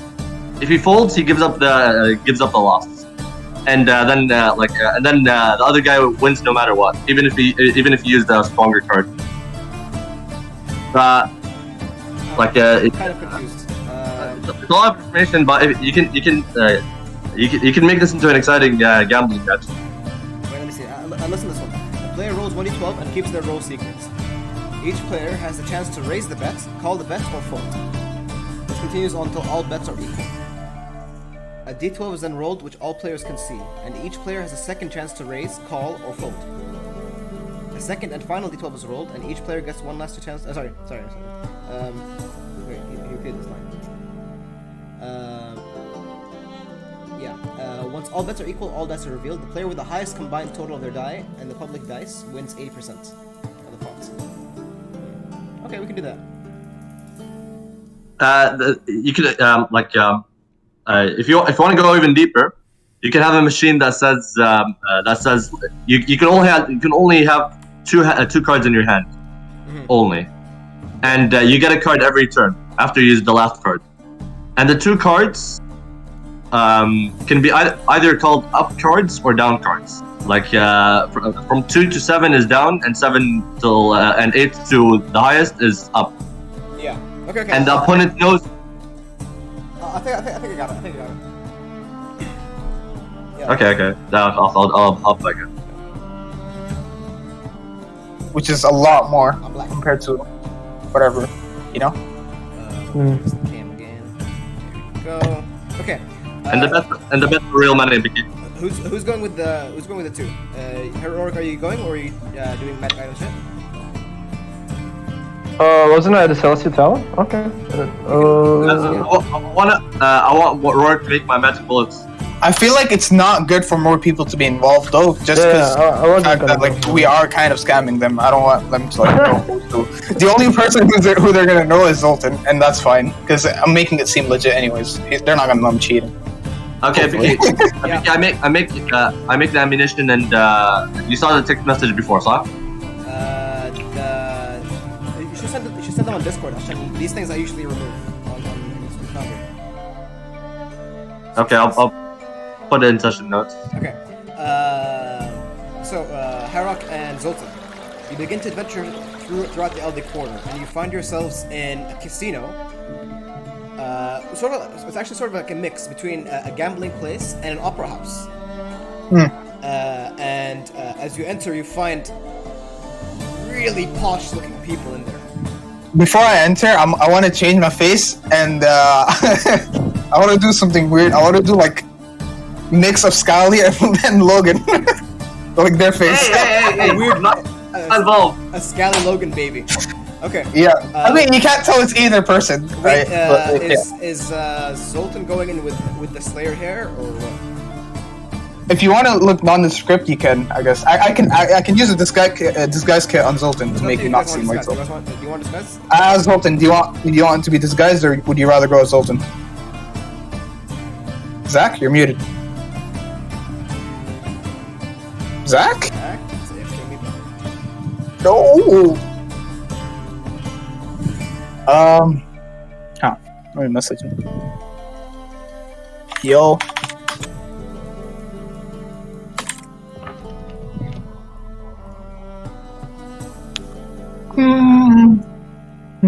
Obey, how much money do you have? He said a sec. Like 140. If you want money, you have to bet real money. Pay any, you might lose at the end. I mean, yeah, sure. That's fine. All right. I'll take the risk. Who cares? I have other ways of money making. Don't worry about it, man. How much money does Zoltan have? Because he's gonna be the one doing the betting. He has negative 1,800 gold. Technically true.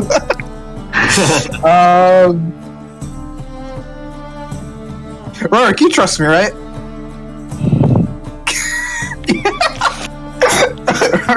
I'm gonna ask to borrow. I'm gonna ask to borrow 200 gold. I'll pay you back tonight. I'll say. I pay you back tonight. I say. You're borrowing your friend's money to gamble. Yes. My yes. God. I'll pay you back today. I say. At night. Mark my words, Rorik. You trust me, right?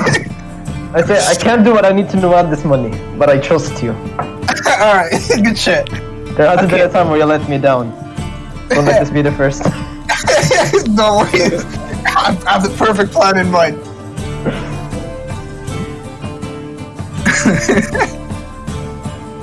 Should I minus it now? I'll minus it now. Actually, no, you don't need to. You don't need to. Okay. We'll just keep that in mind. In case we lose money, then we'll be like, okay, never mind. Because I do intend on returning it to you immediately. So if I don't make money, then yeah. Make a loss. I'm back, guys. I'm back. All right, Zach. Do you want to be disguised or do you want to go in as Zoltan? I want to go in. I want to go in as rich Zoltan. The Zoltan. But the Prince Zoltan. You know what I mean? So you want to go in as Zoltan though? We're gonna talk to each other as Zoltan. All right. Do you have like fancy clothes already? Yeah, I have. I got them from a long time ago, and I knew I was gonna use them one day. All right, let's go. All right, medic. Zoltan's happy he's using this for the first time for this. Yeah, it's called Adminic. Can I describe it? How it looks like? Sure, go ahead. Okay, so basically, Adminic, this is like, you know, okay, maybe a picture would be better. It's okay, like basically it's golden in color, like its edges is like golden, okay, and it's made out of the most expensive fur, okay, and it has the Duras. Wait, is it like the Skyrim fucking one, the rich one? Yeah, like the clean one, okay. No, but this is much cleaner, okay. Yeah. And basically it has like glitter of gold on it, all right? Yeah. And it has the Duras clan emblem on it. Okay. Okay. Okay. And it's very fancy. Okay. Yeah. And I'm gonna change my hair, Abdelmalik, and basically like tie upwards, like just for this occasion with golden rings, like. Okay. And it's gonna be special as fuck. Okay. Alright. All right. Okay, that's easy enough to do. Eric's Yeah. also. Like, Yo, so looking fine as Obey, fuck. who's so? Are you using this casket by the way, Obase? Yeah, I am. Not this guy's kit. This guy's self and this Okay. guy's kit Never mind. and this guy's. Obey, we're using your money, by the way. Yeah. Don't worry. Okay. The party's Don't worry. money. You trust me, right? Huh? By the way, you weren't there. I borrowed 200 gold from Rorik just to gamble this. But okay, yeah. Alright, I'm gonna have, first of all, I'm gonna cast Minor Illusion to extend my finger. This is always like a check to make sure there's no anti-magic ward or something in the area, Okay. right? So like my broken finger is like full now, right? And if I notice it's gone, that means like I know it's an anti-magic area or whatever, right? I'm gonna disguise self and use a disguise kit on myself, so like double. Okay. So roll this check.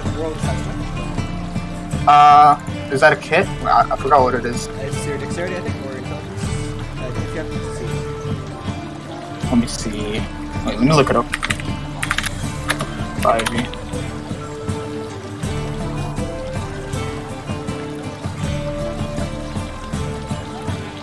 Doesn't say a roll. I'll just roll a This is dexterity. proficiency to any other ability, something like that. I think it's dexterity plus your proficiency. Sorry. I've been rolling so well. Damn. Okay. Okay. Wait, Guys- take my card. For what? Remove wait, give me a second guys. Remove 1,000. Oh, you're going down? Okay, never mind.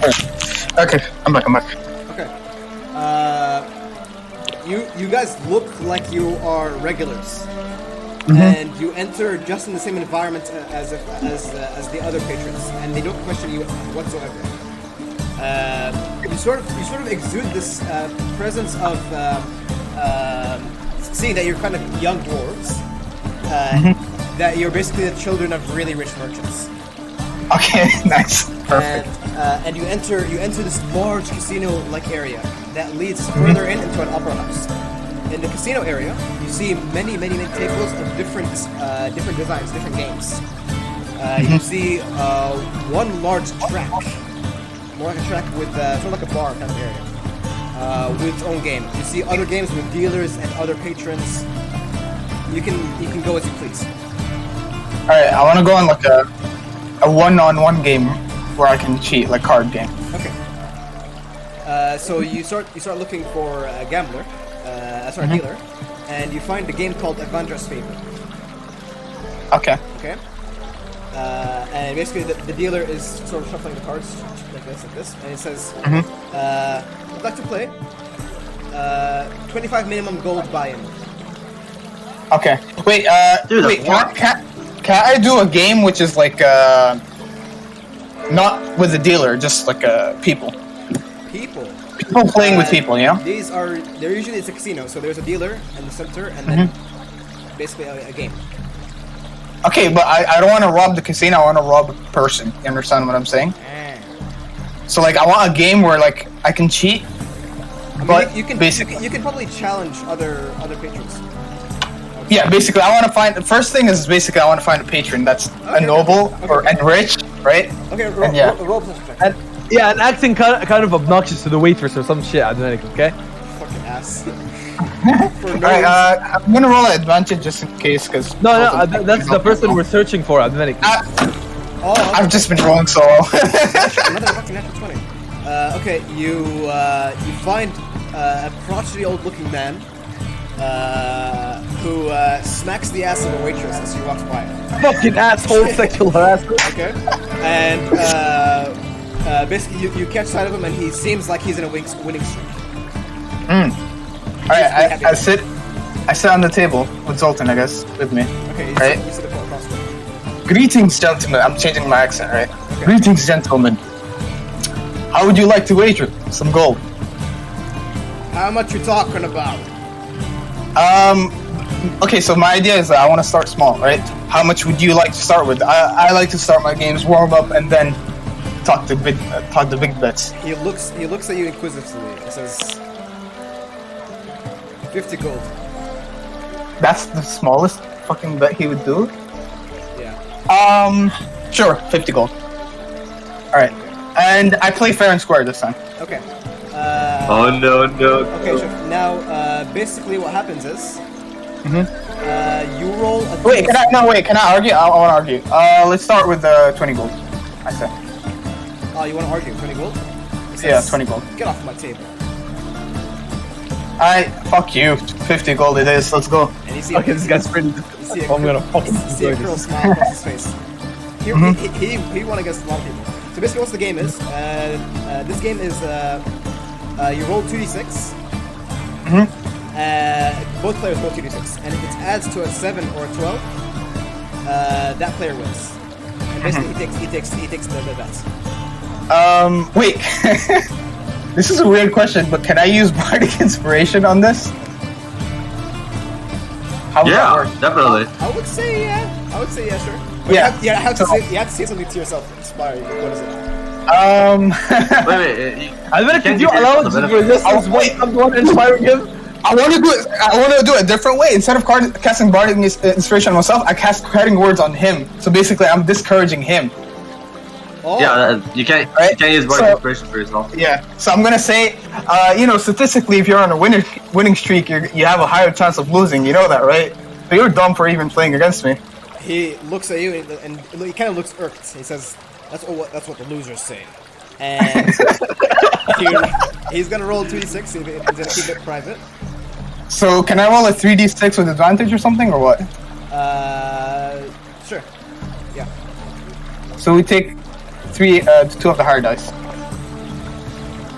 Okay. So it's 6, 12. Yeah. Okay. Yeah, you win that one. All right. And Okay. he looks at you and he says, "You're cheating." And he slides. Cheating? He slides 50 gold towards you. How dare you He accuse says, me of such a thing? How about we change the game? You know, you're a sore loser. You know what? We're changing the game. Okay, what are we changing to? He says, this is the Gambit of Renault, and he brings out several cards. Basically, how this game works is that each player rolls a d8 and keeps the die hidden. Okay. And each player has a chance to raise the bets, call the bets, or fold. Okay. And it continues when all bets are equal. Then the player rolls a d6, keep it secret as well. And then there's a final chance to raise, call, or fold. And then you roll d4. So 1d8, 1d6, 1d4. Okay. And then you add. So you want high in all cases? Generally, you want high, yeah. And you see. add them all together. The higher one takes the pots. Got it. Okay. So. Wait, are we actually gonna play this? That's what. I'm gonna call for fold and calls and shit. Yeah. Ooh, interesting. Oh, we keep it private, though, right? Okay, so here's what I want to do. Right? Okay, how much is he asking for the bet? Oh. He said 50. No. 50? That was the game before. He looks at you and looks pissed. 100 gold. Oh. 100. You know, I haven't played this game before, so I don't want to risk all of it right now. So 50 gold. I'll play you next game. 100 gold. Don't worry about it. He sighs and says fine. And he puts 50 gold on the table. Okay. Okay.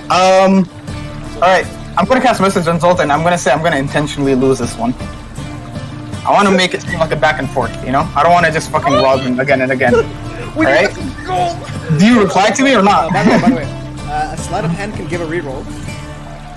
Ooh. And a deception can sort of like force a fold. Ooh. Alright, okay. Interesting. Alright, let's play it. Okay. Wait, just win it. Okay, I'm gonna try to win. I'm gonna play. Just win. I'm gonna play it fair and square. I'm not gonna cheat. Okay, I rolled my d8. Alright. You should keep yours hidden. Ooh, fuck. Okay, What do I do? we'll reroll. Reroll both? Okay, sure. Let's see. Private game roll. Alright.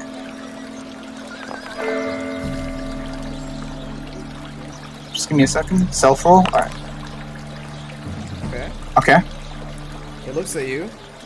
Mhm.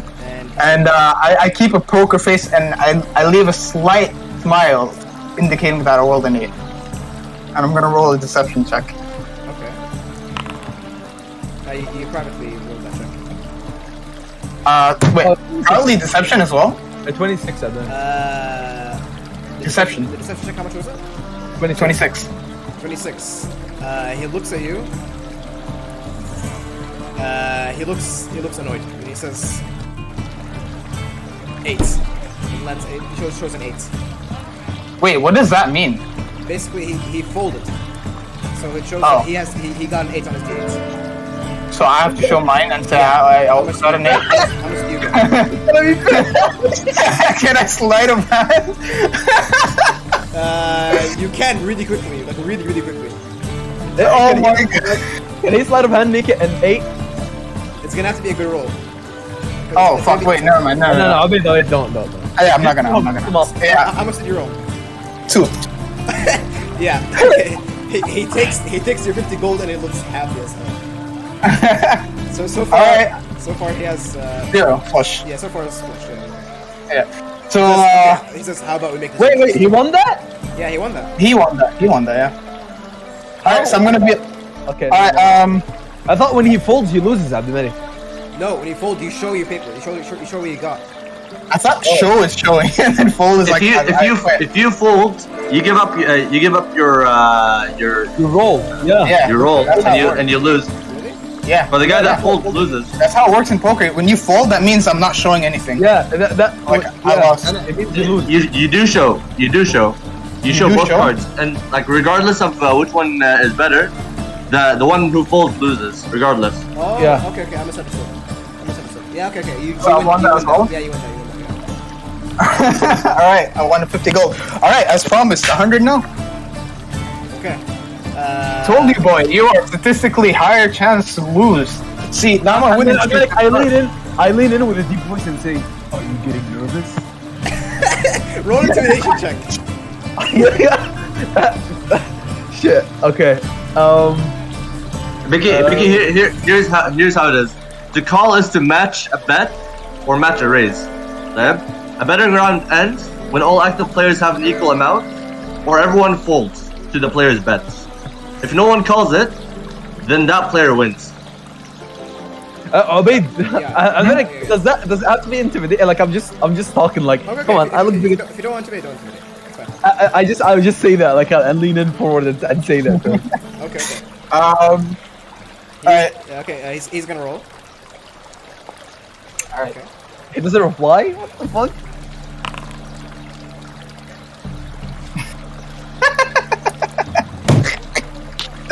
Alright. I start laughing. And again, I'm deception, thinking I'm rolling really good too. He's gonna roll an insight check. So, Alright, give me a second. okay. Alright, 24. Jesus. I have plus 11 deception, medic. Okay. Yeah, you fucking deceive him again. Holy shit. Mama, you sure you were on a winning streak? Dude, right now you're on a losing You streak. begin to see, especially after Zoltan speaking into his ear, you begin to see his sweat drops go across his forehead. I tell him, do you want to be known as the loser? Come on, tell Honestly, everyone. hey, He. I'll give you a chance. Yeah. Double. How about this? A bet 500 gold right now. You win that, you walk out. People are gathering up, صح? Like Yeah, people are gathering up. you begin to see that this is actually kind of dragging much more attention than it was supposed to. Yeah. And you see onlookers from the other games looking on like, what the hell is happening to that guy? Wasn't he winning? Medic, Yeah. can you tell me like what house he's from or whatever? How's he what? Like what family he's from? Oh, what or family? what house? Roll. I would say a roll a history check. Alright. If I don't get it, I'm just gonna ask him. Yeah, get the back. Can I check. roll? Roll for me. Roll for me. Your dice was 5. 5. You don't Yeah. really know what family he's from. Well, yeah, I'm gonna roll roll for for me. Zoltan, right? Okay, you. It's a flat D20 for Zoltan. Yeah, it's a 5 again. Yeah, no. You guys look at him. He looks rich. Alright, I ask him. So, what family are you from, by the way? I don't think it matters. And he. Oh, I like to know the name of the loser before I bet. You know. In case their family needs to pay. And I say you must be ashamed. Oh. He says. Oh, you're not he looks Ronaldo. My at you, bad. He says, "How dare you? Do you even know my family's name? Oh, you see, wait. I'm not from My here. family I'm a rules dude. this city." So basically, once he starts getting pent up from you guys' provocation, you see the people are looking looking onwards. What the hell is going on? All right. And he says 500 gold. Yes, 500 gold. Yeah, you know what? You're from what's the family again? You will hear the name again. Niedenthal. Niedenthal. Yeah, so the Niedenthals. All right, I guess you guys aren't, as poor as I thought you were. How dare you? And he just. I'm not from around these parts. I'm the Duke of. I make up a city. Wyszczek is my fake city's name. Deception check. Dude, I can't roll bad on this. Don't worry about it, man. 14. I've never heard of any witch check. It's not from around here. It's a dwarven city. You wouldn't know. You're not a dwarf. You don't know these things. Keep going. All right. Yeah, he sort of regains composure and he says, "I will find a way to sanction all of your trading, all of your trade deals. You won't get anything in return." Good luck finding a Wyszczek. Fuck off. Wait, can we change the game? I say, you want to change the game, or you want to go for the same losing game? Okay, let's change the game. Let's find. Can I propose a game? A game that's easy for me to cheat with bardic inspiration or cutting words or something like that. Okay, do a really high DC persuasion check. All right, persuasion check. All right.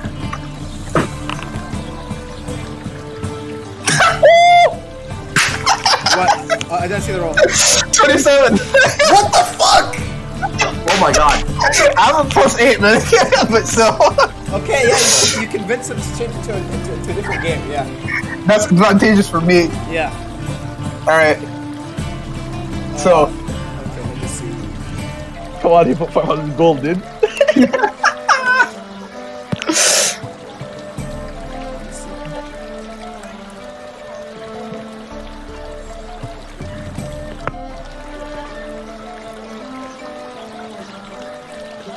I'm thinking, what game should it be so it could be advantageous to you? Do you have any ideas? I have an idea. A card game. Basically, you pull 2 cards, okay, and basically the one who has like the combined number more than the other takes the money. Wait, why not simple blackjack? Legit. Because how do we make advantage though? Because blackjack needs a dealer. yeah. You can have an advantage by having someone tell you if the card's worth yes or no. like because why not? Let's just do the first game, because that was easier. Or unless you have something in mind. Okay. The what? The what game? Basically, roll The first game. roll 2d6 basically. Okay. So Yeah. roll 2d6. All right. I'm gonna roll your 3d6 because I'm cutting words in him. Okay. Or do you want to do it like 3d6 for him and he takes the 2 lowest or something like that? We can do the opposite if you want. No, I'll just roll it to you. Yeah, I'll just. Yeah. All right. How much you got? 10. Yeah, he got snake eyes. What is snake eyes? One on one. I start laughing my ass off. He gets up to Winning the table. streak. He gets up to the table furious. He says, "You will hear about this. You will hear from my family." Wait. I'm like, before he leaves, I say, do you want to be known as the loser in front of all of these people surround? And I point to all the people surround because he was not focusing around him. Yeah. I just point to all the people around. You start to look under his armpits and shit, and here, and you can see a little bit of sweat. Come on now, don't be shy. We can do another game. Yeah, I don't want to be walking out the loser. I say, do you want to redeem yourself with one last all or nothing, double or nothing? He I mean, looks you pissed. I don't know. His eyes are kind of bloodshot. They lost around 5. I'm gonna speak, right? I'm gonna speak to Zoltan. I don't know, man. I feel like this Nova. What did he say? Lechenkov? I forgot the name.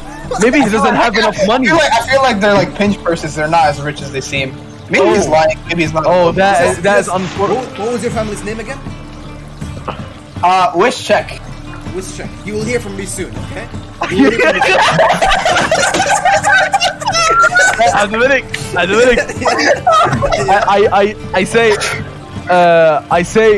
stand up and I look at him like I'm big as fuck. I say, is that a threat? You'll soon hear about it, stunted man. I'm gonna listen to it. Alright, work. Calm down. Let him go. Okay. I tell, like I talk to the crowd. Yeah.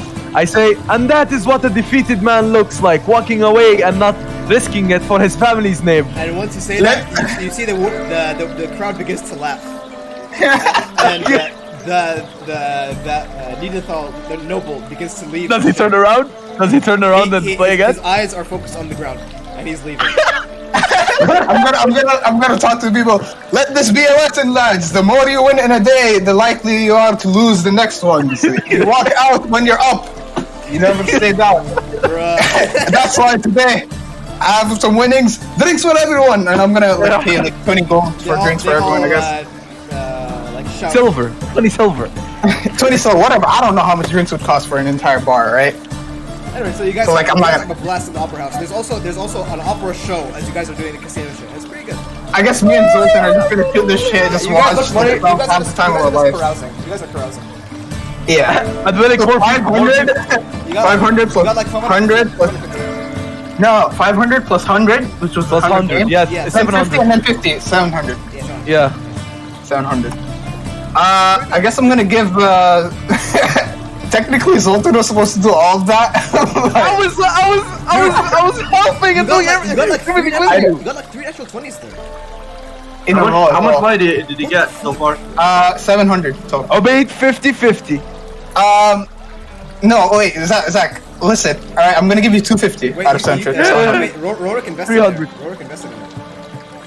Oh yeah, I have to return. Wait, no, but basically, I didn't lose anything, right? So I'm gonna get back the 200. So 700 is not part of the 200. So I'm gonna go back to Rorik, happy as a fucking, like, I don't know, like, really happy and joyful, right? Yeah. Drunk probably as much as a dwarf can get drunk, Dwarf can right? drink a lot. So like, yeah. I would say Zoltan, you probably went through like 30 mugs before you start getting. Yeah. Before you I start have 20. I have 20 constitution. Yeah. I'm not gonna- 30, 50 mugs. Like this size. Holy shit. Before you get- So basically, I guess me and Zoltan both walked to Rorik drunken. Rorik! Oh my! guess who we beat? And I'm gonna tell him. You know the Count's son, Lebenchko something. Oh my god! Exactly who?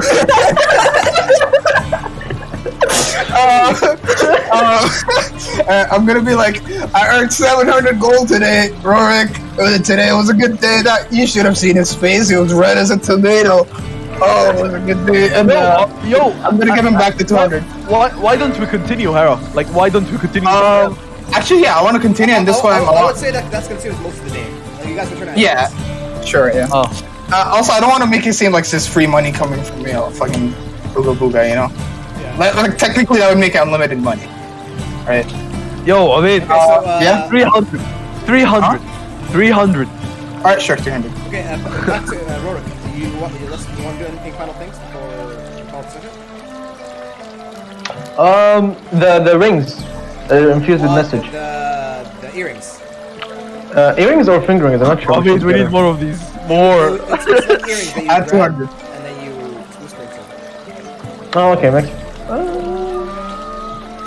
That was good, right, Zach? Yeah, it was.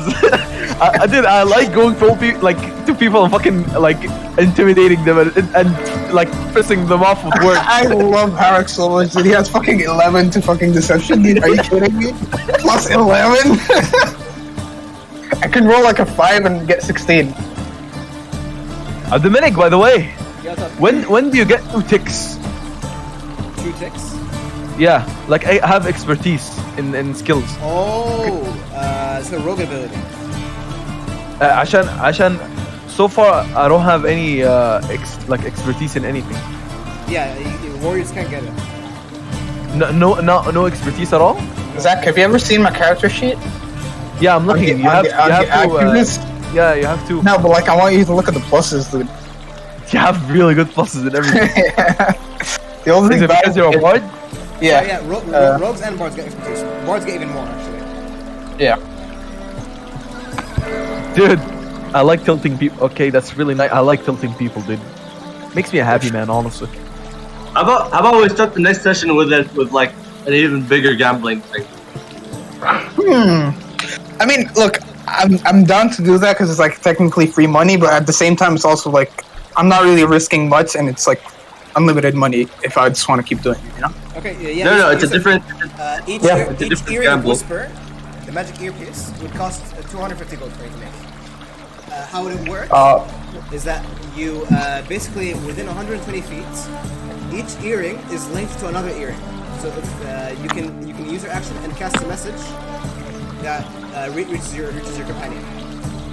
And Okay, it's say. permanent. It's permanent. How many uses? Forever. At will. Okay. Then let's say we have 4 earrings. Okay. They can communicate to any one of the other, Yeah. or just like to one specific Any of earring. them. It's like a network. So considering if I were to make the earring and infuse it, it would in total cost 250. Yusuf, technically we only need 3 because the way message works is that if you cast a message on someone, they can reply back. No, but I don't know. Just said it's to another earring. No. Hey. Oh, it's a tune. Never mind. Yeah. Never mind. I'm thinking of making 2 for now. I guess I want one made for me, so I'll pay you that. Right? Alright. So it's 250. So I guess I'm gonna add them. Wait, it's an attuned item and it's only 3 slots, right? It's not good. It's not good. Oh, okay. Nice. All right. Perfect. I'm gonna deduct 250 gold for myself. Okay. So we'll add an area of whisper on Aeroc positions.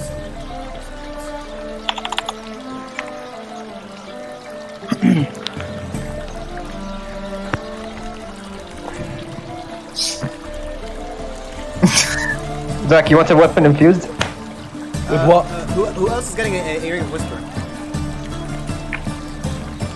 Basically, a cast message between allies. Yeah. With no action or anything, right? Action. It costs an action. Wait, it costs an action? Yeah. How much does it cost? Technically, wait. Then I don't need to take it because I can just cast message. I don't need it. Yeah, but that will. Right. And they can communicate to you. True. No, I'd say the casters don't really need it, but the non-casters, it has more value for the non-casters. It does. Because if I want to cast a message on someone, I can just cast a message on them, and they can It reply costs the back as same well. action. Yeah, exactly. So I'm not gonna get it. My bad. Am I gonna get it? Yeah. Because I can do it the same way, anyways. So I don't. 250 for one earring or one pair? For one earring. Okay. Is nobody getting it? Nobody? I'm not getting it. Wait. I physically don't have the gold, guys. Non-caster should get it, dude. It's okay, you need to give me some of that money, dude. Well, you don't know about it. That's metagaming. Well, sure, but it's in your honor, right? Yeah. Don't worry about it. When I gather a big sum, I'll give it to you in one go. All right. Also, Ubaid. I mean, Yusuf. What do I infuse my weapon with? Did you say? I wanna infuse I haste. think I'm gonna head out. Okay, yeah. Hey. Let's call the session now. Wait, Medic, I wanted to basically, it's like, I don't think it should take more than 10 minutes, right? I wanted to basically establish, like, prostitutes, basically, to get information on any, like, dealings happening, like, any noble deals happening, like, if they're getting, like, a new armor made, or, like, some fancy new jewelry is being made. So the main idea of it is, like, so I can have, like, things I can steal, or, like, heists I can do. So Yusuf, right? And, when you say infuse, I can roleplay it, because I have, you know, real quick. Wait, I can't hear you. Or I can just tell you what I want to Say do. infused. What can you do? Okay, well, we'll discuss this. Infuse it with the spell. Next session? I need haste. Alright. Haste? The thing is, I want to do it now because we're going to have the downtime of 3 months, right? Yeah. So basically, during that 3 months, it would make sense that. Also, Dominic, can I have the talent now that I was supposed to get at level 5? Wait a minute. No, the talent that you said Dahman made it. It's for the new update, but the new update's still not here. Yeah, can we just say it's done? Because I didn't get anything for the last like couple of levels now. I got nothing cool. Like it's so boring. You got extra attack last level. Yeah, that's it. Extra attack Wait. is your biggest damage booster. So Yeah, I know, but the thing is like next, I want to be, you You know, get our warrior archetype picture. yeah, it's still next level. This is the thing with warriors. They're really strong and powerful. So they don't get that much. This is how it happens. That's how it works. Medic. I want to cast two. I want to cast 2 sending souls, if that's fine. Okay, sure. Alright, so one of them is going to be for Zoltan to Conrad, so whatever Zoltan wants to say. Dominic, can he just cast it as a ritual and all these messages? Like he just like keeps casting them as a ritual and basically Not as a ritual, I don't think so. Sending of that ritual spell. Yeah. I can cast it like 4 times a day. Or actually, technically, since mana recovers, I can cast like maybe like 6 times a day. Alright, can let's just say Harak does that, Dominic, and basically like I tell him everything, Okay, sure. and basically I want all the replies immediately. You The get what I thing is mean? that means more than 25 words. Yeah, well, like I said multiple times. Oh, No, so, yeah. Okay. Yeah, I'll cast like 6 times basically. And another one I want to cast to my mother, Torbia. I don't know how to say it. Right? And this one's basically gonna be like, let's see.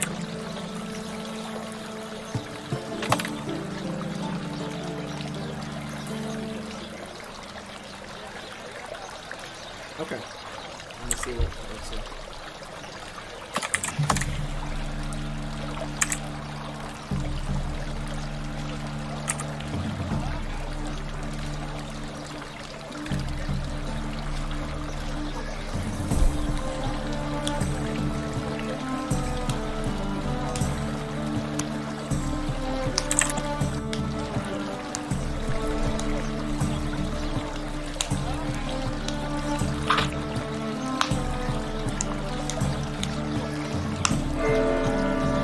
By the way, so the message is in Heroc's voice, by the way, so it's gonna be. It's gonna be Heroc's. Yeah, but like I'm gonna receive it, so. No, I will receive No, and he's I gonna can receive relay it. it to you. He's gonna tell you what he said. Yeah. Okay. So you can basically sit down with a pen and paper. I could do a shit move where I like, fucking alter what they said. You could. But I'm not gonna. Actually, I will troll a bit, like nothing like that changes the meaning of the message. You know, I'll like troll Zoltan with it. Don't troll me, man. I will. That's part of my character, right? Dream Team Order, don't troll me. Oh, that's his Herrick, that's not me, yeah. Dream Team Order, don't troll me in D&D. is that done? Yeah, I'm not trolling you physically, Dream right? Team Order, don't troll me in game in D&D playing this session. Don't troll Zoltan as Hierarch. Huh? I'm trolling you as Conrad. No, shut the fuck up. Shut the fuck up. I beat my meat to niggas.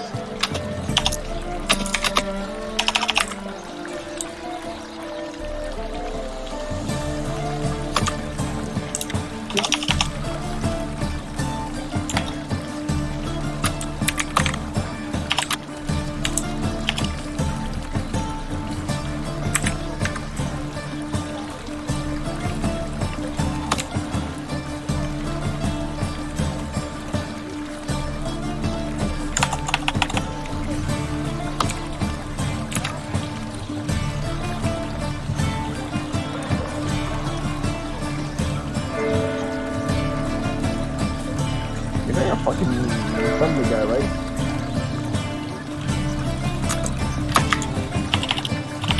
Devin.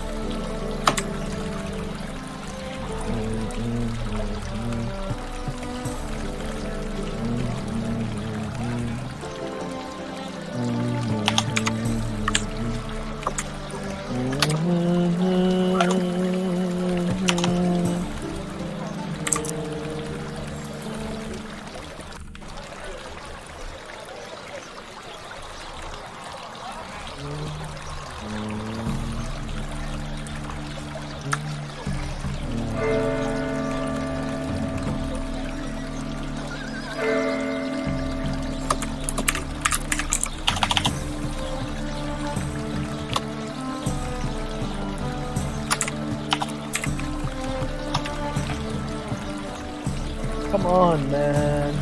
Okay. Throughout the messages, this is what you get from Conrad. Okay. Okay. It says, hello, friend of Zoltan. I'm glad to hear that you're all safe. Things are escalating in the outer reaches of Aztec, and the vampires' undead forces march. So far, our headquarters at Grandestadt has fought off the ensuing horde successfully with minimum casualties. In the coming months, I expect the attention of the vampire king of Sylvania, Vlad von Karstein, to become more focused on Averland in our region. If such a time comes, I will expect and need the help of you and your companions.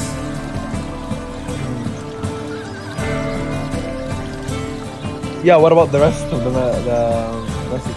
That's one message. Okay.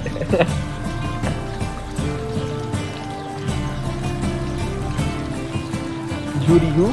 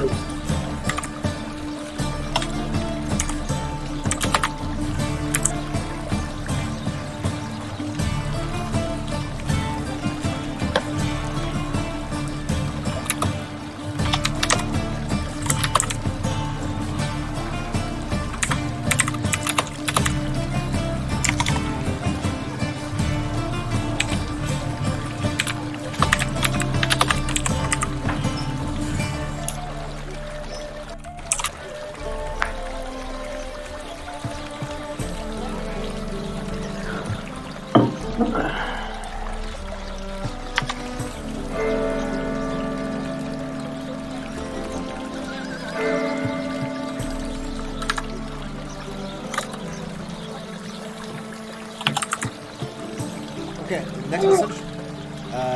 You hear Conrad's voice once more. He says, creating a chapter house in Nuln is a huge leap towards achieving our dream, friend. The deeds that you accomplish with your companions are truly worthy of stories. In the matter of gold, as soon as you arrive at Grandestadt, I will see that you receive your stipend. Alright. Like, what about the updates there? Is there any updates? What happened in that? that? Was the first mission. That was the first message. Yeah, what about Hamaynishat? What happened in it and shit? Like, I want an update on what happened. The first one is basically the Undead Rising. Okay, and about the teachers and executives that he's gonna send.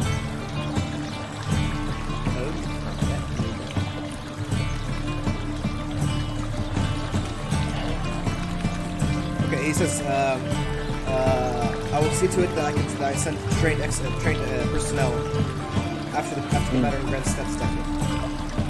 Alright. And of course, like in the end, like I said, I'll be here soon. Yeah.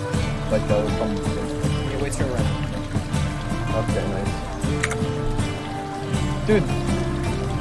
I was looking forward to the trip happening that you Yeah, prepared. I have plans. Camps. Like this will never fucking finish this fucking campaign, yeah. I think we're making steps towards it. Making If what? you notice, we didn't have a single combat. We reached 5 hours, so it's a lot of roleplay. Yeah, that's good. That's good, but I want to fight too. Yeah, I mean, man. Yeah. Anyway, okay, I'll just stop the recording now. Okay.